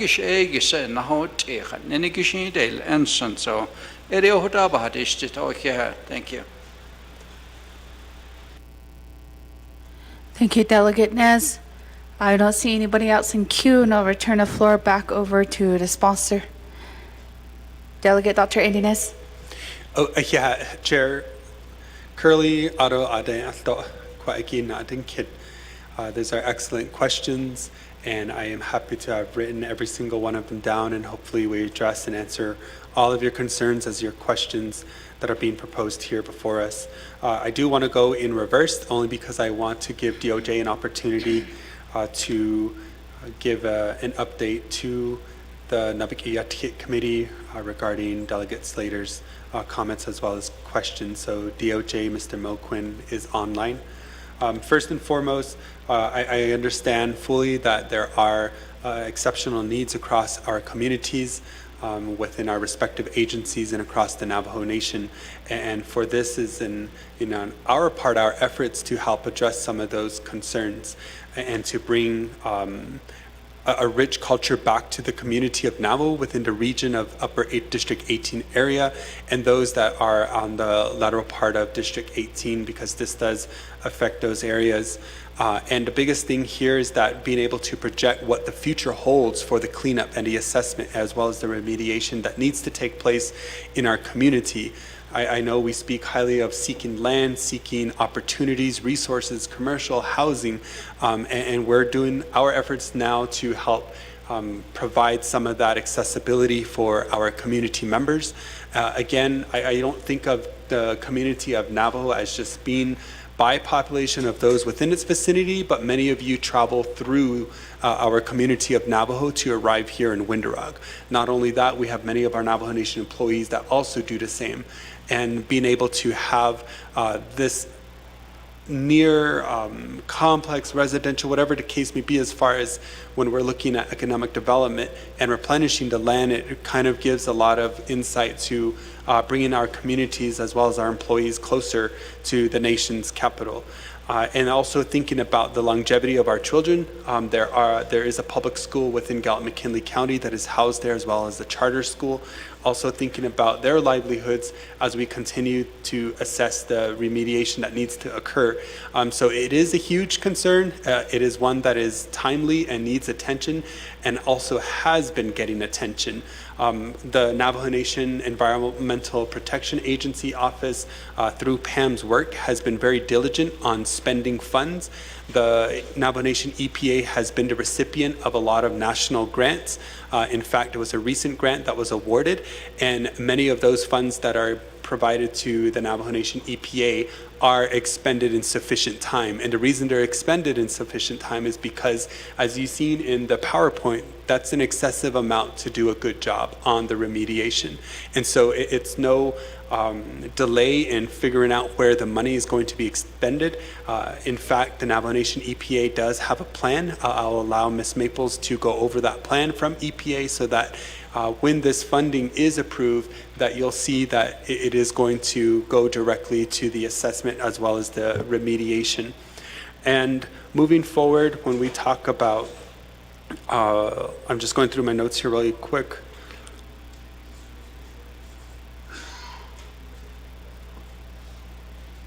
Okay, so I believe I did address some of those questions and others that were commenting on the legislation. I will give Pam an opportunity to also further elaborate on that plan. Following that, Chair Curley, I will call upon Mr. Moquin from DOJ to also address what Honorable Slater has brought up.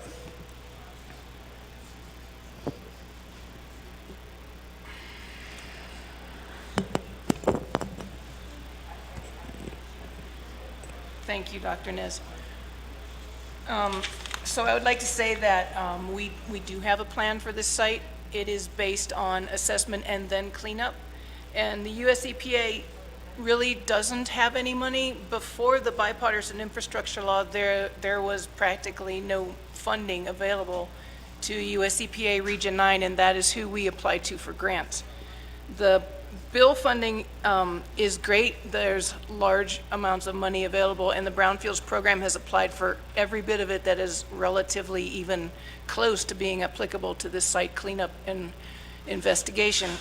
I don't think the bill funding is going to last. I think when it's exhausted, the funding levels will revert back down to low, so we need to do as much as we can right now with what we have. I think this site has been demonstrated to pose a danger to the society and the community. The children like to play in this creek, and the people like to fish out of the lake, and the site contamination has spread to the Black Creek and to the lake. Before the lake was drained to repair the dam, there was a mercury advisory for the fish. Don't eat the fish. They're filling the lake back up. Colleagues, like to, sorry for interrupting. We're just double checking if we still have quorum here within the council chambers.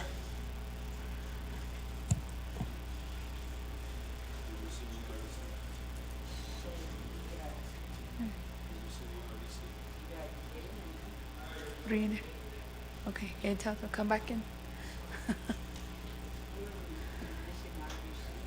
Yeah. So I believe we do need one more RDC member to do a two committee rule.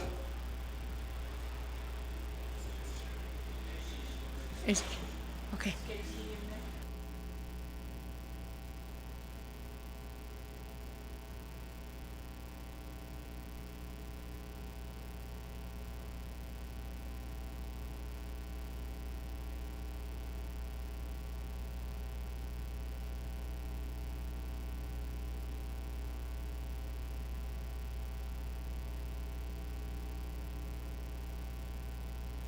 All right, we do have a RDC member, vice chair, on a call in the South Conference room. Yeah, we'll wait for him to appear.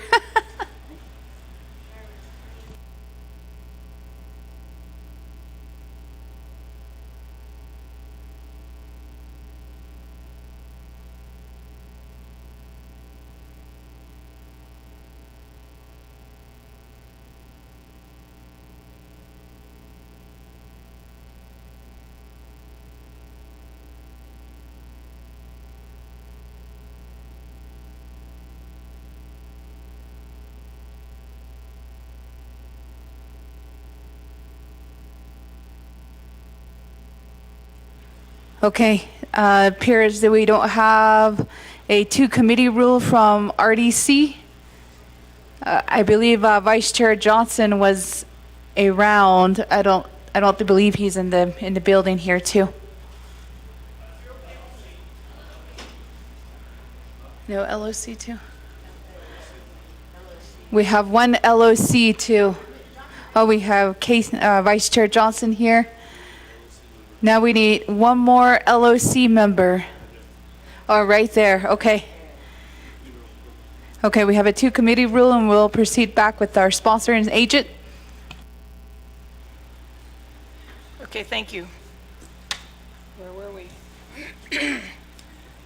So the plan that the Brownfields program has put together to use this CEJASEN funds, the money from the CEJASEN fund is going to be used to augment the work that is already planned and already ongoing. It's going to be used to do the aspects of the cleanup that are disallowed by the US EPA. They will give us all the money in the world to investigate things as long as it fits within their guidelines, but as far as cleaning up groundwater goes, they are not on board. It's a shallow, perched aquifer, and the only thing that uses it is livestock and surface water and medicinal plants and things like that, and the US EPA doesn't really worry too much about cleaning up for those kinds of receptors, as they call them.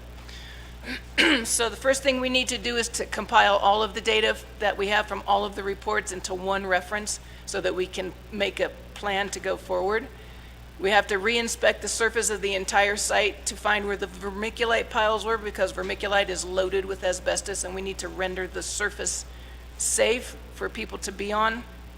We need to get down into the soil and characterize with soil borings about every 20 feet over the entire 100 acres to make a three-dimensional site conceptual models so we can see what contaminants are where. We know where the petroleum is. It's the only contaminant that we really have a handle on.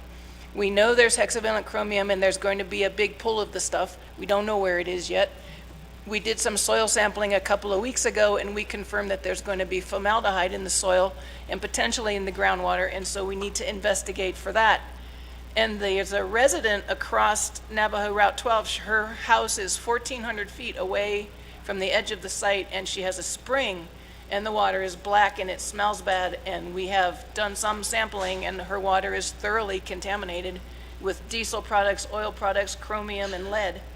So the potential for this site to have spread over, the 60 years it's been there is vast. It could be down to Fort Defiance, it could be all the way to Hawk. We don't know where this contamination has spread to. So using the Sehasin money is almost certainly going to be part of a cleanup system.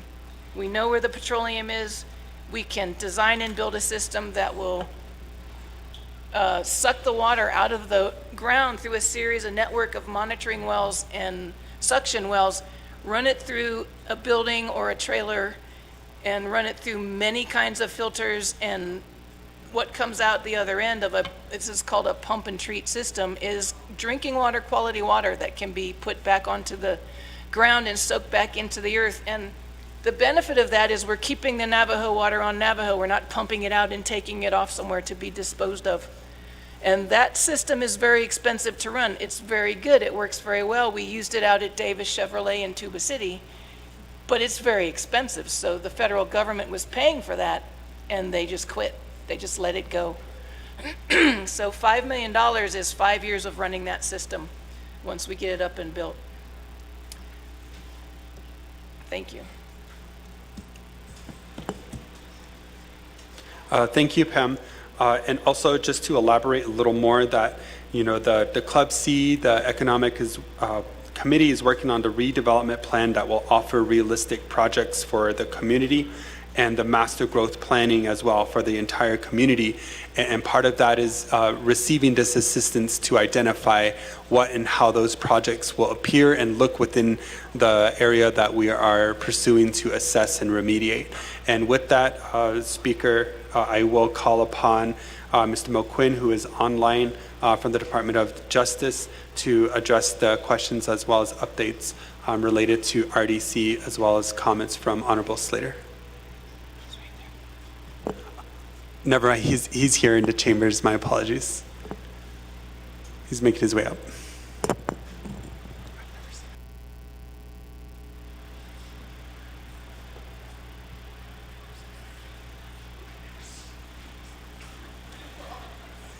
Yes, excuse me. I was on my cell phone and the battery died. So I ran over from the office. Thank you for having me here. When the RDC addressed this issue, I believe it was June 21st at their meeting, they gave the Navajo Nation Department of Justice 180 calendar days to evaluate any potential claims, potentially responsible parties. Now, immediately, we started to do some research, and I have to call out Pam Maples for giving us a voluminous amount of documents to look at.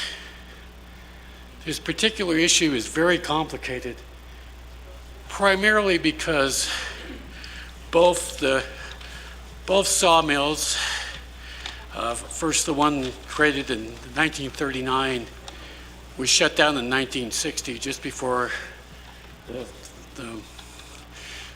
the Navajo forest products industry opened up in 1962. we're tribal entities. This complicates the circle analysis that we have to do. We do believe that we certainly need more time to actually give a definitive answer about responsible parties.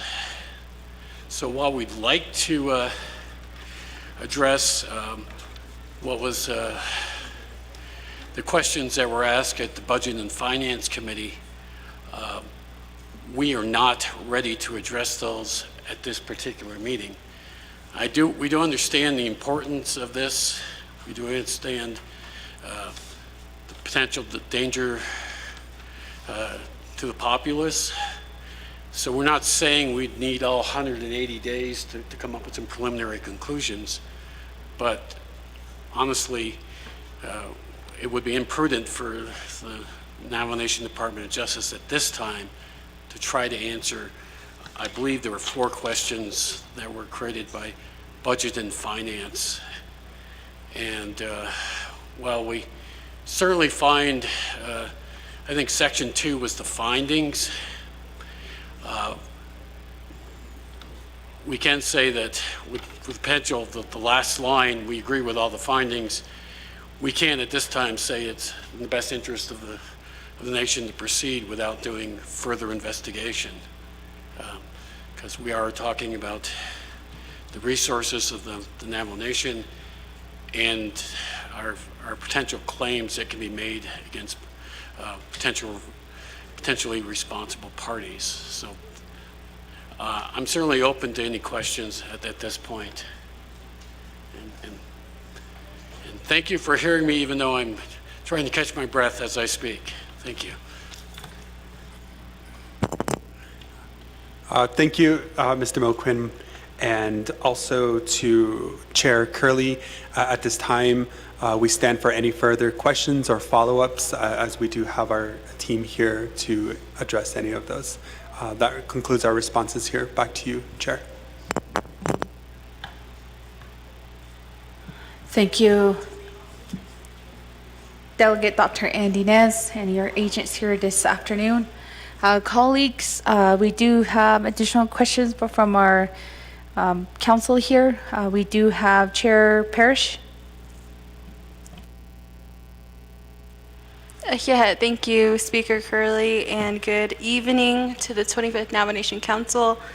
I just wanted to ask the chair of NAA'BIK'IYATI if we could refer this legislation to a work session because the Department of Justice has stated on the record that the nation should not take a position. And so I'm just going off of the recommendation from the Department of Justice, and these are the major reasons why the Budget and Finance Committee tabled the legislation. Thank you, Speaker.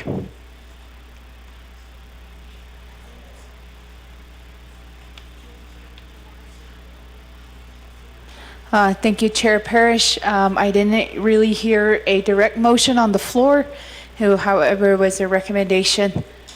Colleagues. Speaker Curley, I'd like to make a motion to defer this legislation to a NAA'BIK'IYATI work session for no more than 60 days.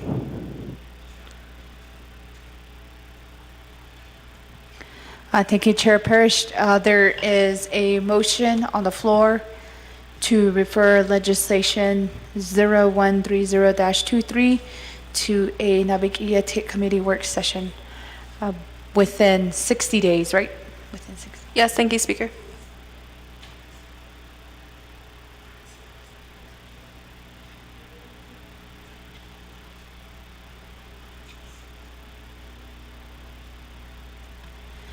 Thank you, Chair Parrish. Our staff just stepped up for a few. Jalissa is over here with at the voting tally. So she'll insert within 60 days once she gets back to her desk right here. So that is noted. Colleagues, we do have a motion. Is there a second? We have a second by Delegate Norman Begay.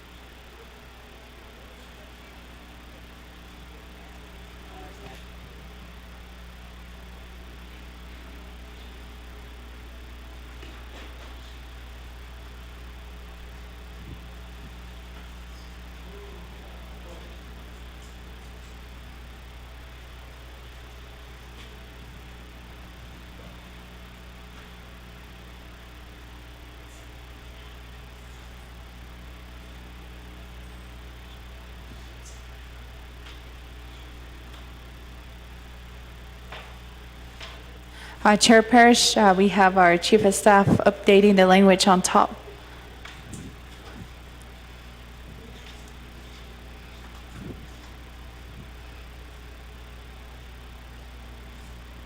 Speaker, are you asking if I concur? Yes, Chair Parrish. Oh, yes, I concur. Thank you. Thank you. Thank you, Chair Parrish. We do have a motion and a second on the floor. Colleagues, do you have any comments, questions on the motion? We have Chair James.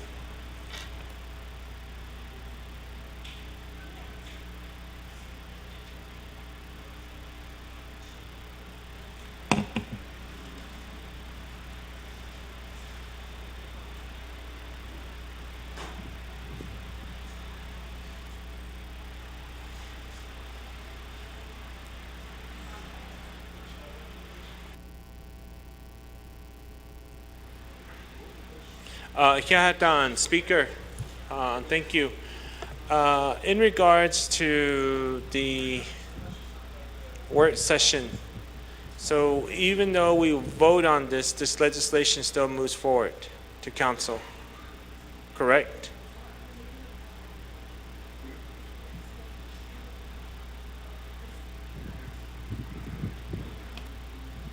Thank you, Chair James. There is a question on the floor. I'll refer that over to Ms. Bobroff, and she can have that proper explanation. Thank you. The sponsor will have the choice of to comply with the request for work session. If he chooses not to, he can move the legislation to council.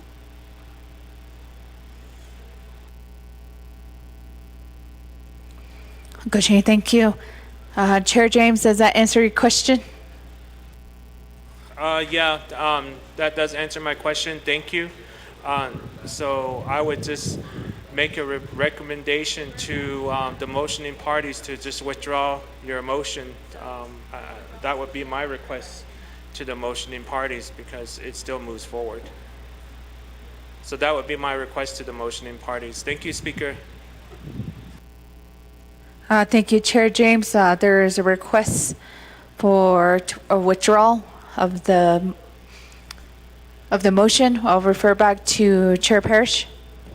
Yeah, thank you, Chair James, for your request. And I am going to modify my motion to defer the legislation back to Budget and Finance.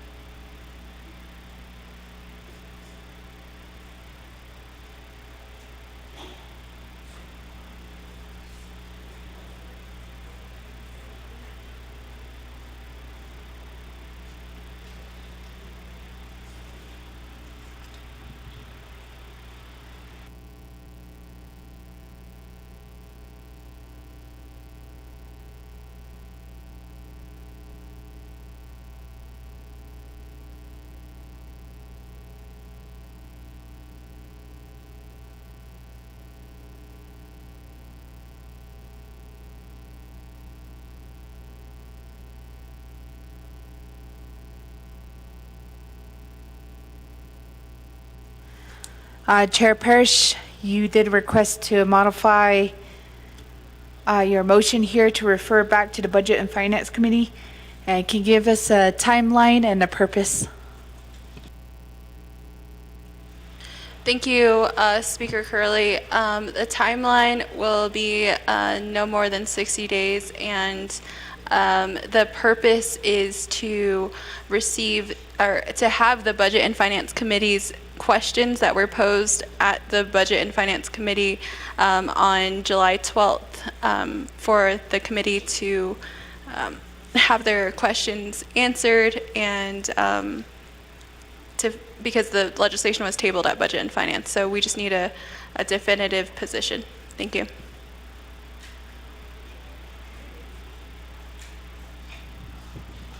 Chair Parrish, we do have that on the board, so if you do concur with that language.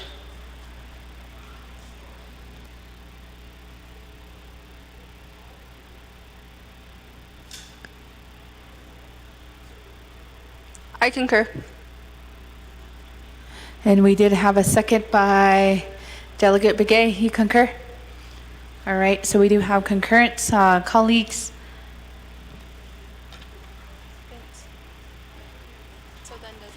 thank you.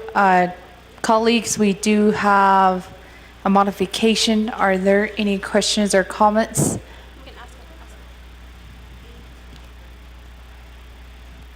Vice or Chair James?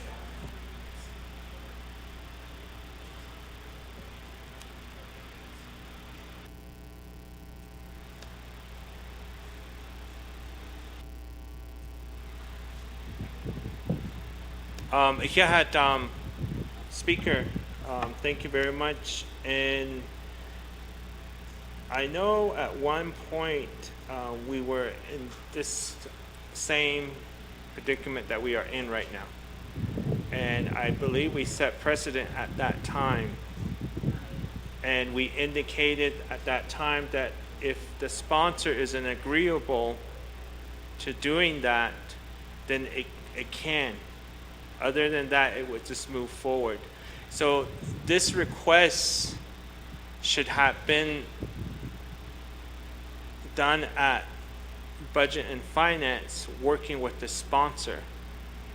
But did that happen, or was it declined by the sponsor would be my question, and that's how it got to NAA'BIK'IYATI. So to what extent does the sponsor have at this point to defer, to be agreeable to refer it back to Budget and Finance? That would be for the Chief Legal Counsel. Questions to her. Speaker, thank you. Thank you, Chair Vince James. There's several questions that was posed to our legal counsel. I'll hand it over to Ms. Bobroff, and then next in queue we do have Vice Chair Slater. Next in queue, and then Delegate Toth. Ms. Bobroff. Thank you very much. This is one of those anomalies in your rules and Title II that may not make that much sense, but this is the way it is.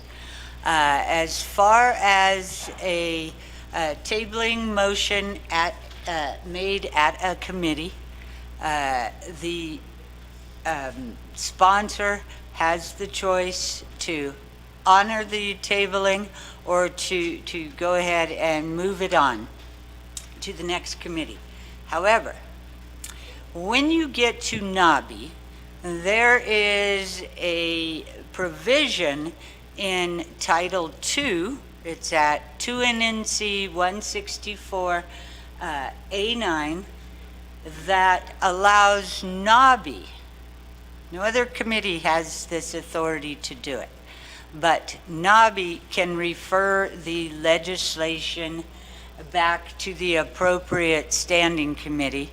The sponsor in this instance doesn't have the option to move the legislation on. So if NAA'BI, so let me just say that in shorthand. If NAA'BI passes a referral under 2 NNC 164A9, then the sponsor does not have the option to move the legislation on until the referral has been satisfied. So in this instance, the referral will be satisfied once BNF gets the information they requested. If that happens, the legislation will come back on the NAA'BI agenda.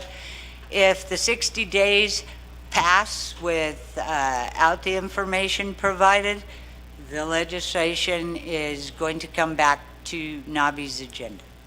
I hope that clarifies. Back to you, Madam Speaker.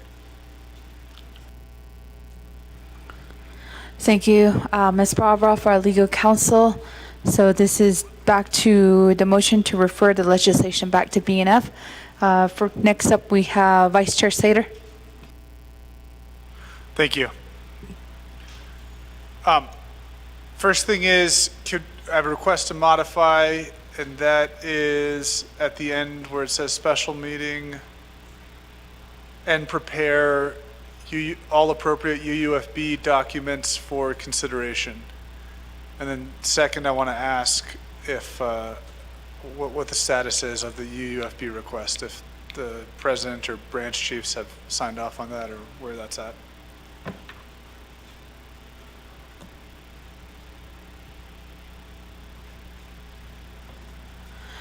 Thank you, Vice Chair Slater. There's a request for that modification. We do have concurrence from Chair Parrish. Just give us a few moments to have our staff put that on the board. Prepare all appropriate UUFB documents for consideration.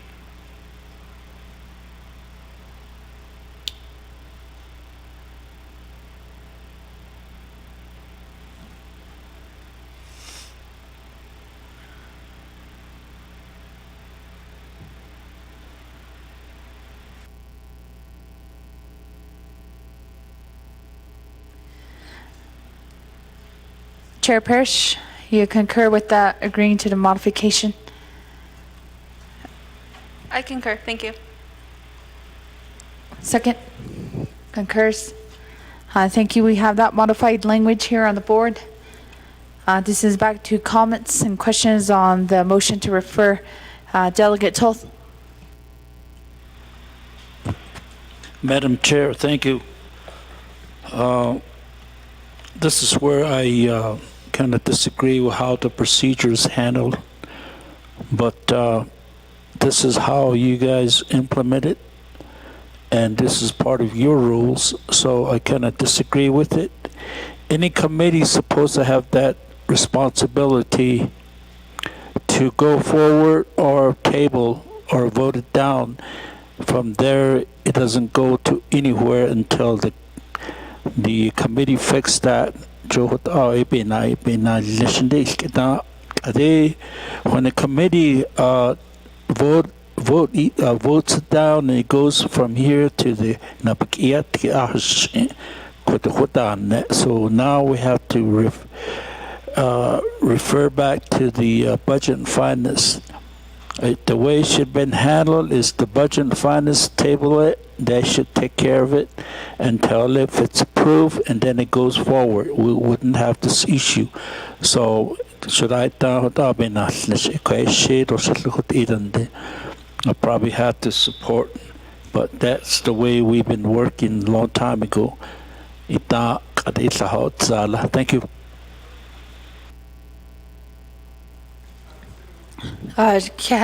Delegate Toth. Next, we do have Delegate Dr. Edinez. Thank you, Chair Curley, and to my colleagues for a very great discussion this afternoon. I just wanted to kind of provide some additional comments onto the motion. I know according to Ms. Bobroff, I have no say in that. However, I did at BNF. I respectfully declined at the time because a lot of their questions I felt could have been addressed here at NAA'BI, which were, we had a Department of Justice here who was able to question, which now the motion to defer it back to BNF, which I respect, I understand, I do support it because we did have a debrief after the BNF committee with our agents. And so we're very amenable to the amendment that is being proposed here, or the motion that is being proposed here, but also to Mr. Slater's question, Honorable Slater's question about the UFB funds. We also have all that prepared. But at this time, we are welcome to accept the deferment back to BNF and work with the committees. As you are all may be aware, this legislation was proposed under my predecessor, Shana, and Mr. Stewart, Honorable Stewart. And so we re-strategized because it was vetoed. And part of that re-strategizing was us requesting from BNF and from RDC to do a joint work session. And that was back in April. And we're a few months past April, which is why we dropped the legislation. So we certainly agree more so with you on getting more information to you and answering those questions. So I look forward to working with Chair Parrish and the rest of the team, as well as our NAA'BIK'IYATI committee members, on getting any and all of your questions and concerns prepared. Thank you. Back to you, Chair. Thank you, Delegate Dr. Inez. Next in queue, this is regarding the motion to refer. We have Vice Chair Johnson. Thank you, Madam Speaker. Just want to say good evening to my 25th Navajo Nation colleagues. I know I've been kind of quiet all day, haven't been saying anything, so just wanted to say good evening to everybody. Still waiting for dinner. So I was kind of Madam Chair Parrish referred to a questioning the directive that RDC gave Department of Justice on page 6 and 7, the directive, section 4. So on B, we gave a directive. Regarding this directive, the Department of Justice shall present a written report and verbal report, if so requested, to the Resource and Development Committee no later than 180 days after the effective date. So we wanted that language inputted after safe conditions.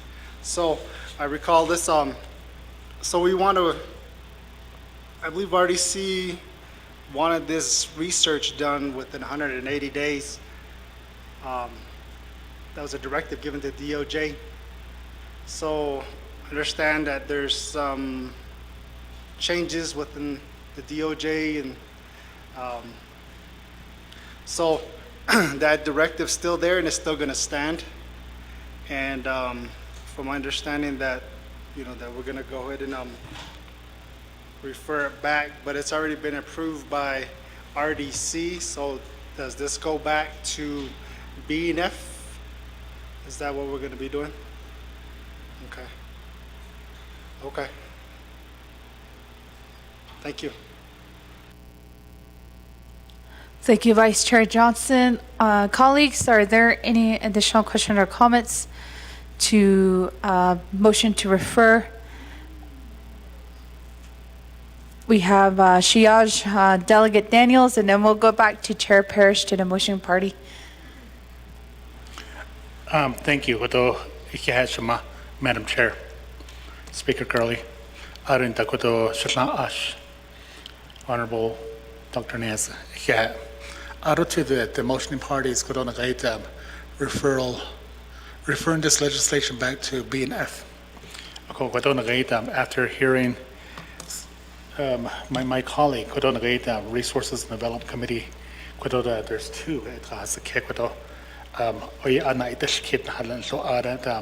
Resources and Development Committee. So, even Nashuko Kodona Gatam Obansa's case modified as it or Nathan Son this referral motion back to Budget and Finance Committee. Joint meeting, so big Budget and Finance Committee and Resources and Development Committee. Those two. What does it? Modifies it. Nathan Son, without the motion parties. Thank you, Madam Chair. Thank you, Delegate Daniels.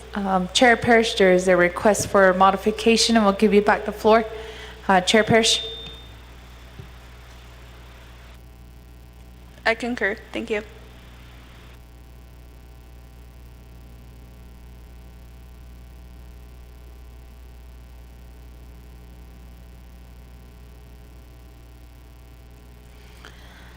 Chair Parrish, we're going to put that up on the board.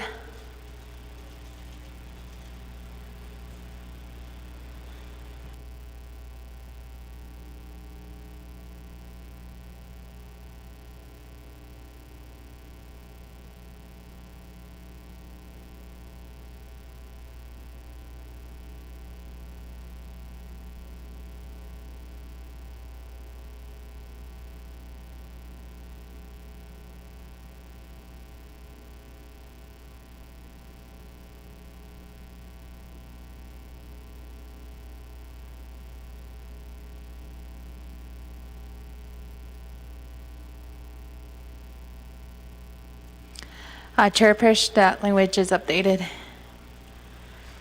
Right. I concur. Thank you, Chair Parrish. Seconding party? Second part concurs. We're going back to comments. We have Chair Vince James. Yeah, thank you.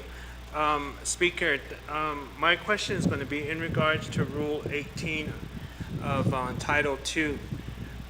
So if we are wanting to do a jointly committee referral to legislation 130-23, can't we just do a NAA'BIK'IYATI work session then? I don't understand where we're coming from to just have Budget and Finance and Resource Development Committee. That just makes it look like that the two committees want to have the last say-so or the power of this legislation. And this legislation is currently at NAA'BIK'IYATI. Might as well just have a NAA'BIK'IYATI work session. That would be my recommendation. Speaker. And then I also had a question in regards to changing the funding source within this tabling motion. But I mean, if the sponsor is fine with that, I just won't elaborate anymore on changing the funding source within a motion to refer back to the standing committee. I thought that's the reason why the work session is being referred, or the legislation is being referred back to, I guess right now, Budget and Finance and Resource and Development Committee.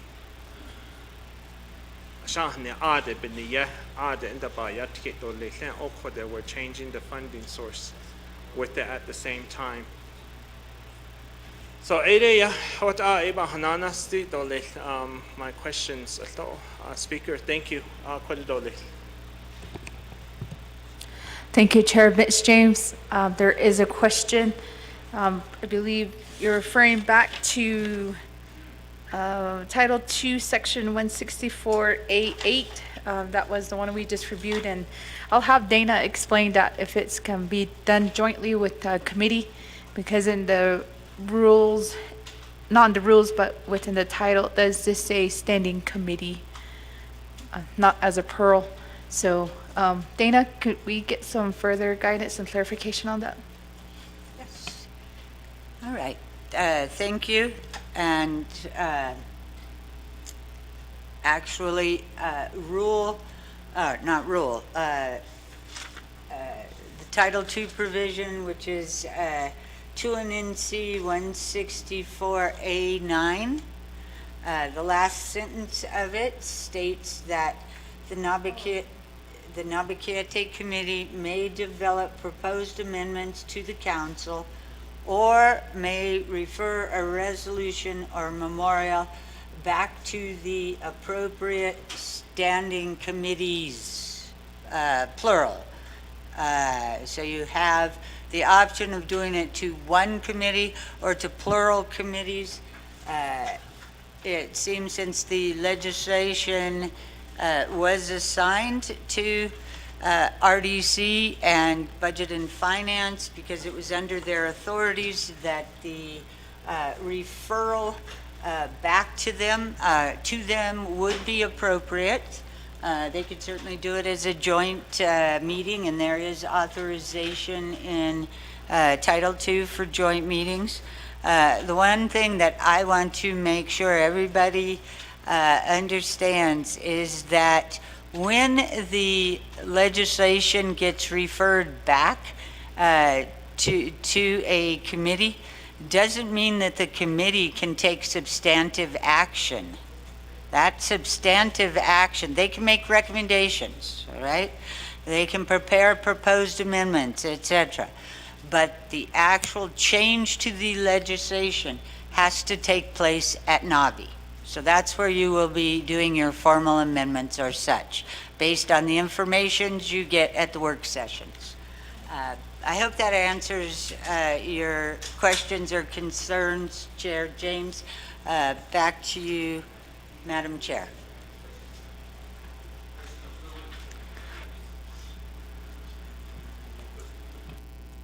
Thank you, Ms. Barbroff.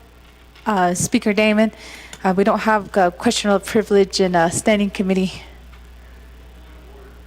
Point of order raised. Book.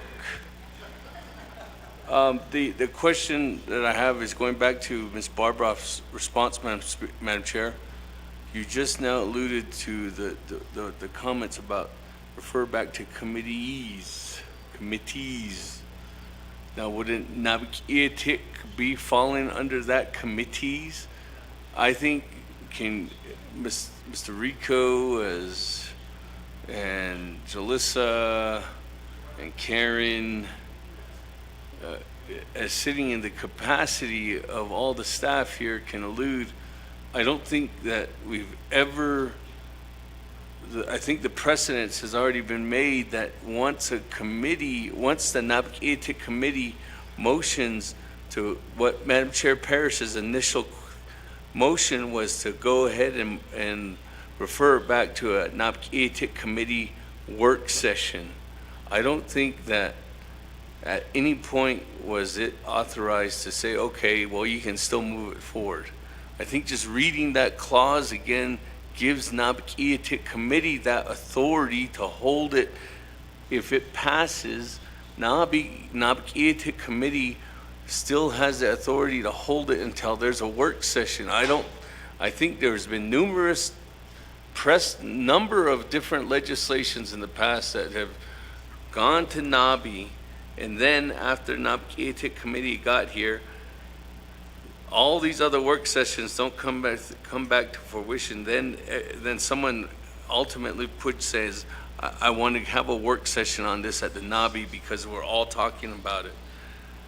I think there's been a precedence already, Madam Chair, that says that you cannot take that legislation and move it forward if the committee acts on it and says that you're going to have a work session. I think historically there's already been a precedence to say that. So I do believe that Madam Chair Parrish's first motion before she changed it back to the Budget and Finance Committee was in order. Can you get clarification on that? Because I don't believe that any legislation has moved forward when a vote for a work session at NABI stated it has to have a work session at NABI before it goes to the next step back to the council.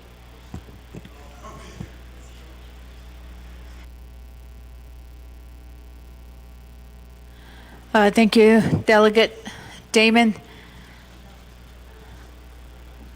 So I'm going to have Ms. Barbroff further explain back to section 164, 8, and 9. And regarding to your question, if that does include NAA'BIK'IYATI committee as well. And if we do refer it back to the work session, if it does move on or not. But right now we do have that current motion for referred back to jointly to BNF and also RDC. Ms. Barbara? Point of order raised by Delegate Damon. Madam Chair, this is where you need to take the helm. This is where you're listening to advice from myself, from staff, from Legislative Council. It's up to you as the chair. Do you keep that legislation here at the work until it has a work session? That's your authority, Madam Chair. Thank you, Delegate Damon. Like as mentioned before, the current motion on the floor is to refer back to BNF and RDC. It's not NAA'BIK'IYATI work session. So that motion is in order, and I am going to recognize Chair Parrish. It's not, the previous one was NAA'BIK'IYATI work session, but right now that's stricken out and it was modified to go refer back to BNF and also RDC. So it doesn't say NAA'BIK'IYATI committee work session. So I'm going to stand with this current motion that's on the floor right now, colleagues.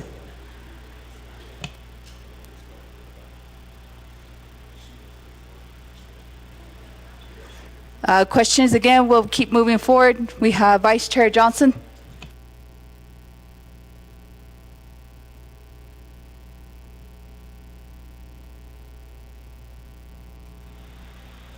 Thank you, Madam Chair.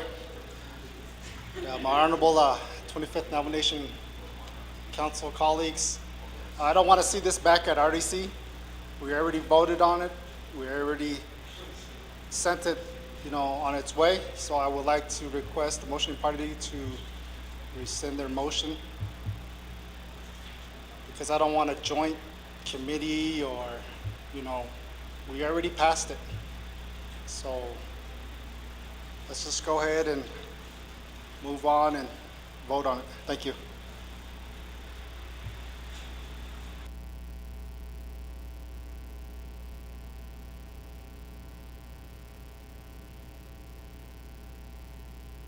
Thank you, Vice Chair Johnson. I believe that was a request to delete Resources and Development Committee modification. Chair Parrish, we'll go back to the motion party. I concur. Second? Concurs. So colleagues, we are only doing now to the motion to refer back to Budget and Finance Committee. This for clarification. Back to the motion. We'll go back to Chair Vince James. Speaker Curley, and then also Speaker Damon. Ado kodo motioning party no tlenigi ni hije na idishka. Let me ask you guys, kodo as delegates, we need to work together. Ako later she get Honorable Dr. Nez already agreed to go back to BNF. So, Miss Honorable Parrish, if Honorable Dr. Nez is agreeable to keep it at NAA'BIK'IYATI as a work session and an agreeable for it not to move on to council, can we word it that way? That way everything just stays here at NAA'BIK'IYATI work session. I think that would be the best way of moving forward, and we just need to work together and have that understanding. And the reason why I'm saying this is because even if it's referred back to Budget and Finance, you can't do anything at Budget and Finance except look at each other and talk to each other. That's about it. Anything that you guys want to do and so forth has to happen here at NAA'BIK'IYATI. So that's why I'm asking, let's work together and just change all that, referring back to Budget and Finance, and just do that work session here at NAA'BIK'IYATI. Keep in there, what did you guys have? That prepare all appropriation UUFB documents for consideration. I think you have an agreeable from sponsor that the sponsor will not move it forward to council. Motioning party no tlenigi.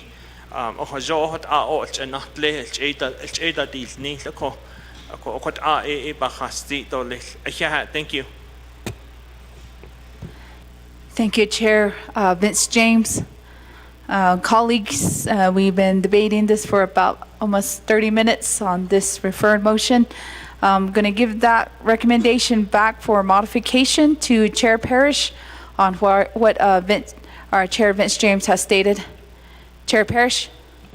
Thank you, Speaker Curley. I believe earlier my initial motion was to go back to NAA'BIK'IYATI work session. However, as Speaker Damon has mentioned, it was already decided by you as the chair that it would move on to council. So that's the reason why the motion is to refer the legislation back to Budget and Finance, where I believe the committee members at Budget and Finance, we need further clarification. And we have spoken to the sponsor, but as you can see today, he's moved the legislation on to NAA'BIK'IYATI. So at this time, I believe as a member of the Budget and Finance Committee, we would like to I would like to hear further clarification on the legislation back in Budget and Finance, where it was tabled.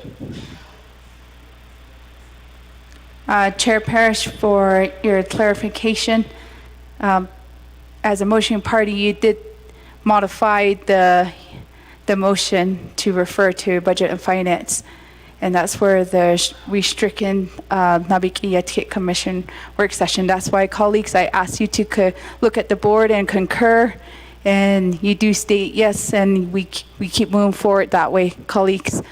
With that, just for clarification, do you decline that modification from Chair Vince James? There was that request from Chair Vince James. And I guess Chair of NAA'BIK'IYATI, I refer these comments to you because as the chair you can determine that. So at this time, I'm going to leave the motion the way it is back to Budget and Finance. Thank you, Chair. Chair Mitch James, that recommendation was not considered to that modification. It's still referring back to Budget and Finance Committee. Colleagues, the language is still as it stands here on the board. Delegate Crotty? Oh, yeah, thank you. Appreciate the conversation on this important legislation. I think what the challenge is for us as colleagues is we do not know the liability of Navajo Nation when it comes to this cleanup effort. And that's why we need Department of Justice to do that thorough legal analysis of the US EPA findings, because what could be the challenge is if it's determined that Navajo Nation is liable, then that impacts our audit, because now we're agreeing to like a $700 million liability. And that changes all of our budget projections. And that's why we'll need to make sure that we have that answer. So whether it's here at the committee level or referring back, that is very important to note. And that's why we're concerned if our votes are moving in favor.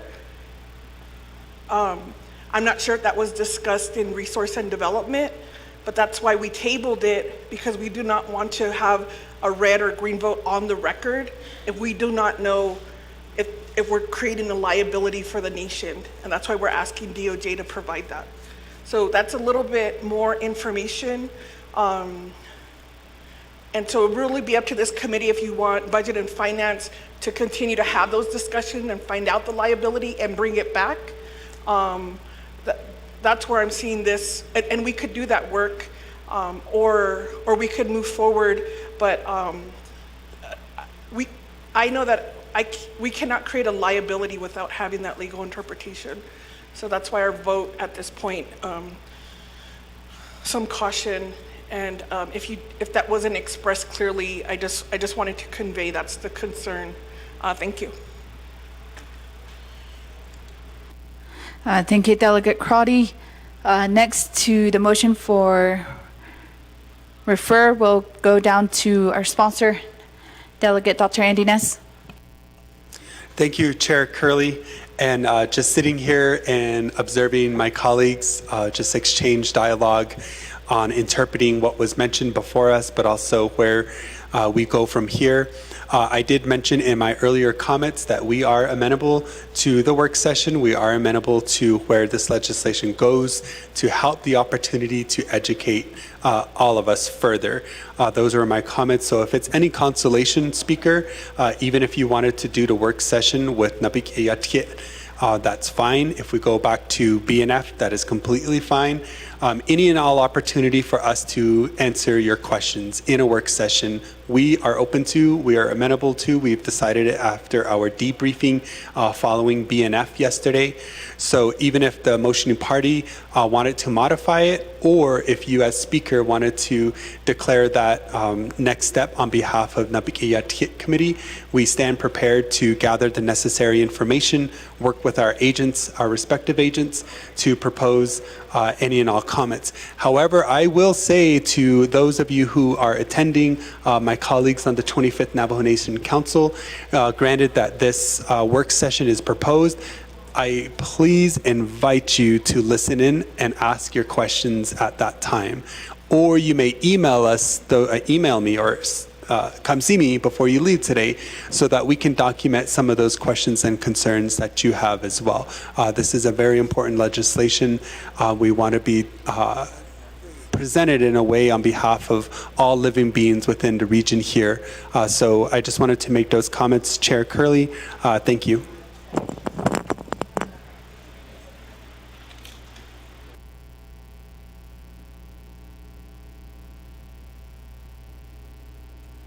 Thank you, Delegate Dr. Andy Nez, for your explanation. Colleagues, we still have that motion on the floor referring back to Budget and Finance, and there were several comments if it would need to go back to NAA'BIK'IYATI work session, and as a chair, I am open to that as well. Hokoshi, are there any, or we do have Chair Vince James in queue? Yeah, Nana Speaker, thank you.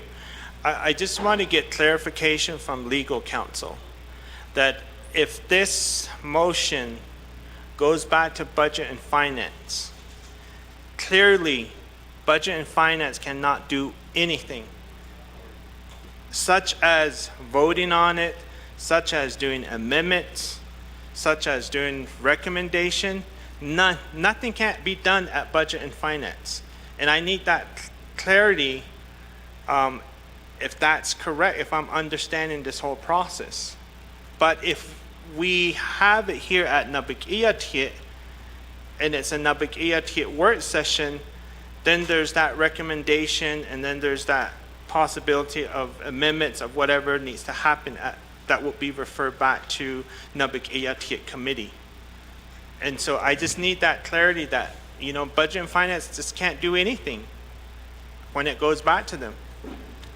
I mean, like I stated earlier, they're just going to talk and look at each other. That's about it. And nothing, they can't do anything. And I just need that clarity. So I'd like to get an answer from legal counsel on that. Speaker, thank you. Thank you, Chair Vince James. Ms. Bobroff, that question was directed right to you.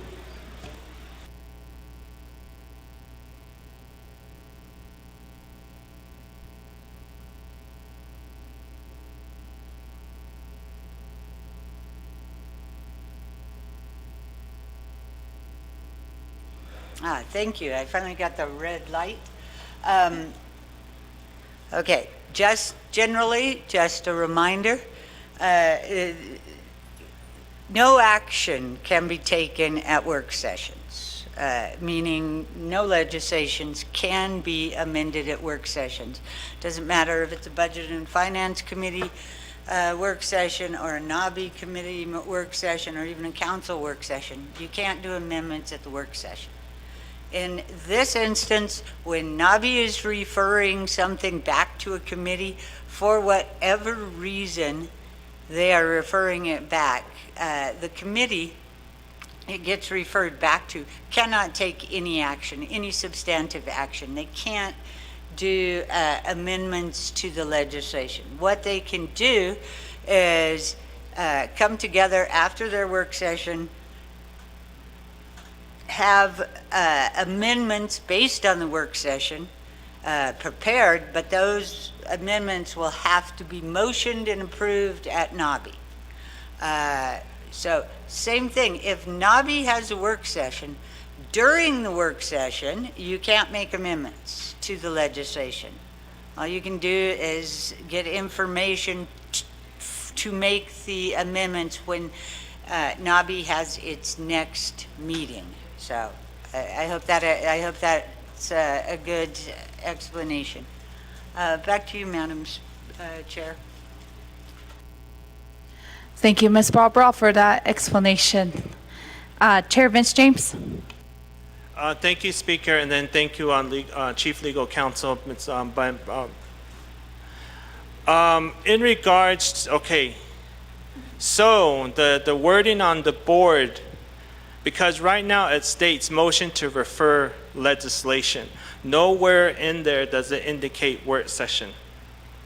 So that's where I'm confused, and I'm trying to figure out, when we have it as written as motion to refer, I'm understanding that this goes back to Budget and Finance's agenda. So somewhere in here, we should be writing work session, motion to refer legislation back to Budget and Finance for a work session.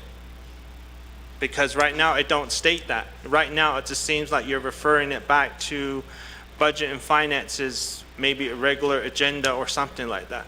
That's the way I understand the way it's written on the board.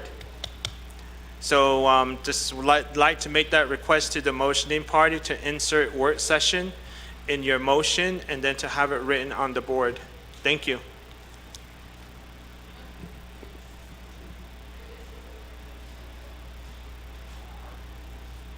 Thank you, Chair Vince James, for a lot of these clarification on our rules and also on what the current motion here stands. I'm going to refer adding the word work session if that is clearly needed. I believe so. I believe that does need to be included. However, I'm going to have Ms. Barbara up here to see if that does really need to be in there, just as you stated, Chair. Ms. Barbara? 1 second.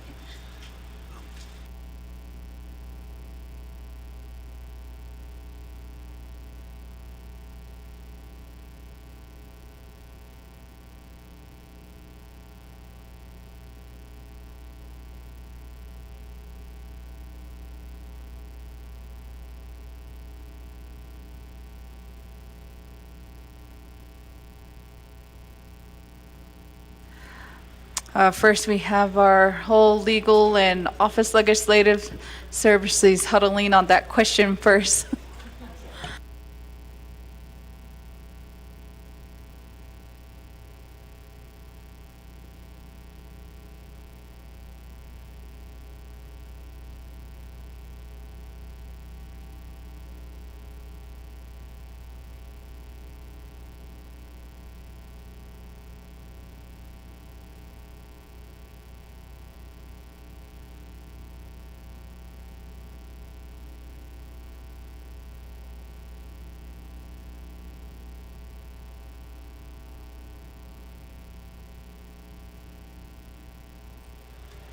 Okay, thank you. After, I wanted to get some history from Office of Legislative Services.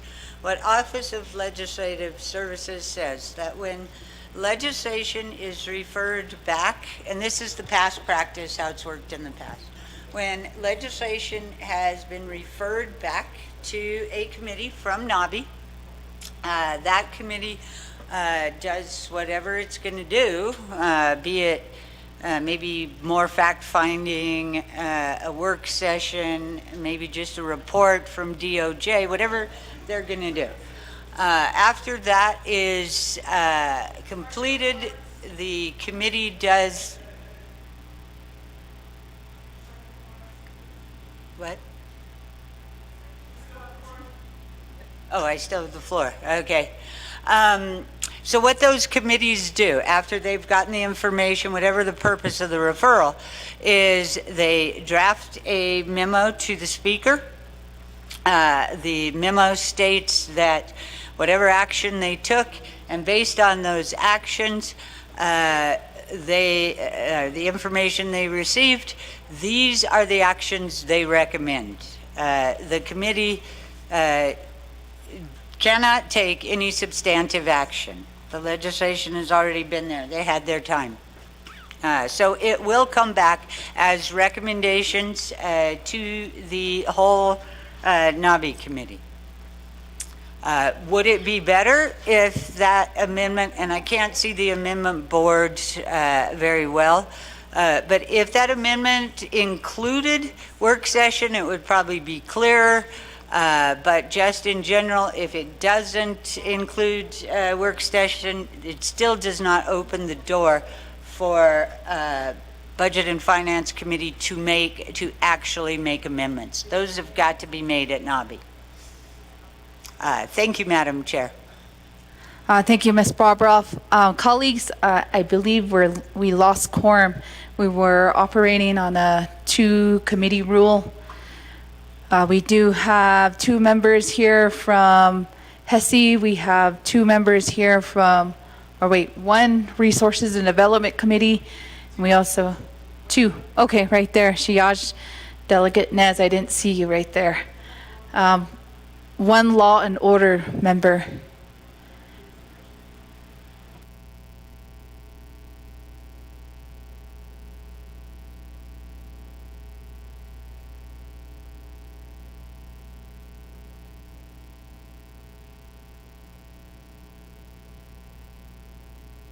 Okay.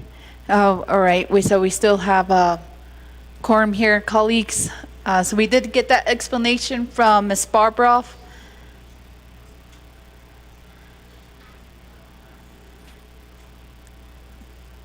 We'll refer the time over back to Chair Vince James. Speaker, I'm just going to do one last attempt again to the motioning parties. If we can just indicate in there that leave it at NAABIK'IYATI as a NAABIK'IYATI work session. I'm just gonna, this will be my last one.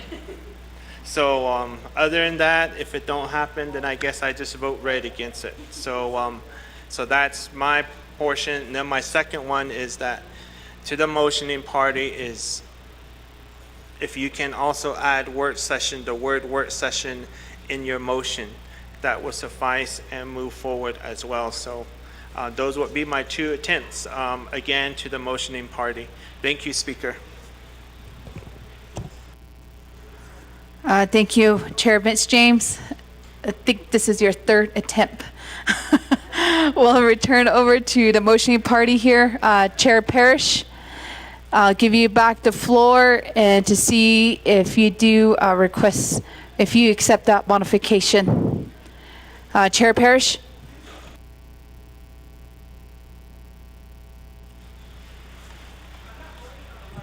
Thank you. Thank you, Chair Vince James, for your 3rd request tonight. I think the debate and the discussion and, you know, the precedents that the chair of the NAABIK'IYATI committee has set tonight, I think that it will allow the Budget and Finance Committee and provide the NAABIK'IYATI committee some information that's necessary to this legislation if it's referred back to Budget and Finance. And so I know that there's plenty of discussion amongst the Budget and Finance Committee members tonight.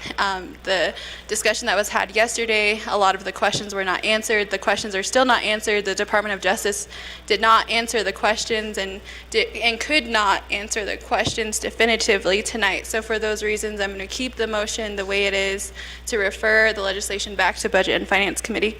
Thank you. Thank you, Chair Parrish. There was a decline to accept that modification. Colleagues, are there any additional questions or comments coming on the floor? 3rd call or 2nd call?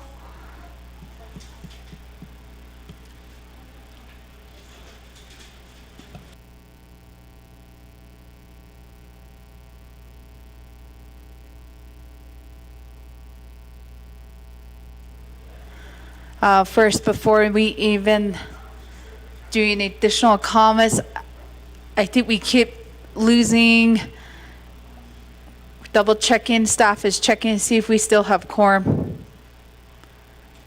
We have two members from Law and Order here. We have 2 members from Resources and Development here.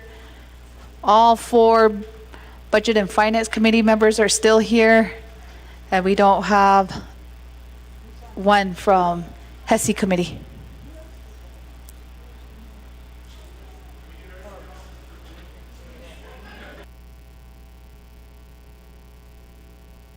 All right, staff did check the South Conference room. There's nobody in there.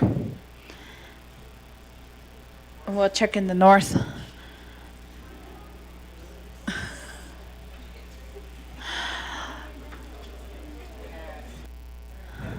Yep.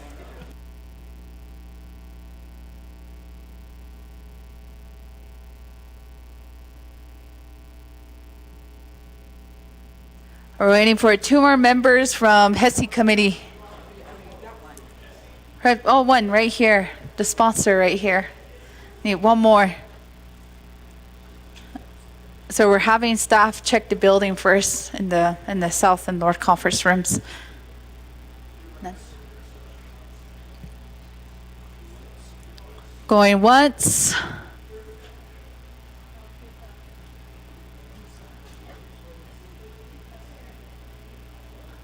Going twice.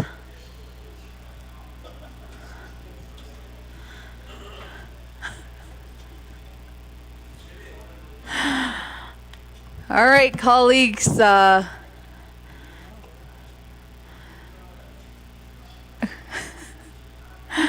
We have a delegate told who just came back in. Colleagues, are there any other questions? I did do a second call for the motion. Doing a third call, we're going to the drawing board to vote on the motion.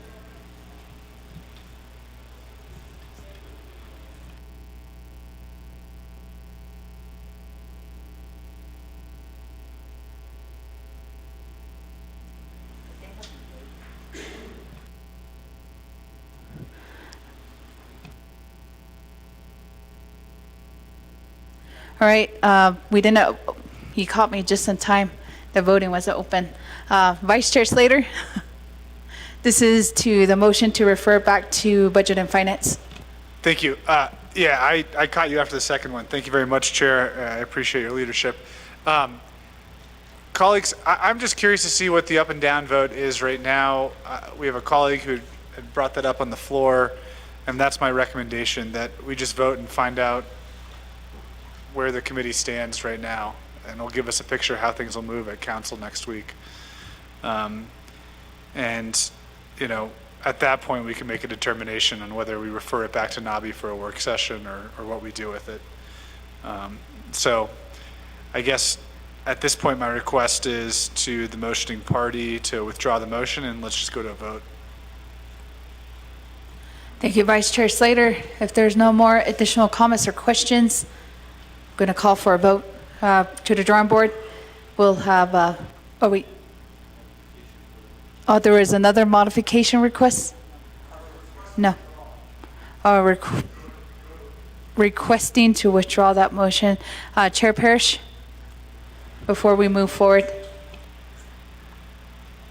I accept the request.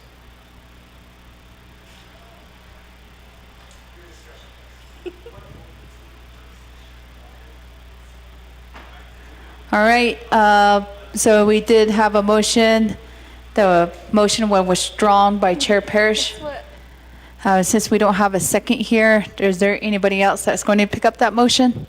If not, we'll keep moving forward, colleagues.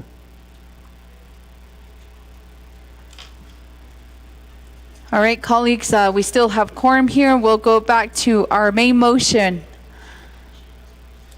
Colleagues, are there any additional comments or questions? We'll go back to the sponsor, Delegate Dr. Andy Nez. Yeah, I that's quite interesting. I think I was very clear that we're open to a work session. So the accepting of removing a motion to accept the work session that we're amenable to just to see the outcome is very premature to me, honestly. It should be something that we collectively work on, which has been part of the discussion to this point. And I know at Budget and NABI, there was, Budget and Finance, there was questions that were related to Department of Justice.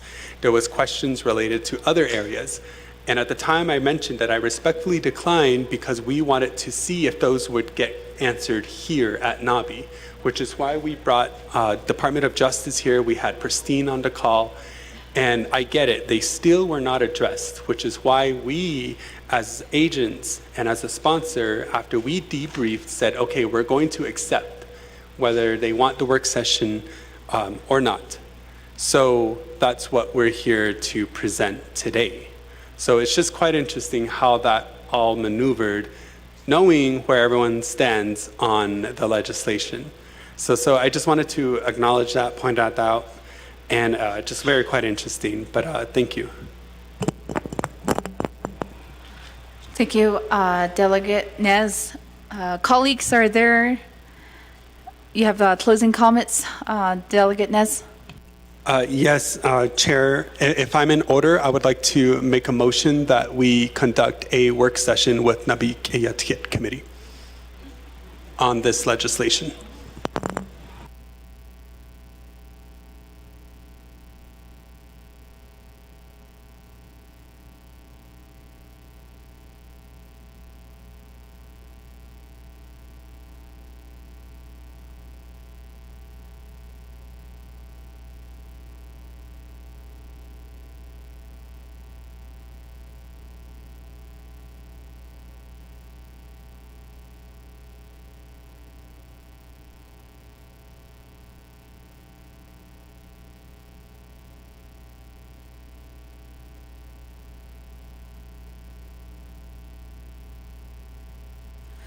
Thank you, Shache. We already have a motion on the floor. Colleagues, the sponsor does have the authority to make that motion, and it is in Rule 11 of the Standing Committee Rules of Order. Do we have a second? We have a second by Delegate Toth. We'll give staff a few seconds to put that on the board here. Can you give us a time frame, Delegate Nez, and purpose? Thank you, Chair Curley. So the time, we will work with what was initially proposed by Chair Parrish, and that'll be 60 days. But also the purpose is to address all the questions related to our colleagues, not only at BNF, but there are additional ones from those that may or unable to be here present at NAA'BIK'IYATI committee and those that represent other standing committees. Thank you.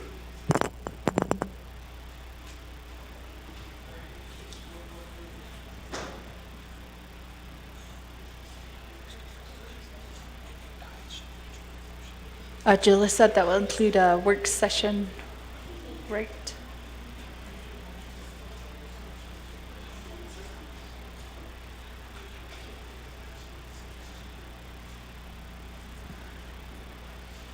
Delegate Nez, Doctor, if you can look at the board, if you concur with that language.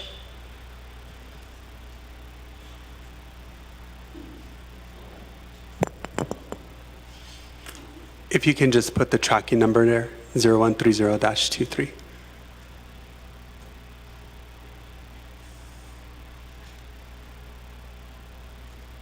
Thank you, I concur. Shache, Delegate Toth? Concurs? All right, colleagues, we do have a motion on the floor. Are there any questions or comments?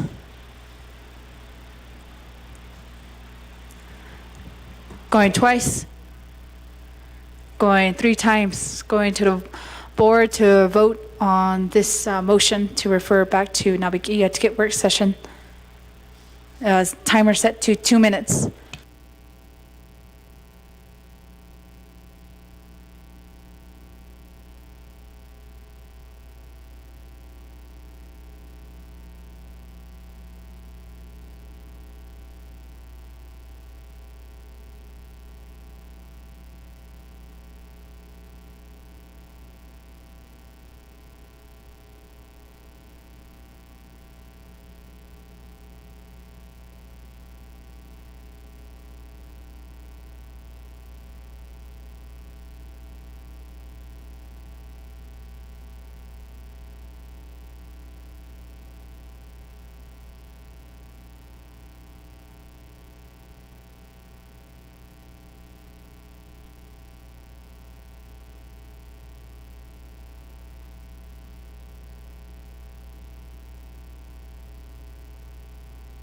We have 1 minute on the board.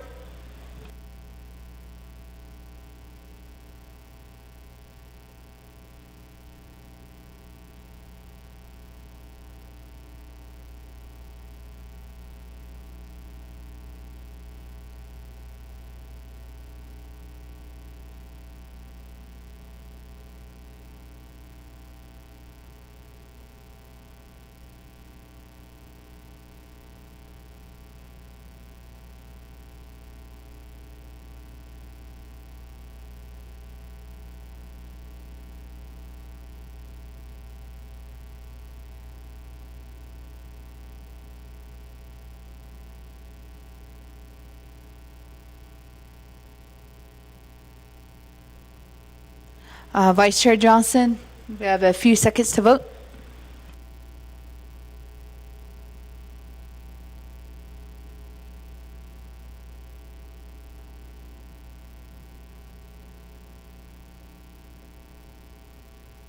Delegate Crotty, the vote has been locked. Delegate Crotty votes green.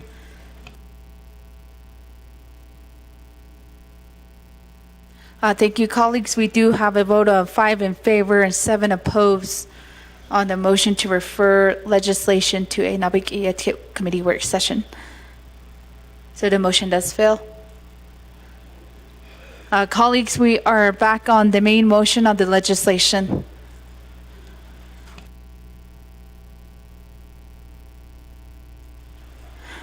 Colleagues, are there any additional comments or questions?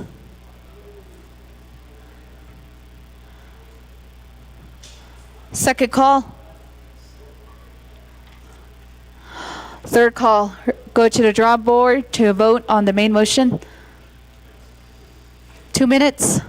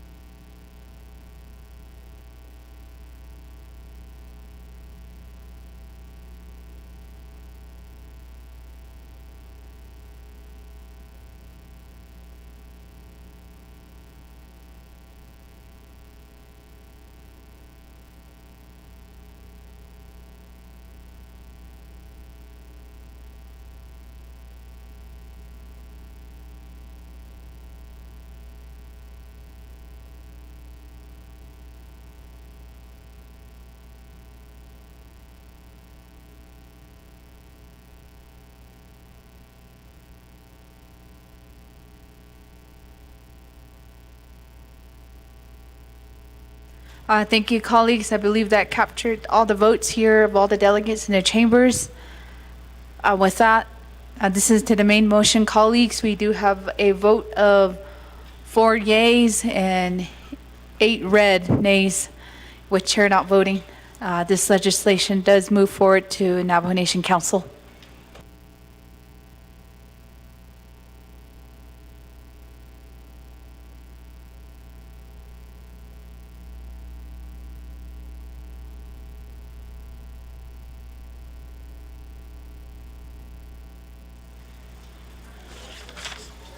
Colleagues, we're going to move forward with our agenda. We do have one legislation at the end. We do have legislation 0137-23. We do have the sponsor here with us.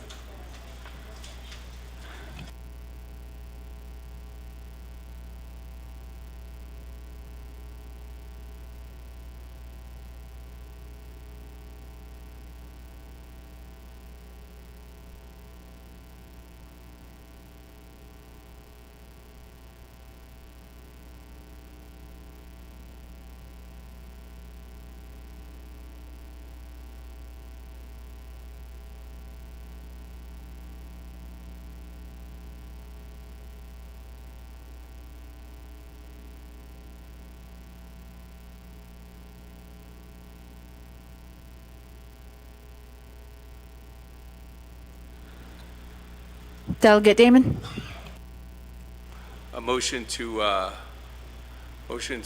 amend the agenda and defer all the reports to the next meeting, because the staff is just going to wait here for, and I don't believe that we're going to hear any reports this evening. That's my motion. Thank you, Speaker Damon. There's a motion on the floor to refer reports. That is item. Madam Speaker, I'd like to modify that. I'd like to motion to recess. I mean, motion to adjourn.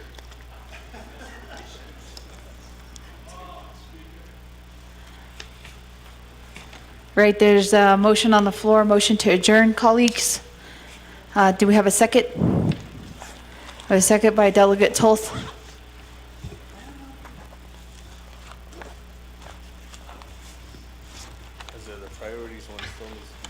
Are any questions or comments, objections to adjournment before we go into a vote?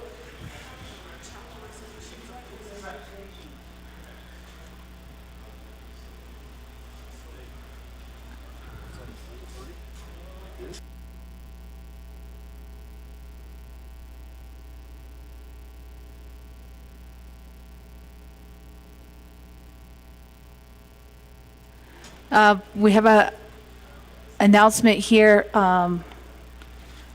to your legislation, Delegate Damon. It was already tabled before.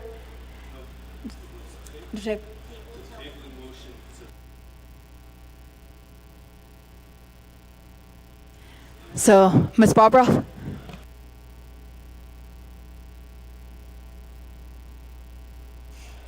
So,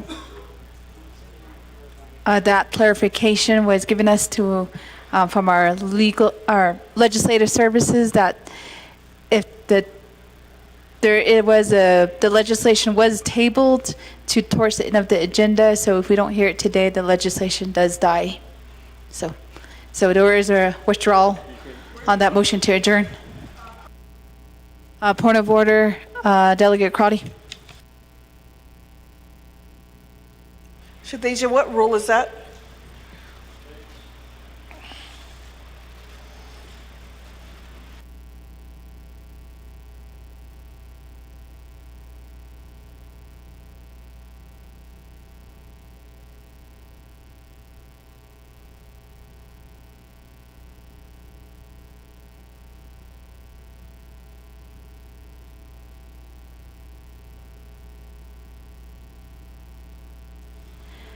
Thank you. I'm going to recognize your point of order, Delegate Crotty, in the Standing Committee Rules of Order and Rule 18, tabling motion.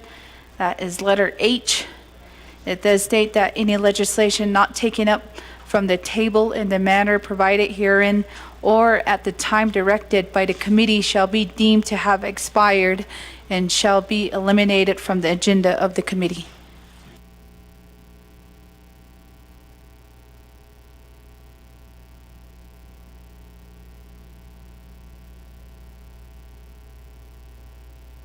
So that motion to adjourn was withdrawn.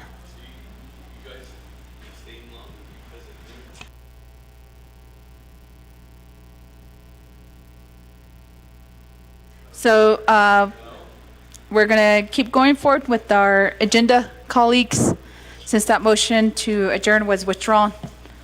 So we are on legislation 0137-23. Oh.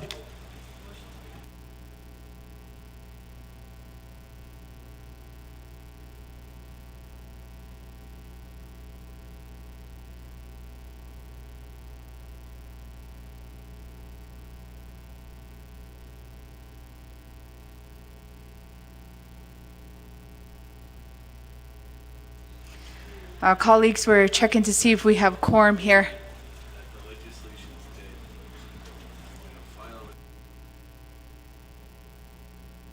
Staff, can we check to see if we have anybody in the South and North Conference room?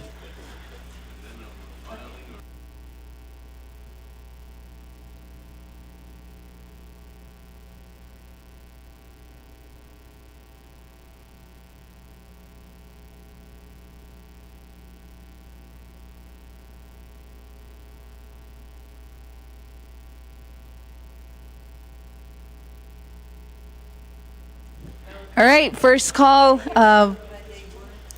We don't have any members from the HESI committee. Oh, we have one.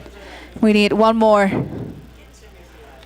One more member from the HESI committee. Going once. Oh, right here we have Chair Vince James. We have two members from, we do have Budget and Finance here, Law and Order is here, Resource and Development still here. So colleagues, we are still on our agenda. This is to legislation 0137-23.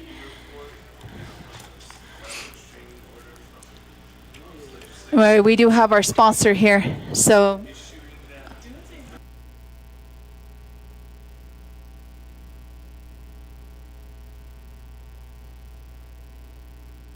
We do have a request to speak by Chair Vince James.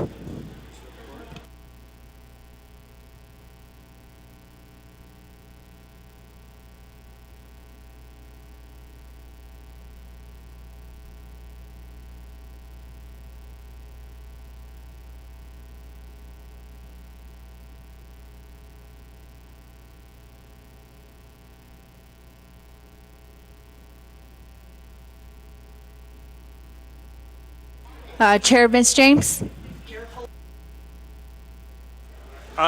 Speaker, that was for the adjournment. Wanted to make an announcement, but I don't need. We also have in queue Chair Riquinez. Oh, okay, deleted. So colleagues, we still have quorum. We have one more legislation to go, and the amendments are ready from earlier from today. Colleagues, we do have legislation 0137-23. Staff, could you help us read that legislation to the record?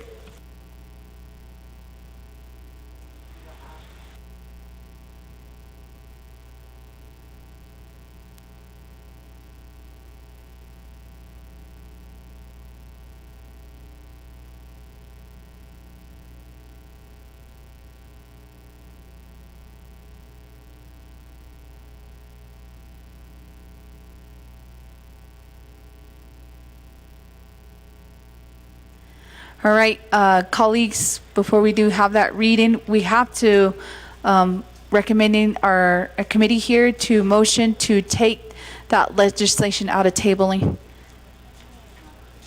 We do have a motion by Vice Chair Slater. Do we have a second?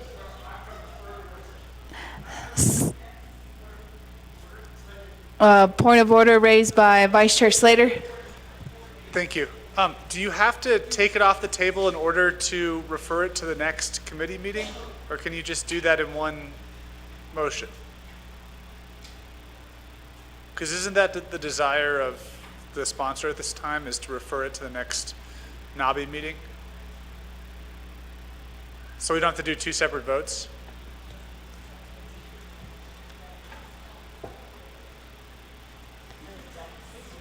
Vice Chair, it would have to be separately. Let's take the legislation out of tabling motion first. All right, there's a motion by Vice Chair Slater. Is there a second? Second by Delegate Nota. Are there any objections to taking this legislation out of tabling? Second call. Third call, going to a vote. Colleagues, to the drawing board, you have 2 minutes.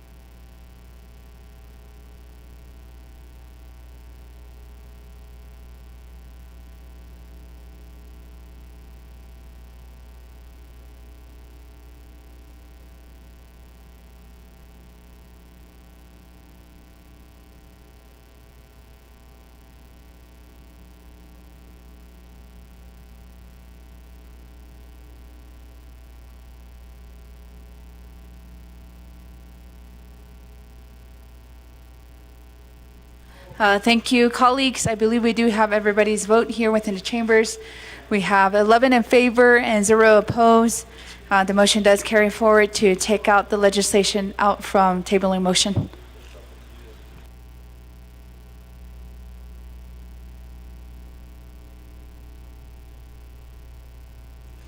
And that is off the 2 committee rule, colleagues, for the record.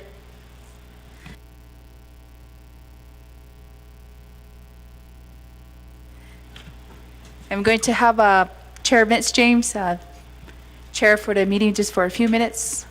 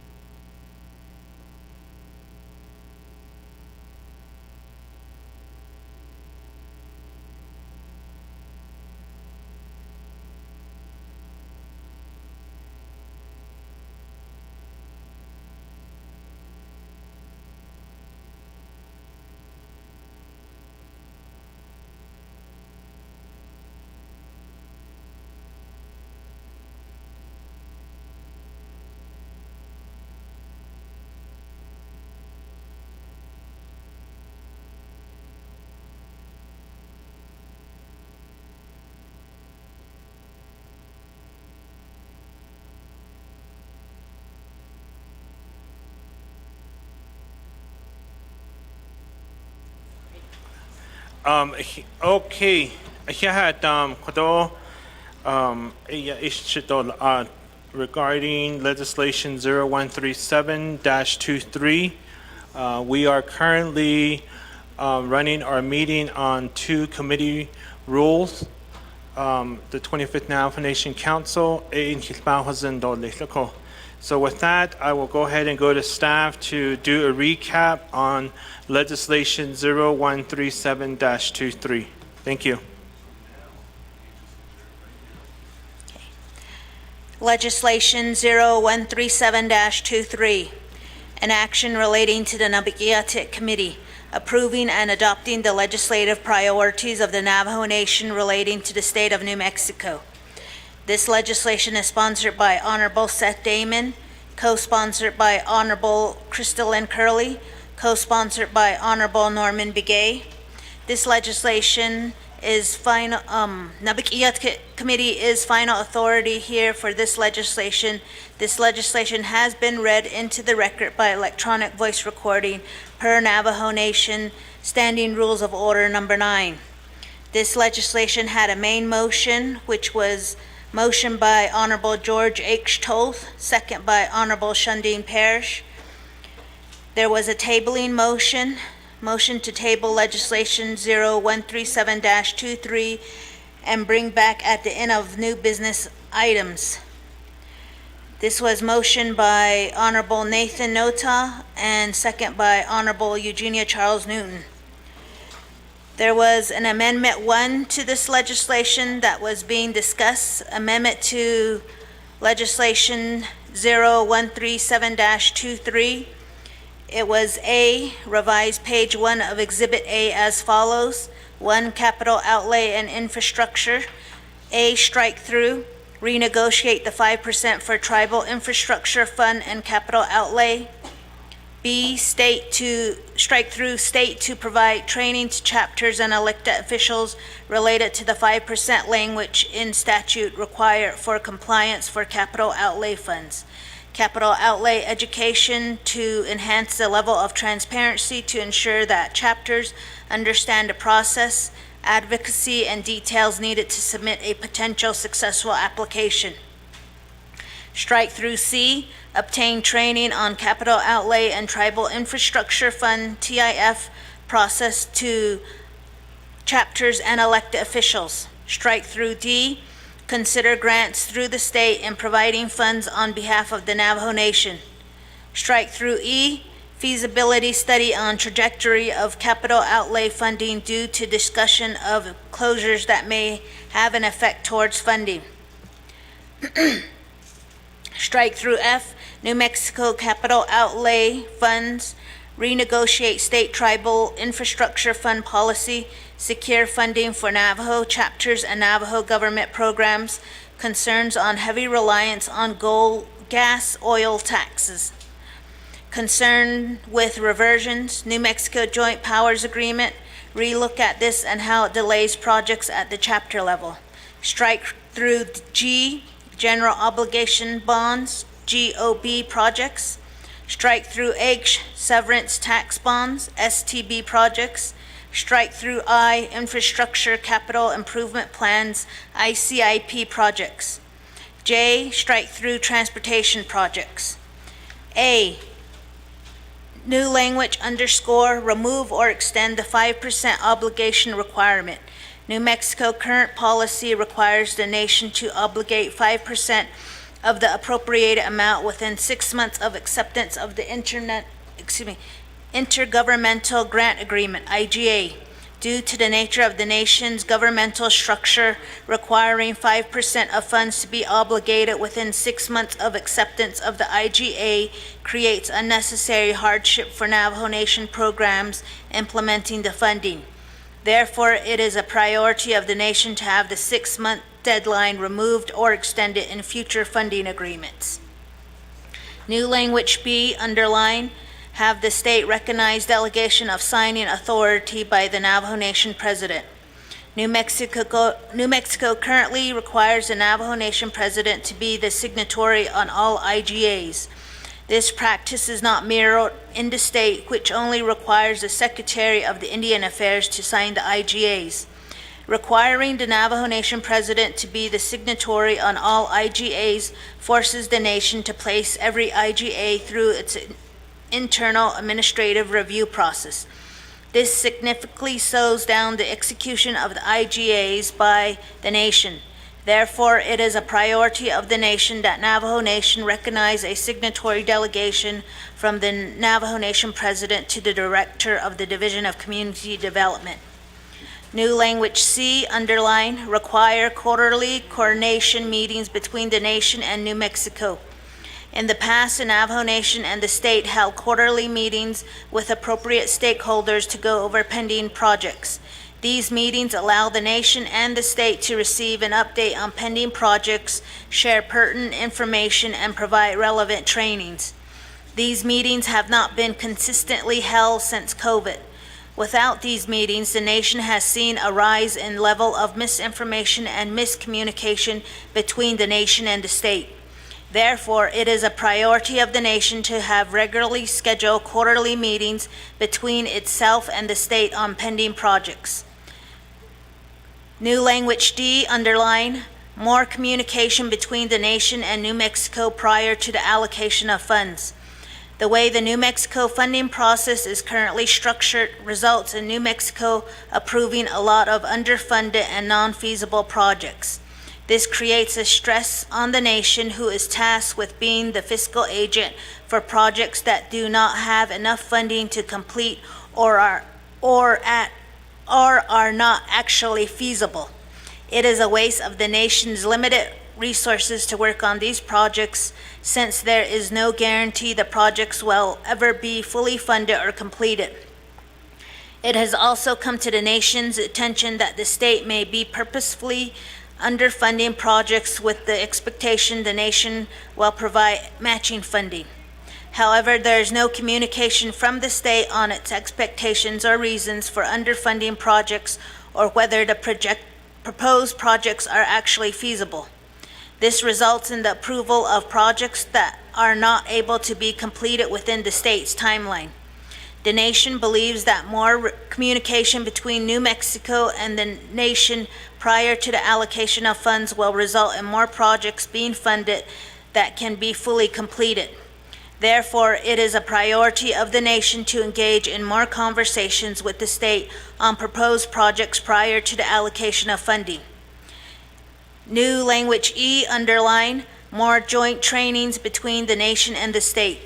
In order to combat misinformation and confusion among the Navajo community on New Mexico funded projects, It is a priority of the nation to conduct more joint trainings and informational sessions with New Mexico to ensure that the same message is being presented by both governments to the local community.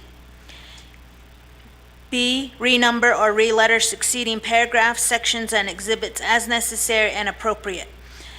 The Office of Legislative Services and the Office of Legislative Counsel are authorized to make technical edits to this legislation and its exhibits to implement the Navajo Nation Council's intent. This amendment supersedes inconsistent language in any other amendment, which language shall be conformed to this amendment.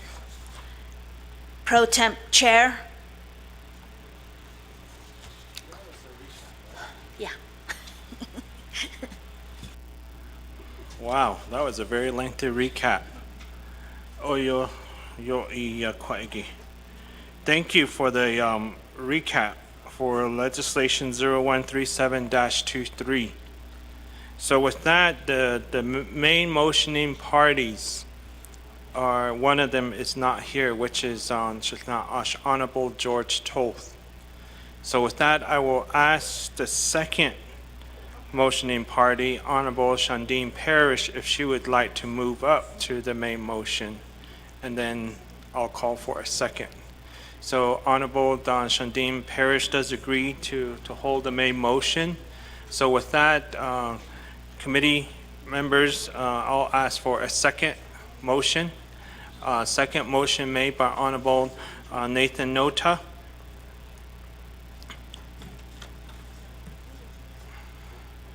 Thank you. Thank you for that. So moving forward, we do have an amendment. So with that, I will call for the amendment to be read. Is that what it was? Okay. I thought that was a recap, but okay. Okay. So with that, again, the main motion for that amendment 1, Shanella Honorable Eugenia Charles Newton is not here.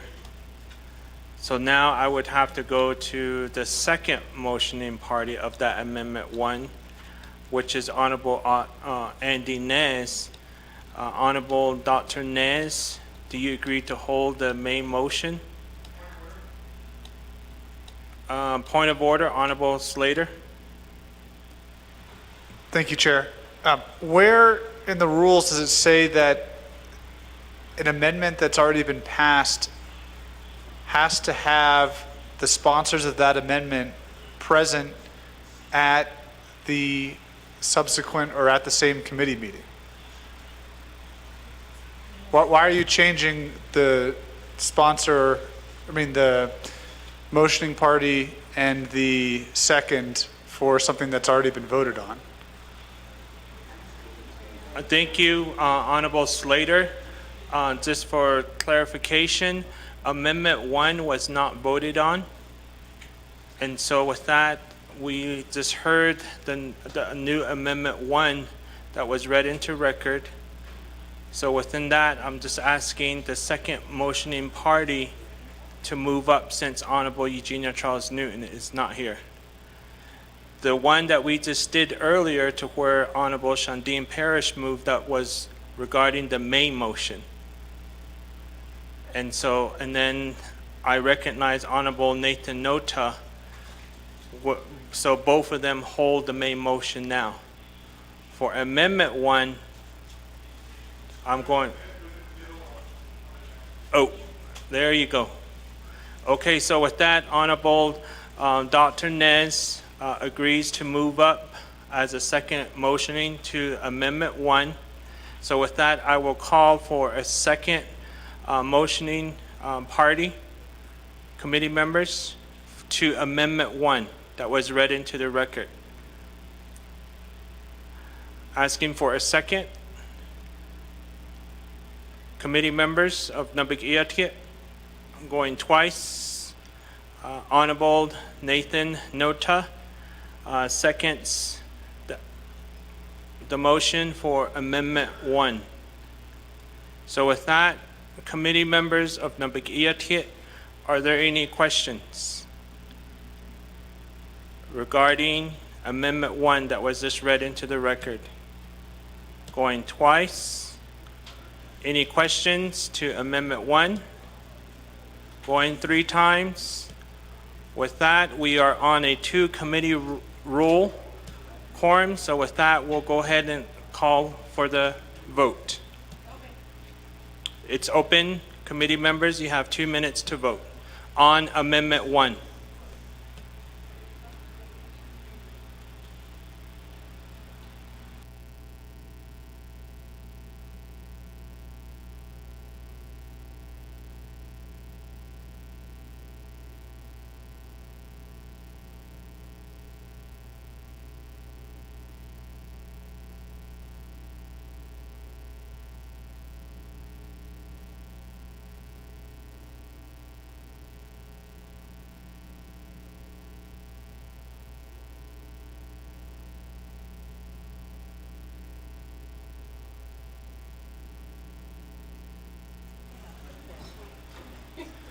One minute and 10 seconds left to vote on Amendment 1.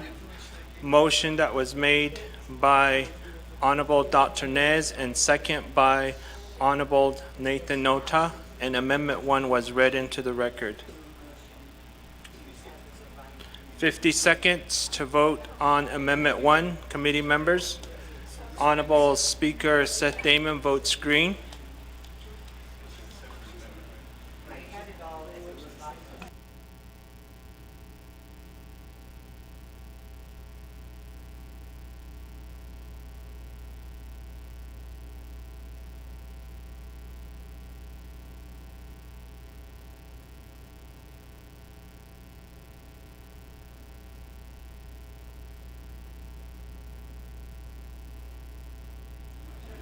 Honorable Nota, how do you vote?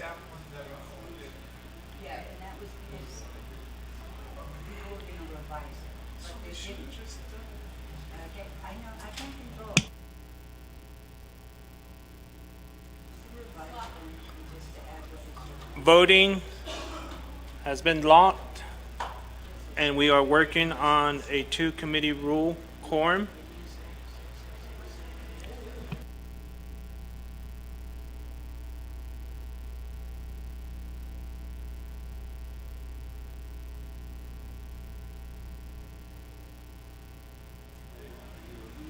Okay, with that, for Amendment 1, we do have 11 in favor and 0 opposed for Amendment 1. Yeah, we are working on meeting on a 2-committee rule quorum.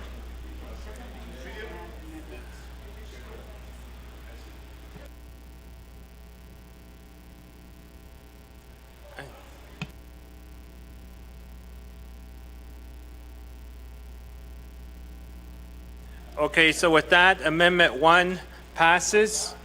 So we are back to the main motion of legislation number 0137-23. We are back to the main motion. Any questions? Press your request to speak button. I don't see Nathan Nota's thing on. So with that, back on the main motion, Honorable Nathan Nota. Amendment number 2, and I believe Barbara Broboff is working on that. I did give her the information earlier.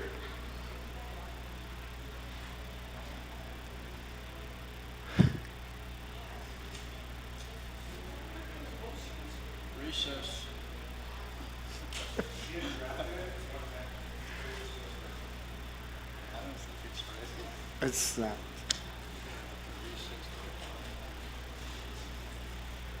It's not very much. No, it's not very much.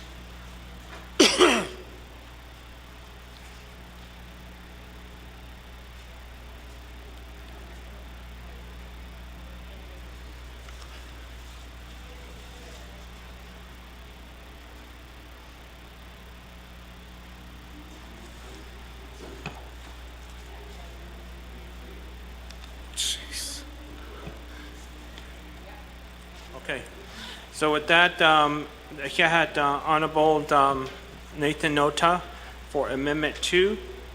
The Amendment 2 has been emailed out to the 25th Navajo Nation Council, and it will be read into record. Staff? Amendment number 2 to legislation 0137-23. A, revise pages 1 and 2 of Exhibit A as follows. 2, public safety. A, underline tribal consultation on policy changes to former executive order or underline issuance of new executive order. B, underline increase state funding for public safety headquarters and corrections building in Shiprock. C, improve communication and coordination between state and tribal police on marijuana and underline and hemp.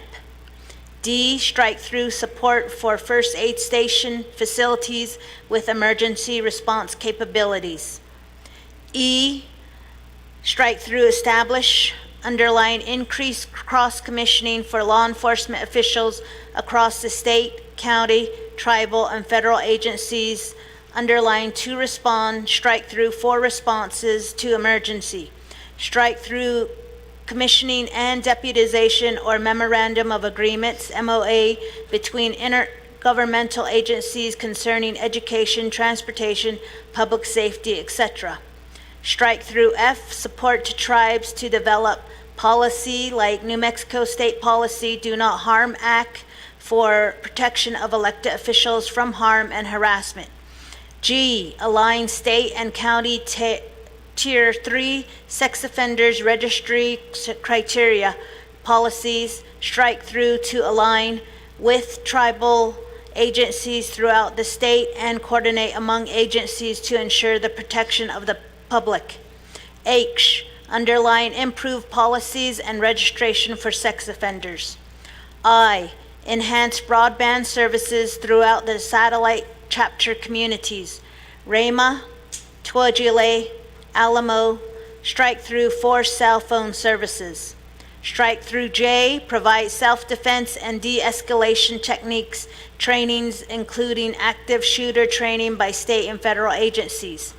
K, request development for policy for removal of state employees or political designee if accused of felony assault causing personal harm to citizens. L, enact an emergency funding opportunities when the Navajo Nation declares a state of emergency due to natural disasters such as snowstorms or monsoon season. Strike through M, underline assists with state funding for the Inter-Coordinated Tribal Information Management System. Strike through with judicial data tracking systems and training. N, secure information and propose data sharing agreements with state law enforcement agencies for missing and murdered Navajo relatives initiatives. O, expand partnerships with external entities, strike through, including state law enforcement agencies that are also striving to resolve the missing and murdered Indigenous person crises. P, strike through, establish Amber Alert communications on Navajo Nation. Q, state funding to help in securing E91 services. R, emergency management funding. S, human trafficking awareness. Strike through T, complete FirstNet build-out. U, underline increase funding for sexual assault prevention programs. V, increase juvenile justice programs. Strike through W, hate crimes prevention awareness. Strike through X, online safety awareness training dangerous website. Y, improve communication for dead zones for public safety. Strike through Z, improve policies and registration for sex offenders. B, revise page 3 of Exhibit A as follows. 5, natural resources. A, obtain state funding and assistance to mitigate uranium cleanup with the Navajo Environmental Protection Agencies. B, strike through develop underline oppose any radiation repository near the Navajo Nation lands or on Navajo Nation lands. C, underline tribal consultation and strike through tribe in discussion of hydrogen hub. D, water infrastructure and water rights Navajo Gallup water projects. E, RECA miners and downwinders assistance. F, New Mexico Energy Act. G, underline protect Navajo Nation interests concerning the San Juan Generating Station, underline including economic development. H, recognize and protect sacred sites. I, cultural resources and preservation. J, Antiquities Act preservation. K, underline tribal consultation concerning the Energy Transition Act, ETA constitutional amendment. L, agriculture and ranching recognition and state funding. M, underline tribal and community consultation on drought management policy change. N, support Navajo NRCS range management land reform. O, tribal and community consultation, underline, on policies for farmers and ranchers, irrigation canals, food systems, and farming. C, renumber or reletter succeeding paragraphs, sections, and exhibits as necessary and appropriate. The Office of Legislative Services and the Office of Legislative Counsel are authorized to make technical edits to this legislation and its exhibits to implement the Navajo Nation's Council's intent. This amendment supersedes inconsistent language in any other amendments, which language shall be conformed to this amendment. Pro Tem Speaker Vince James. We done ni hoshidayat ihun. You're done reading it. Thank you for reading that into record, which is Amendment 2 and motion made by Honorable Nathan Nota. So with that, I will call for a second, committee members. Second, Honorable Rick Nez Kid Niyado de Lako. Belkeste Nadikit Lenigi Ben Hanasta Quaggy. In regards to Amendment 2, are there any questions? Any questions going 2 times? Oh, okay. Kodo Nadikit Lini Holon Lako Asian Kodo Shamasana Honorable Amber Kinazbak Crowley Bahwi Dishal. Oh, yeah, thank you, Shaz Pro Tem Chair. Appreciate the time and the amendment. What I'm looking at is under public safety, if the sponsor of the amendment can clarify the strike-through language, especially when it comes to active shooter training. We've had schools in Central Consolidated School District that have been impacted, and they just had a public safety summit 2 weeks ago. So I'm trying to understand why language would be removed, and that would be my question at this point. Thank you. Thank you, Honorable Crowley, for the question. Are there any other questions, committee members, in regards to Amendment 2? If there's no other questions to Amendment 2, I will go ahead and go back to Honorable Nathan Nota for response to Honorable Amber Kinazbak Crowley. Mr. Nota?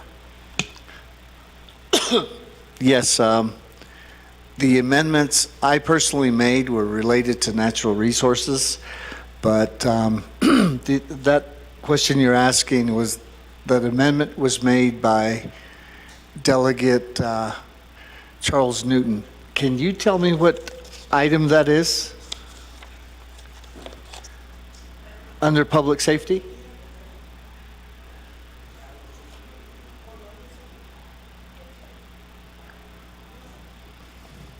Thank you. Does that complete your response? Yes. Honorable Nota? So with that, I will go back. I don't see a request to speak. Any other questions regarding Amendment 2? I don't see anybody on the board. Any other questions? Going 3 times, and I don't see anybody on the board.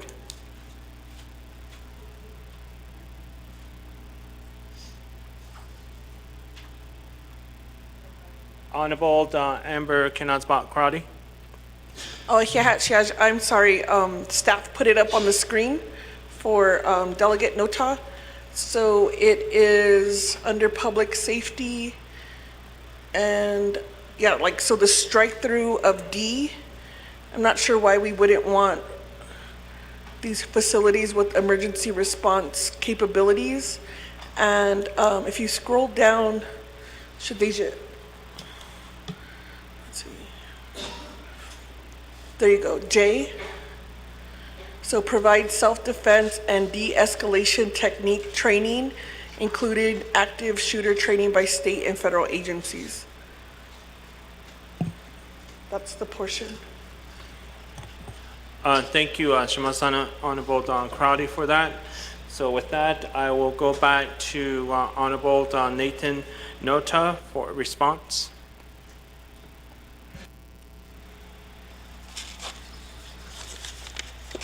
I understand your concern there, Delegate Crotty.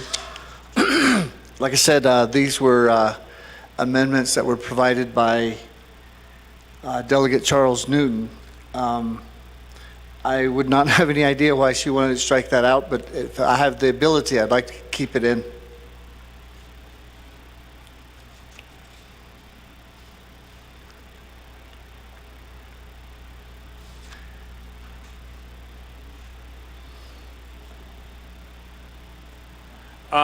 Honorable Nathan Nota, can we have a clarification on meaning keeping it? Unstrike those? Unstrike those, okay. Yep.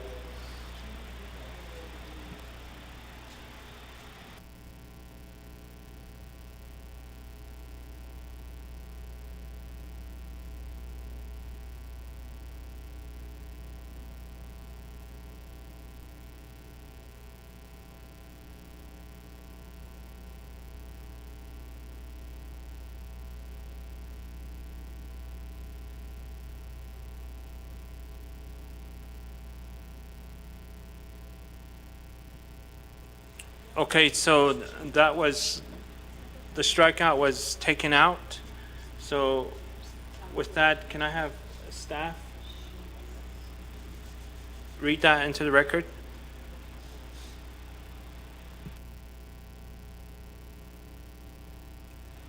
Remove strike through for letter D, support for first aid facilities, first station facilities with emergency response capabilities. It should be fire stations. Sorry for the typo. Pro Temp Chair?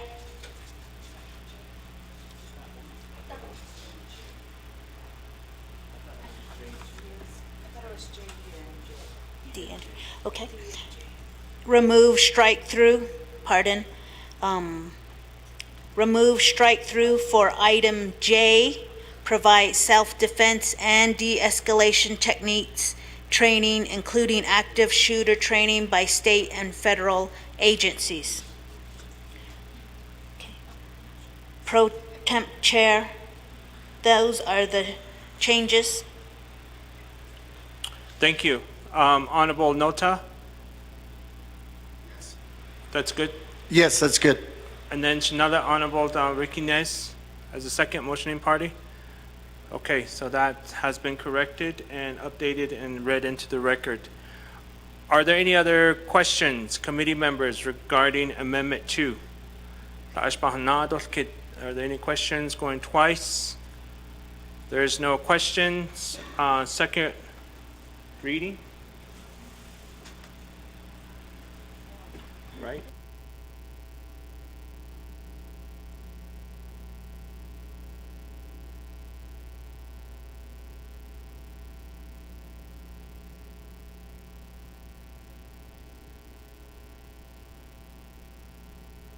Okay, so with the modification that was just done, that is the second reading. So with that, and then the motioning parties agreed. So with that, we will go to the board to vote on Amendment 2.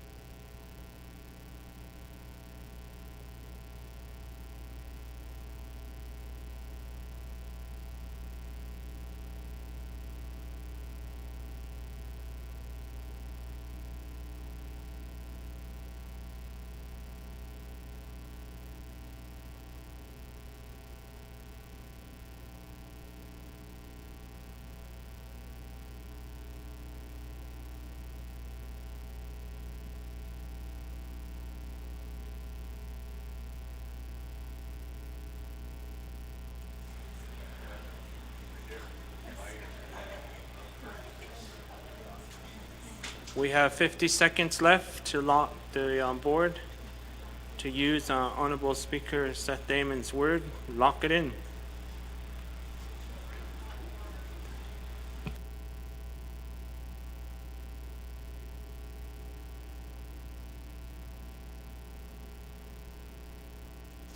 I have 30 seconds, and we are operating on a 2-committee rule for quorum.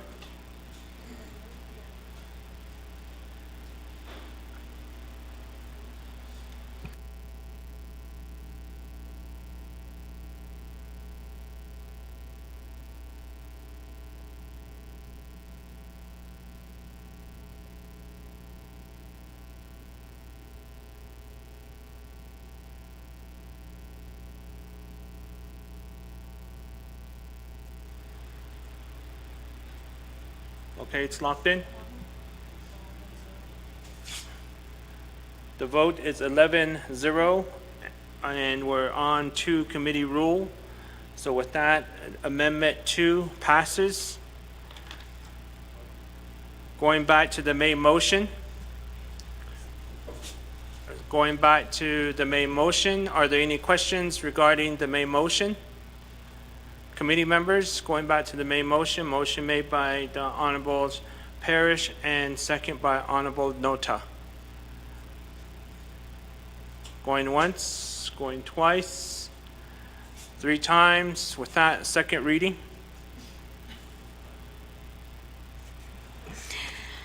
Amendment 1 to Legislation 0137-23. A, revise page 1 of Exhibit A as follows.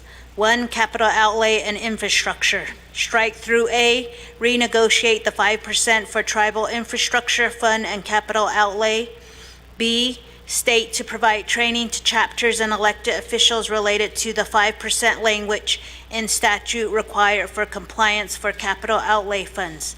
Capital outlay education to enhance the level of transparency to ensure that chapters understand the process, advocacy, and details needed to submit a potential successful application. Strike through C, obtain training on capital outlay and tribal infrastructure fund, TIF, process to chapters and elected officials. Strike through D, consider grants through the state in providing funds on behalf of the Navajo Nation. Strike through E, feasibility study on trajectory of capital outlay funding due to discussion of closures that may have an effect towards funding. Strike through F, New Mexico capital outlay funds, renegotiate state tribal infrastructure fund policy. Secure funding for Navajo chapters and Navajo government programs. Concerns on heavy reliance on gas, oil taxes. Concern with reversions. New Mexico Joint Powers Agreement. Relook at this and how it delays projects at the chapter level. Strike through G, general obligation bonds, GOB projects. Strike through H, severance tax bonds, STB projects. Strike through I, infrastructure capital improvement plan, ICIP projects. Strike through J, transportation projects. A underscore, New language, remove or extend the 5% obligation requirement. New Mexico current policy requires the nation to obligate 5% of the appropriated amount within 6 months of acceptance of the Intergovernmental Grant Agreement, IGA. Due to the nature of the nation's governmental structure, requiring 5% of funds to be obligated within 6 months of acceptance of the IGA creates unnecessary hardship for Navajo Nation programs implementing the funding. Therefore, it is a priority of the nation to have the 6-month deadline removed or extended in future funding agreements. Underline new language B, have the state recognize delegation of signing authority by the Navajo Nation President. New Mexico currently requires the Navajo Nation President to be the signatory on all IGAs. This practice is not mirrored in the state, which only requires the Secretary of Indian Affairs to sign the IGAs. Requiring the Navajo Nation President to be the signatory on all IGAs forces the nation to place every IGA through its internal administrative review process. This significantly slows down the execution of the IGAs by the nation. Therefore, it is a priority of the nation that New Mexico recognize a signatory delegation from the Navajo Nation President to the Director of the Division of Community Development. New language C, underline, require quarterly coordination meetings between the nation and New Mexico. In the past, the Navajo Nation and the state held quarterly meetings with appropriate stakeholders to go over pending projects. These meetings allowed the nation and the state to receive an update on pending projects, share pertinent information, and provide relevant trainings. These meetings have not been consistently held since COVID. Without these meetings, the nation has seen a rise in level of misinformation and miscommunication between the nation and the state. Therefore, it is the priority of the nation to have regularly scheduled quarterly meetings between itself and the state on pending projects. New language D, underline, more communication between the nation and the New Mexico prior to the allocation of funds. The way the New Mexico funding process is currently structured results in New Mexico approving a lot of underfunded and non-feasible projects. This creates a stress on the nation, who is tasked with being the fiscal agent for projects that do not have enough funding to complete or are actually not feasible. It is the waste of the nation's limited resources to work on these projects, since there is no guarantee the projects will ever be fully funded or completed. It has also come to the nation's attention that the state may be purposefully underfunding projects within the expectation the nation will provide matching funding.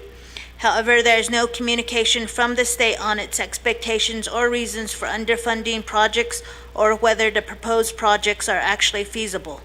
This results in the approval of projects that are able to be completed within the state's timeline. The nation believes that more communication between New Mexico and the nation prior to the allocation of funds will result in more projects being funded that can be fully completed. Therefore, it is a priority of the nation to engage in more conversations with the state on proposed projects prior to the allocation of funding. E, new language, underline, more joint training between the nation and the state.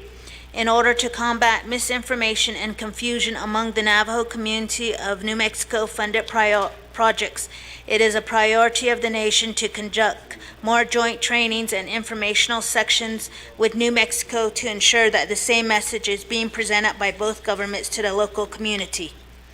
B, renumber or reletter succeeding paragraphs, sections, and exhibits as necessary and appropriate. The Office of Legislative Services and the Office of Legislative Counsel are authorized to make technical edits to this legislation and its exhibits to implement the Navajo Nation Council's intent. This amendment supersedes inconsistent language in any other amendments, which language shall be conformed to this amendment. This is Amendment 1 for Legislation 0137-23. Amendment 2 to Legislation Number 0137-23 is as follows. A, revise pages 1 and 2 of the Exhibit A as follows. 2, public safety. A, underline, tribal consultation on policy changes to former executive order, or underline, issuance of new executive order. B, underline increase state funding for public safety headquarters and corrections buildings in Shiprock.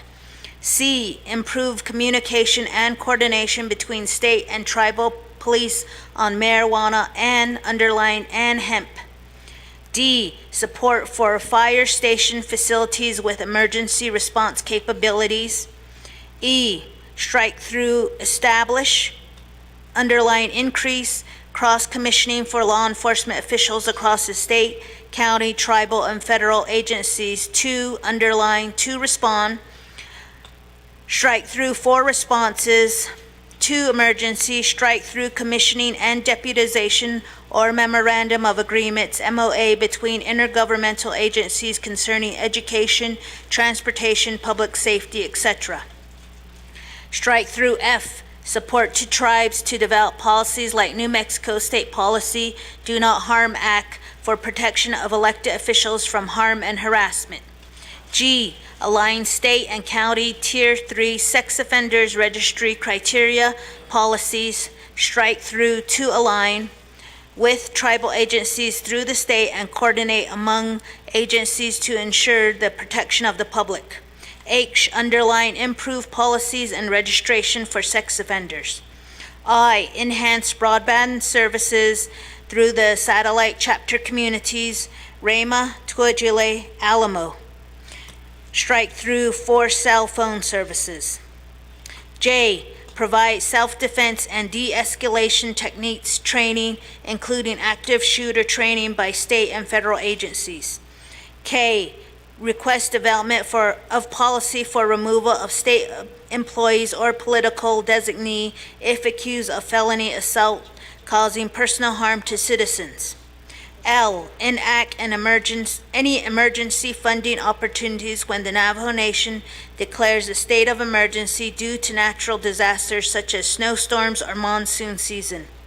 Strike through M, underline assist with state funding or an intercoordinated tribal information management system. Strike through with judicial data tracking system and training. N, secure information and propose data sharing agreements with state law enforcement agencies for missing and murdered Navajo relatives initiatives. O, expand partnerships with external entities. Strike through including state law enforcement agencies that are also striving to resolve the missing and murdered indigenous person crises. P, strike through establish Amber Alert communications on Navajo Nation. Q, state funding to help in securing E91 services. R, emergency management funding. S, human trafficking awareness. Strike through T, complete FirstNet build out. U, underline increase lowercase f funding for sexual assault prevention programs. V, increase juvenile justice programs. Strike through W, hate crimes prevention awareness. Strike through X, online safety awareness training dangerous website. Y, improve communications for dead zones for public safety. Strike through Z, improve policies and registration for sex offenders. B, revise page 3 of Exhibit A as follows. 5, natural resources. A, obtain state funding and assistance to mitigate uranium cleanup with the Navajo Environmental Protection Agencies. B, strike through develop new language, oppose any, underline, radiation repository near the Navajo Nation lands or on Navajo Nation lands. C, underline tribal consultation and strike through tribe in discussion of hydrogen hub. D, water infrastructure and water rights Navajo Gallup Water Project. E, RECA miners and downwinders assistance.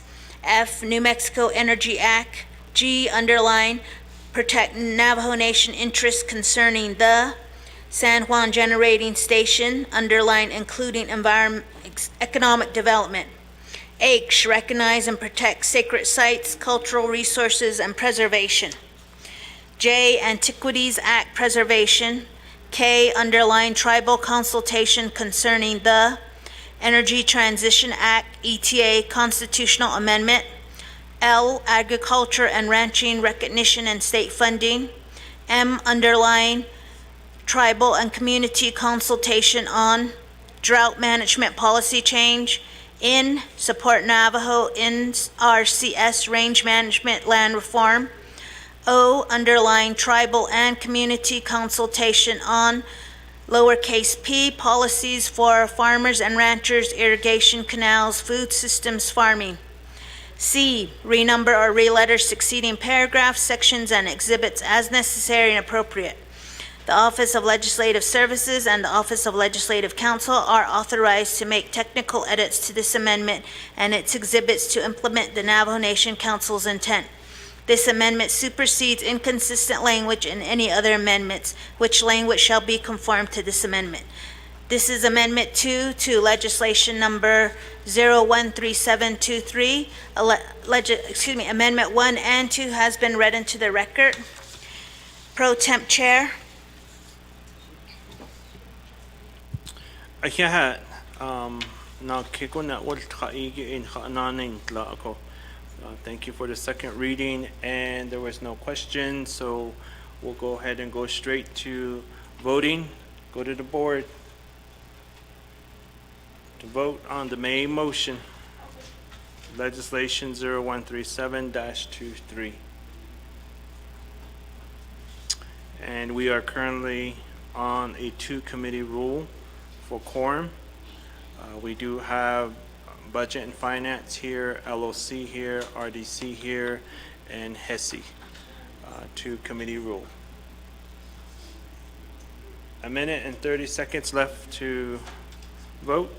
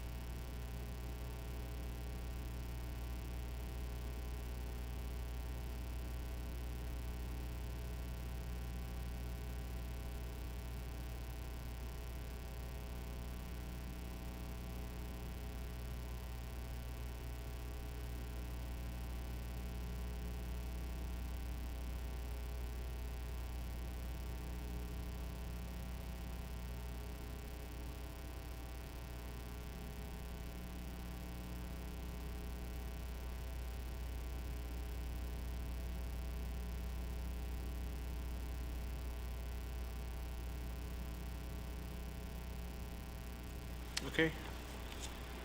Lock it in. All right. So with that, for legislation 0137-23, we do have 11 in favor, 0 opposed, and we are currently on the two-committee rule for quorum. And legislation 0137-23, NAA'BIK'IYATI committee is the final authority. So congratulations, and to the sponsor, Honorable Seth Damon. Kot'ela, thank you. So with that, I will give the gavel back over to Speaker Curley.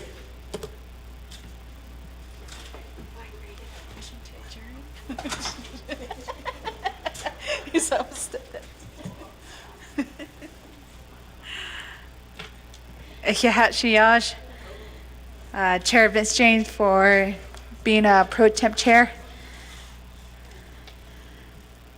Colleagues, thank you again for staying here this long. Colleagues, we still have a quorum. We do have dinner here to arrive. And thank you, staff, for being here with us. And we also still have some of our executive branch staff here still with us. So thank you for staying this long with us. With that, keep going forward with our agenda. But first, I want to recognize Shiyaj Koto, Delegate Daniels. Yes, thank you very much, Kodot. I indicate how it's been a a long day. I don't know, Quito. She says, Zinagi, there's a, or you on 3 hours. But Quito, with that, I'm going to make a motion to adjourn. Thank you. Motion to adjourn by Delegate Daniels. Is there a second? Second by Vice Chair Yazzie. Want to recognize Delegate Riquinez. Thank you, Speaker Curley, honorable members of the 25th Council. I'm very proud of you, Jananta, that we're sitting here and conducting business. So, I just want to make this announcement here. This Saturday, Cody Jesus Invitational Bull Riding, Dean C. Jackson Arena, Window Rock, Arizona. Gates open at 4 p.m. and you're more than welcome to go there. It's free. You only need to pay for the parking fee. Load up everybody. It's worth $20. Thank you. God bless each and every one of you. Thank you, Delegate Riquinez. Before we go to a vote, we do have some announcement here coming from Speaker's office. Tomorrow at Fire Rock, we also have the New Mexico Indian Affairs Department with Division of Community Development on capital outlay and TIF projects.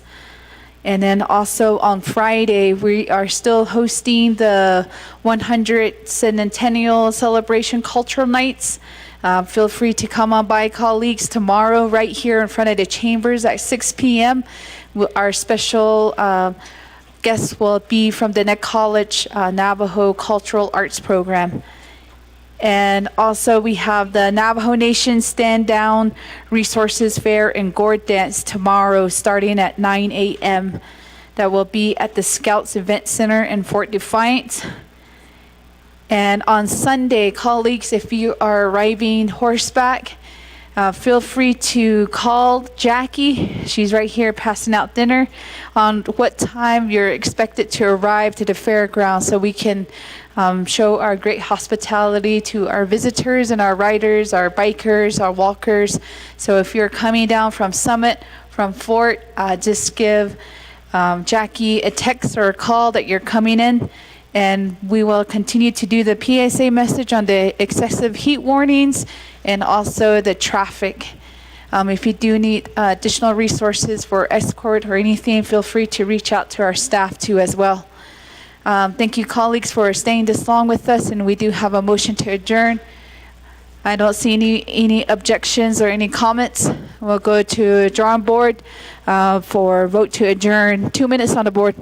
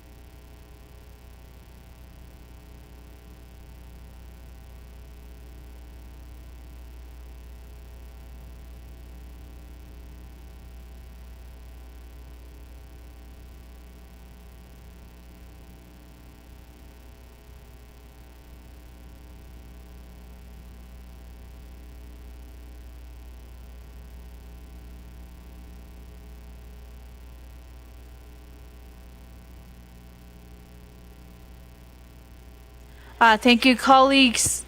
We do have a vote of 6 in favor and 5 opposed. This is on that motion to adjourn, and we are operating on a 2-committee quorum rule. Colleagues, with that, we do have majority vote to adjourn, and we will adjourn at 8:03 p.m.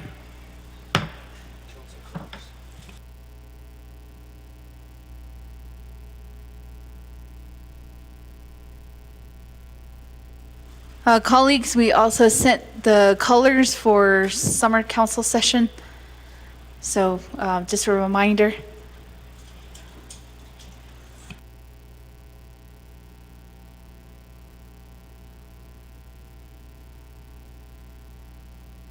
On opening day is the color green. On Tuesday is yellow. On Wednesday is blue. Thursday is white. Friday is red. So it gives you enough time to look for your outfits.